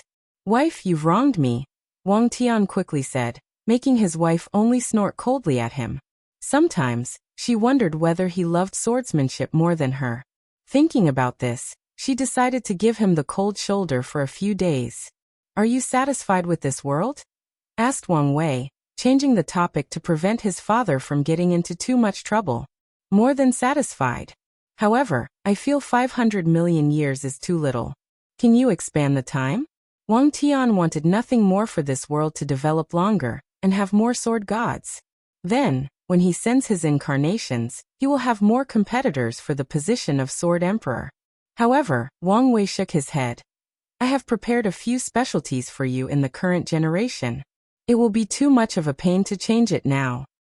Oh, specialty? I've crafted some special, talented swordsmen for you. Wang Wei did not explain too much. He modeled many swordsmen in the current generation of that world after characters from his previous life. So his father will fight Shimenchuanxue, the cold and ruthless swordsman dressed in white. There is also Duga Qiubai, the creator of the technique Duga 9 swords, who can break all martial arts. Duga Qiubai was lonely and invincible all his life, and his name literally means to seek defeat. There is also the heroic Wu Ming or No Name, a swordsman from the novel and manga Wind and Cloud. There is the immortal swordsman Li Bai, known for his poetry and his swordsmanship. In general, Wang Wei modeled many characters after people from his previous life, allowing them to develop and create techniques that fit their settings. I'm looking forward to it. By the way, can we recruit some of these swordsmen into our sect? Asked Wang Tian. I'm afraid it's not possible, replied Wang Wei. I tried to recruit these sword gods but accidentally activated a hidden mechanism of heaven and earth. Only Empyreans, Paragons, and Tao monarchs can create a perfect world and lives that can exist outside these worlds. The world Wang Wei created was too perfect and unbalanced, making true heavenly Tao restrict them from existing outside of that world. Are there any exceptions? Asked Yan.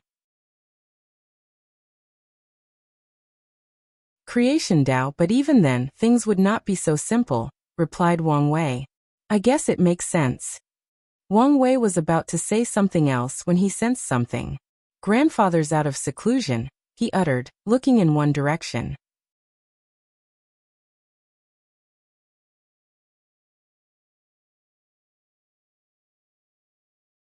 Chapter 934.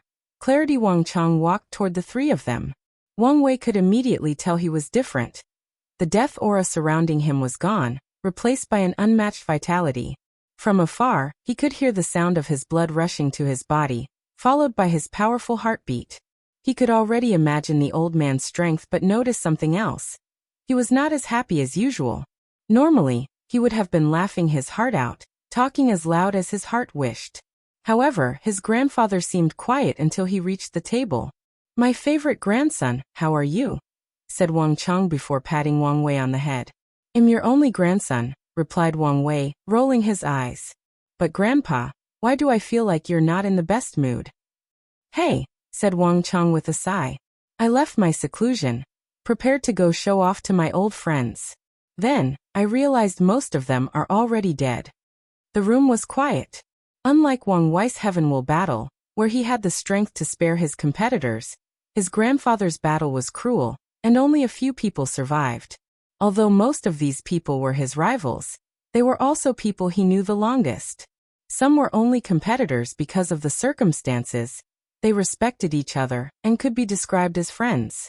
Alas, for the sake of immortality and eternity, they had to kill each other. Don't talk about these sad things, said Wang Chang. What were you guys talking about before I arrived? Wang Tian immediately took this opportunity to change the subject, talking about his swordsmanship world. Could we recruit talent from that world? Asked Wang Chang. Although our sex once had the most powerful swordswoman in the world, we have not done a good job cultivating more swordsmen. Is the Tao opening sect a swordsman sect? Yes and no. They have the knowledge and resources to cultivate potent swordsmen. However, only once in a while would a decent swordsman appear in their sect. No, replied Wang Tian, explaining what Wang Wei said. In that case, could we use the technique they developed? Asked Wang Chang. There should be no problem, responded Wang Wei, nodding his head. Although the highest level is quasi-emperor, the majority of them are ingenious, containing unique sword Tao ideas and applications. I just had an idea, said Wang Tian. Could the members of the Sword Alliance inherit the destiny of this world's sword god? That's not a bad idea, replied Wang Wei. The sword gods in his world are basically emperors limited by their world and cannot prove the Tao. Their sword Tao is the best in their generation, reaching the limit of the world. If someone in the myriad emperor world could inherit these sword gods' destiny, it would be like inheriting a great emperor's destiny.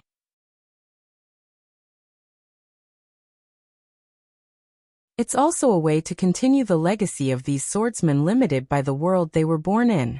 I have already gathered the imprints and destinies of all the sword gods into the Sword Tao Temple. You can send members of the Sword Alliance to the temple to see if they can inherit any of these destinies, explained Wang Wei. Will there be any trouble with heavenly Tao? No, Wang Wei shook his head. Your idea is the same as using another world's destiny to nourish the myriad emperor world. Having the destiny of an emperor did not mean these people were guaranteed to prove the Tao. On the contrary, if too many people of the Sword Alliance had sword god destiny, they would become fate sheep to heavenly Tao. Once any of them die without proving the Tao, heavenly Tao will take their unique sword Tao destiny, break it into multiple parts, and scatter it into the myriad emperor world, allowing many future generations to compete for that sword god destiny. The final winner will recondense the sword god destiny before competing with other people for the heaven will to prove the Tao. After so many battles, the people who can prove the Tao with the sword god destiny would have been tempered to the extreme. I understand, nodded Wang Tian. The sword god destiny is indeed valuable, but only if its owner can keep it and prove the Tao. Otherwise, if they died, the only fate of such destiny is to be gutted and nourished by the world. Grandpa, now that you have such potential, what are you going to do? Asked Wang Wei. I have been debating with myself, replied Wang Chang, who took Wang Wei's snacks and directly ate it. Yu Yan was distressed but could not say anything about her father-in-law, so she could only give her son more while blaming her husband. After thinking about it, I have two choices. Firstly, continue to develop my bloodline until I reach 75 to 80 infant fiend god force, and fight 9 sons with my fleshly body. The second option is to continue our previous path, becoming an insurgent Tao ancestor. With my bloodline, it should be easier to become an insurgent, and can reduce the resources needed for my bloodline. Developing his bloodline in the lower dimension is difficult, so Wang Chang was leaning more toward the second option. Do you still want to reincarnate? Asked Wang Wei, making the room quiet down. Father, you don't have to. You can still prove the Tao in the upper dimension with your bloodline. Wang Chang shook his head. I want to have my own glory and brilliance, sitting on the throne and ruling the court. I still want to bring glory to our Tao opening sect, and I cannot do any of these things in this life. Wang Wei still sighed despite already knowing the answer. I support your choice. But you should be prepared to suffer from the balance mechanism after you reincarnate. He knew how powerful the sect would become in the future, and how much it would be restricted by the stupid mechanism. So future emperors of the sect will have to be extra careful. I'm not worried about this, said Wang Chang nonchalantly. Oh, why not? Asked Wang Wei, not hiding his curiosity. By the time I reincarnate, you should be strong enough not to give any face to true heavenly Tao. By then, how dare it make things difficult for me? Wang Wei looked at the old man, his open mouth revealing his current emotions. Then, he suddenly laughed as boisterously as his grandpa used to. Ha ha ha ha. Yes, I've been so annoyed about this balance mechanism that I failed to see the core of the issue. As long as I can reach their heights, how dare true heavenly Tao restrict my sect? Half-step transcendence, half-step transcendence. It's only a matter of time before I reach such a realm, thought Wang Wei with a brilliant smile. Boom. The sky above the myriad emperor world changed, countless golden lights, golden lotus, and Tao voices echoed between heaven and earth. Many people were shocked by this natural vision, wondering what had happened. However, after a few deductions and divination, they were speechless. The answer was that the heavenly emperor was so happy that heaven and earth changed to celebrate this mood. The most frustrating aspect of this vision to these people is that it was not something the heavenly emperor did himself. The man was so powerful and noble, heaven and earth would sometimes respond to his mood. In the end, these people could only sigh and return to their daily lives. Meanwhile, Wang Wei was in a good mood and ignored what was happening outside. Grandpa, thank you for enlightening me. Although I don't know what's going on with you, I'm glad I can help. Wang Chang only said what was in his mind. He knew his son and grandson's potential, so he had unconditional faith in them, especially his grandson. As for your issue, there is no need to make a choice and use both of them, continued Wang Wei, his smile not abating in the slightest. Becoming a Tao ancestor and coming into contact with the Grand Tao Source will immensely benefit you after your reincarnation. As for your bloodline, there are enough resources in the lower dimension to raise it to the eternal level. In the worst-case scenario, I will seal you in a world place full of innate qi, speed up the time, and allow your bloodline to naturally develop through age. The Wang clan's human fiend god bloodline functions like every fiend god bloodline, requiring an extremely long time to grow and develop. So any members who inherited the 10th revolution do not need to cultivate and rely on the natural growth of their bloodline to reach 100 infant fiend god force. The only downside is they might take countless yuan epochs, just like cultivating in the emperor realm. No, the time needed would be even longer than normal. Fiend gods are born in primordial chaos and can absorb primordial qi at birth to grow their bloodline. But the Wang clan only have access to spiritual and maybe innate qi, so their growth time should be even longer.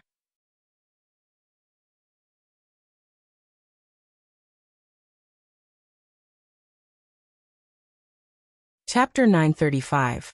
Rise of Mortals. That's fine, nodded Wang Chang. As long as he can defeat 9 suns, the last flaw on his Dao heart will be fixed. Then he can be reincarnated, hopefully with the same unparalleled talent as his son and grandson. Well, forget the anomaly that is his grandson, he will be satisfied with some of the talent of his son. Afterward, he can sit on the throne and become a heavenly emperor, looking down on myriad worlds and races, bringing glory, luck, and destiny to the Dao opening sect. By then, if everything goes correctly, he might even see his wife again. Although the chances were slim, they were better than nothing. By the way, do you have a way to find 9 sons? Asked Wang Chang. Yes, nodded Wang Wei. His sons made a deal with me to protect him. In return, he sold his father's information to me. Through their bloodline, I can help you find him in the upper dimension. I guess I should not be surprised Emperor 9 Sons would side with these parasites, sneered Wang Tian. Wang Wei disagreed with his father's words. He did not know 9 Sons' exact circumstances, whether he was forced, was only externally on their side while secretly plotting against them, or was truly a villain who feared for his life. He would not villainize the man because of what happened in his grandfather's generation. Simultaneously, he also won't have any sympathy. His grandfather needs to defeat him, maybe even kill him, to heal his Dao heart, so 9 sons have to either suffer or die.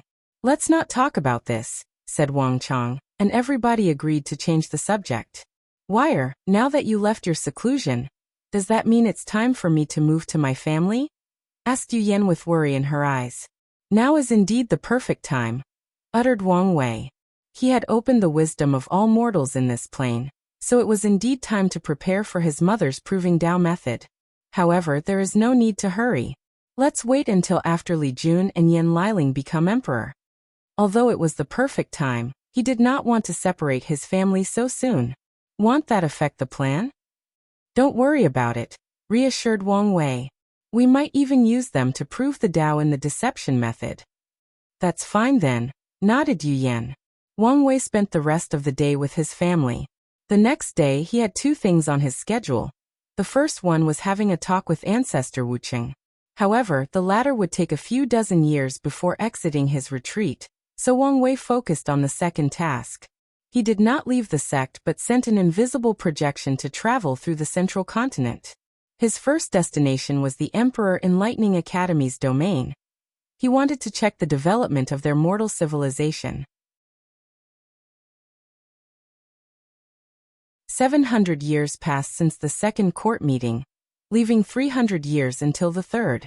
Such a long time was more than enough to build a decent spiritual rune civilization, especially since they were copying the Dao opening sect's model.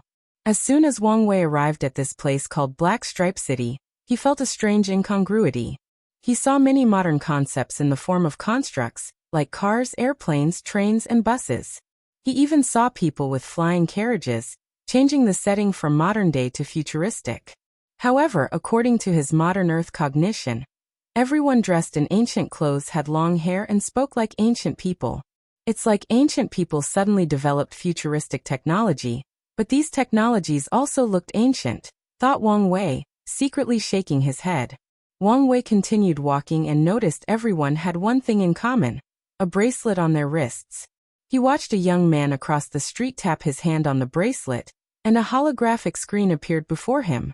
He seemed to have read something, and a smile manifested on his somewhat handsome face. Then he began to press on the screen before it disappeared. Wang Wei looked at another person who was talking to the screen before them. Oddly, no sounds came from their mouths. Even the person standing next to them could hear what they were saying. Did they make improvements to the communication talismans? Not bad, commented Wang Wei before walking away. He walked around this city and noticed many libraries. Excellent, he thought. In the past, knowledge only belonged to noble mortals as a way to control the lower class. Now knowledge was accessible to everyone. He continued walking, and he heard many people talking excitedly on his way. Did you hear? What is it? A cultivator will give a lecture in the academy on spiritual runes.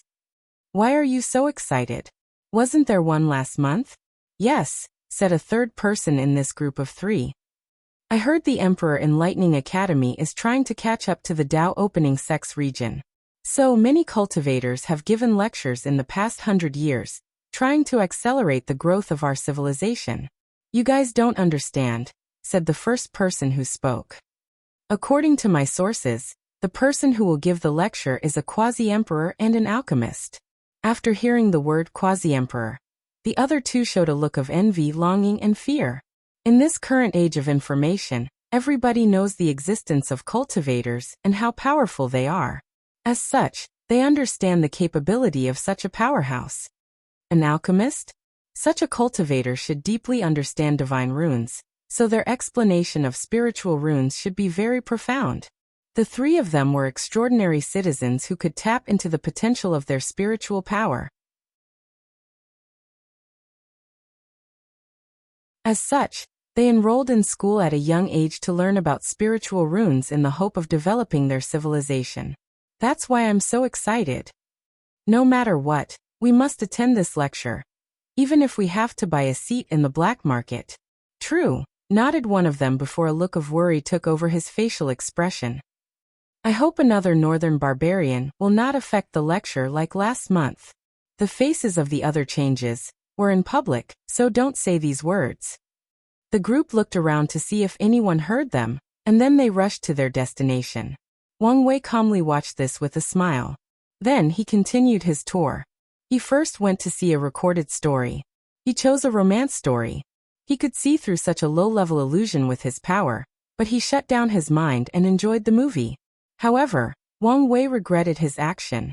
The movie was a tragedy where the main character lost the love of his life, deciding to live the rest of his life alone in the mountains. The movie reminded him of Wu Hong. After all, he also saw a movie the last time they met. As such, he was depressed after exiting the cinema. Terrible movie, I will give it a bad review. The pettiness in him activated to the max. So he went to the best publisher in this city and secretly influenced the head editor to write a terrible review of the movie in the next newspaper release. That's better, muttered Wang Wei. His mood drastically improved. He did not care about the commotion it would create if the mighty heavenly emperor were seen as so petty or the consequences that would befall the creators of that movie had the world known the heavenly emperor did not like their story. After venting his negative emotion, Wang Wei continued his tour. He visited a temple nearby. At the center of the temple were 5 statues, and he recognized the main one, Sushur. Countless people entered the temple and offered their worship, asking for blessings. The majority of them asked for their offspring to be born as extraordinary citizens. They were smart enough to leave my share, thought Wang Wei. The temple did not have his statue, but there were plenty of mentions of him and the court. As such, plenty of mortals prayed to him instead of Sushur and the other gods from the academy. Moreover, he could tell he was the most popular god in the world. Most mortals are not really religious, but they respect the gods because of their strength and presence.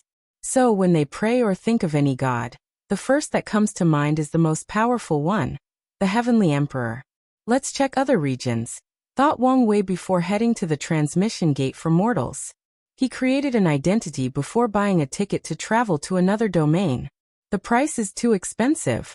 In his sex domain, mortals do not have to pay so much to use the subspace. However, it's understandable.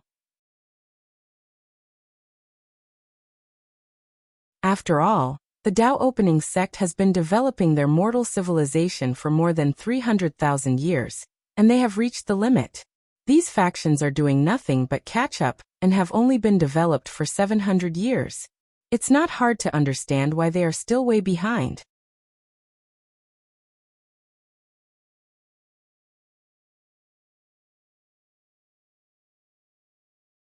Chapter 936. Rise of Mortals 2. Wang Wei stood before a gate full of runes. Although his statue was everywhere in this city, no one recognized him. He observed the large gate, feeling the subtle fluctuation emanating from it. He remembered how the world was when he first came and how much influence he had on this world. Back then, if you had told anyone that mortals could master the power of space-time on their own, 99% of cultivators would have laughed in your face, while the remaining 1% would look at you oddly and not say anything out of politeness. He waited a few minutes until it was his turn. According to instructions, he stood in a circle before the door. Then, a flash of light appears around him, and he disappears. A controlled wormhole?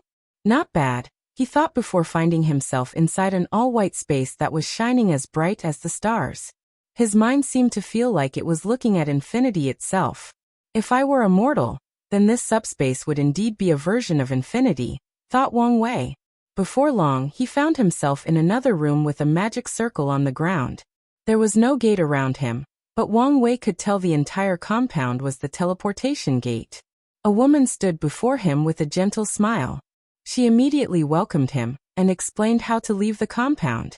Wang Wei thanked her before leaving. Let's see what's different between this Green Lotus City and Black Stripe City, thought Wang Wei. Green Lotus City is in the Tai Profound Gates domain, so he wanted to know whether there was any difference. He walked around the city, and to Wang Wei's disappointment, there wasn't much difference, except for the god temples. As a religion, Taoism had gods even before the heavenly court, and the people living in their domain were used to worship different gods. However, the Tai Profound Gate would always disperse the incense gathered, and the act of praying was more of a way to condense their religion's chi luck by better controlling the mortals. How stubborn, thought Wang Wei, thinking are these Taoist monks followed the absolute beginning emperor's edict like it was absolute. After shaking his head, Wang Wei visited a few more places in the central continent before heading to the southern continent. His first destination was Heartfire City in his old sect's domain, the Origin Pill Dao sect. As soon as he arrived, he discovered something different. Most mortals had tattoos on them.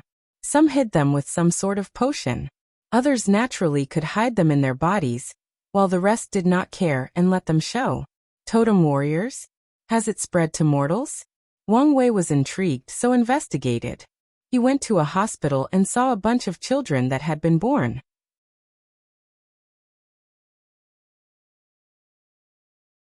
Then, a caretaker or nurse pushed them into a special room with countless runes engraved on the ceiling. She activated something, and the runes descended on the children's body, creating a tattoo. Some of the children began to emit light in their forehead where their Niwen Palace was. The nurse had a holographic screen before her, and would identify these children as extraordinary. As for the other children, the light emanates from their bodies. I see, thought Wang Wei, understanding the situation. The mortal civilization in the south did not follow the Tao opening sex model, but created their own unique civilization. The citizens did not use things like meditation, potions, pills, or rune array to create extraordinary citizens that awakened their spiritual power. Instead, they directly engraved special runes on the people's bodies at birth, activating their potential and spiritual power. Meanwhile, ordinary citizens do not need to practice martial arts to wash and nourish their bodies with spiritual qi, thus strengthening them and prolonging life. The totem given to them at birth will automatically absorb spiritual qi from the environment and replace the role of martial arts.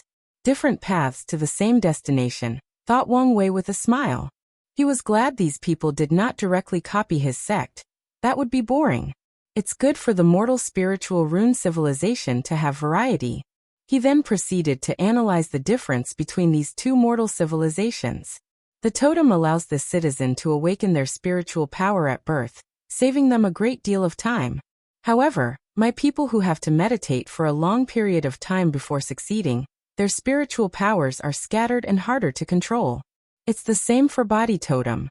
They don't need to practice martial arts, but their strength is not as good as the sex mortals.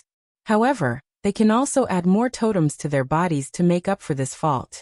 In general, each had its advantages and disadvantages. If Wang Wei had to choose, he would lean toward the totem warriors. However, they have not been developing long enough to be even close to his sect's mortal civilization. By the time they catch up, his mortals would have adopted some of the advantages of this totem civilization. Wang Wei walked away and continued to observe this city. Due to the influence of the southern continent's professions, the mortal civilizations developed faster than the others. Things like pharmacology and rune artifacts excelled in the south. Arrays are not well developed in any mortal civilization because mortal spiritual power is too weak to borrow the strength of heaven and earth, so they must rely on artifacts, similar to technology, to do everything. Wang Wei took a soaring phoenix construct, heading to the nearest city. As he sat in the plane that was flying in the air, a sense of achievement overcame him. He looked through the window and saw endless stretches of land, forests, and mountains. This world is too big. After more than 700, the mortal population had drastically increased, but they still occupied a small part of the population. However, if they continued to reproduce at such a rate, after a few million generations, an issue of overpopulation might occur. Should I plan for this?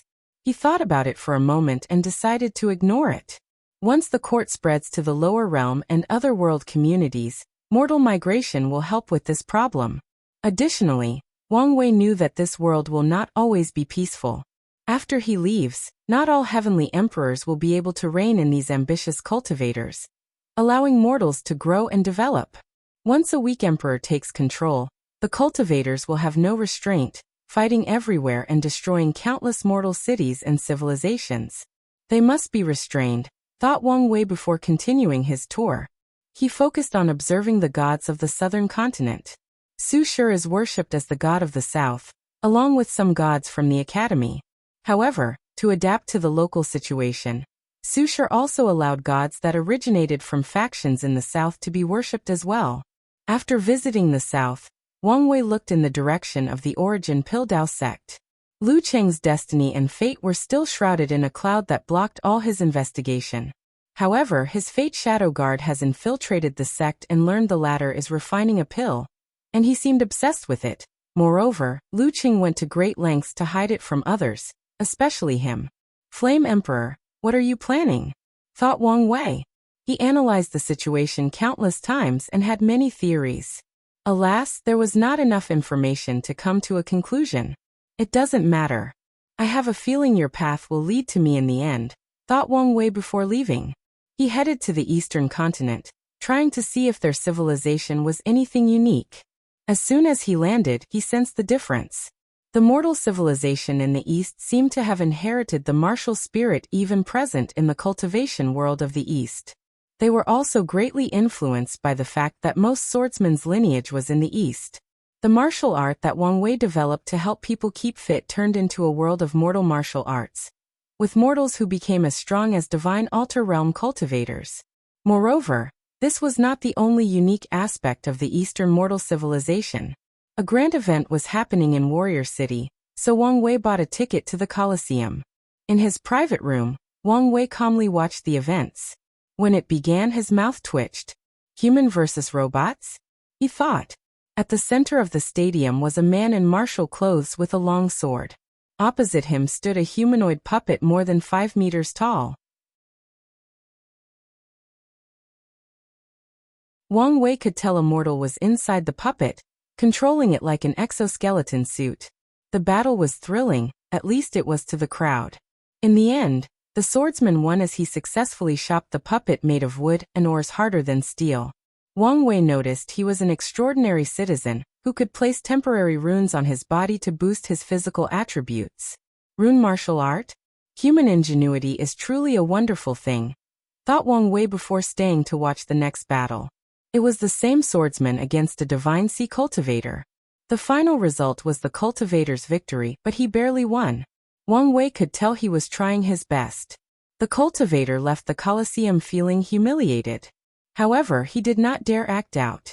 The mortal civilizations had no problem dealing with low-level cultivators like himself. Furthermore, the heavenly court did not allow any cultivators to mess with mortals. Wang Wei shook his head.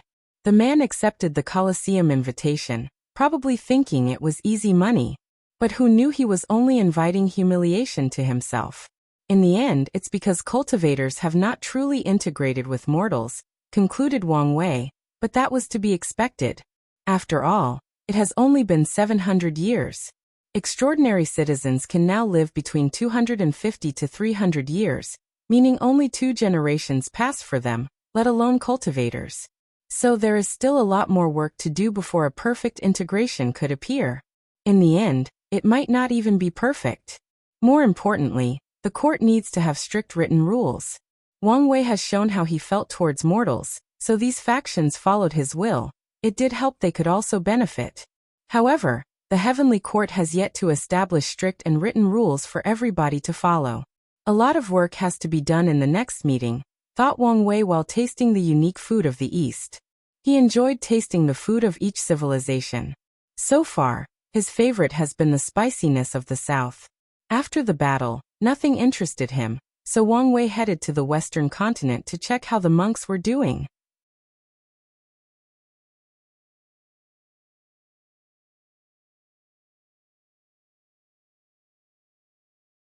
Chapter 937. Rise of Mortals 3. Wang Wei arrived in the Western continent through the Mortals subspace traveling technology. He was happy with the changes he saw so far, especially with the transportation technology. Before he forced the world to change, most mortals would be born and die in the same domain they were born. No, forget the domain. All of them would spend millions of generations stuck in the 10,000-kilometer radius of where they were born.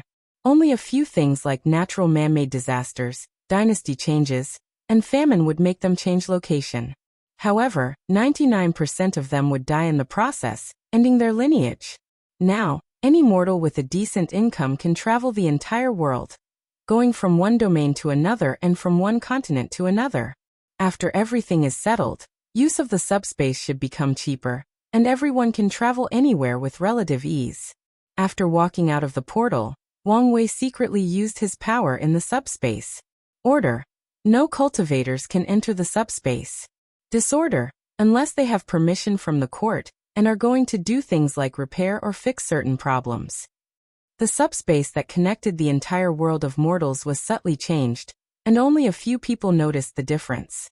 Then Wang Wei continued his visit. He visited the Western continent, trying to see their civilization. His first observation was that the devil cultivators were nowhere to be seen. I guess this should be expected, thought Wang Wei with a smirk. His eyes scanned the entire continent and saw most devil lineage had closed their gate, not allowing their disciples to participate in the outside world. A few were even discussed modifying their techniques to make it less reliant on negative karma. Meanwhile, during this absence, the Western Bliss sect had already controlled the Western White Tiger continent. I'm surprised the D clan did not resist, even secretly, thought Wang Wei. Feng Heng's approach to the Western continent was similar to a cultural invasion, slowly making Buddhism the dominant religion and influencing the West. He did not try to directly influence the cultivation part of the West but focused on the mortals, who were the main source of cultivators. Now more than 70% of mortals would choose to enter the Western Bliss sect once they have the talent for cultivation. Without the threat of the devil, the D clan's prestige and power were tremendously reduced. It also did not help that they were a clan faction. 99% of the people in power were members of the D clan, sharing a bloodline. The remaining 1% were talented individuals they recruited outside. But the caveat is that they had to marry one of D clan's daughters, and the heir would have the name D.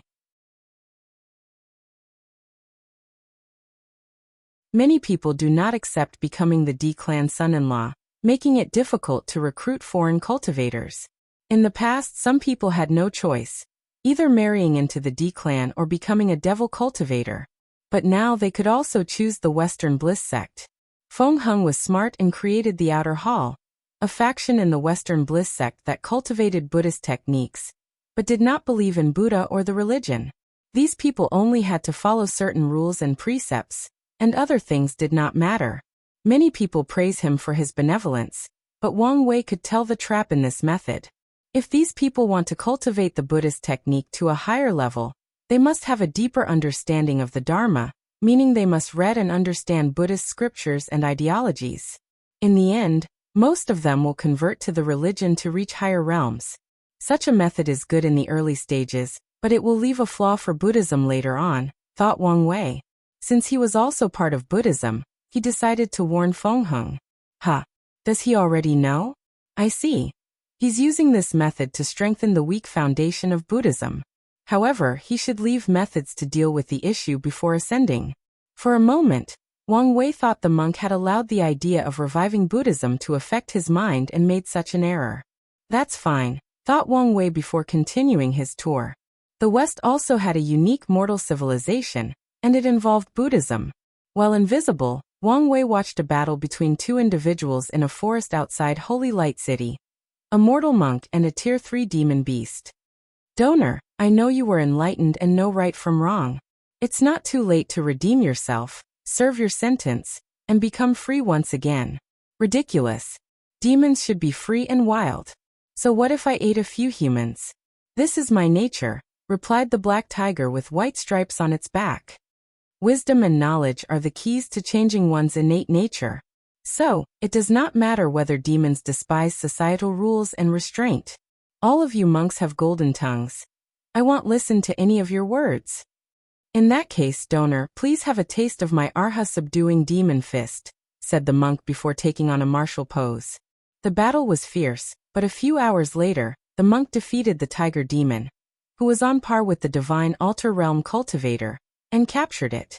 Then, he used a communication talisman to contact the government in Holy Light City to get the tiger. Buddhist martial art?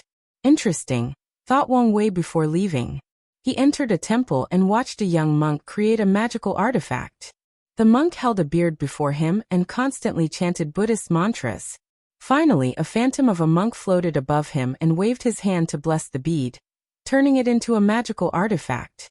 Success, said the monk, who stood up in excitement. However, he was a mortal without cultivation or martial arts, so he was dizzy and almost fainted.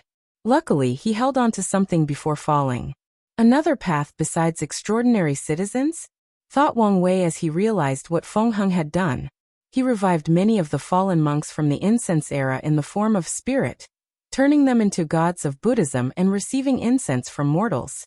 In return, mortals who do not have the talent to become extraordinary citizens can become monks and learn scriptures. The truly talented or devoted ones can resonate with one of the spirits, becoming their patron gods. These patron gods will protect their chosen subjects and grant them abilities similar to extraordinary citizens, even their status in society on par. This is not a bad idea, thought Wang Wei. These spirits use their powers to feed the luck and prosperity of mortal civilization, which will feed back to them, allowing them to use an alternative form of cultivation. Some of them were probably immortals from the incense era. With this method, it's only a matter of time before they can return to their previous strength, thus boosting Buddhism's foundation as a lineage. These spirits have been dead for too long, rendering their imprints useless to revive them. Furthermore, too many of them died, so it was impossible for Feng Heng to revive them. Even someone with Wang Wei's strength would take too much effort, as he might have to tamper with the river of time if he wanted to revive these people. Such an act might lead to severe consequences, so he could not help Feng Heng even if he went to. So, this method of turning them into spirits or religious gods is an alternative to reviving them. Although the majority would lose their memories, there is still a chance that some will regain them. Wang Wei secretly nodded before continuing his tour. The mortal civilization in this continent had a peaceful atmosphere. Because of the influence of Buddhism, everyone had a deep wisdom and compassion aura surrounding them. The extraordinary citizens also had a unique path, since Buddhism had a deep knowledge of the mind, soul, and spiritual power. As such, their methods of awakening spiritual power for their people were excellent, and can be described as top of the line. The demon school that Wang Wei created has also flourished in the West. Many monks have made it their mission to enlighten animals to turn into demons, teaching them about compassion, morality, and the idea of controlling their nature. Once the demons become enlightened and pass a test, they will receive the transformation pill, allowing them to change into human shape before the supernatural realm. Afterward, the demon race can integrate into the cultivation or mortal world based on their own choice or preference. Wang Wei was not surprised by this method, since the Tao opening sect had a similar approach. The fox race was in charge of the demon race's enlightenment in their territory. The only difference is that the demon race would integrate into the cultivation world, not the mortal one. Feng Heng was using the demon race's luck to nourish his mortal civilization. In turn, the demon race's luck will also benefit by adapting to the myriad emperor world's rules, and the fact that the human race is the protagonist of heaven and earth. The monk's method entangled the two races' luck while still keeping the human race on top. Meanwhile, Wang Wei's method is to directly plunder the demon race's luck. His method is not bad and can be learned from, thought Wang Wei before leaving and heading to the north. The West's food was delicious, but the majority of it was vegetarian, and he wanted meat and something with more grease. You're tuning in to the Li Mei's Sword of Destiny YouTube channel. We're so grateful for your support, and don't forget to subscribe to join us on this incredible journey through captivating stories. Your generosity through donations truly makes a world of difference, as it's the primary source of revenue that allows me to expand and enhance this channel for you. Thank you from the bottom of my heart for being a part of this adventure.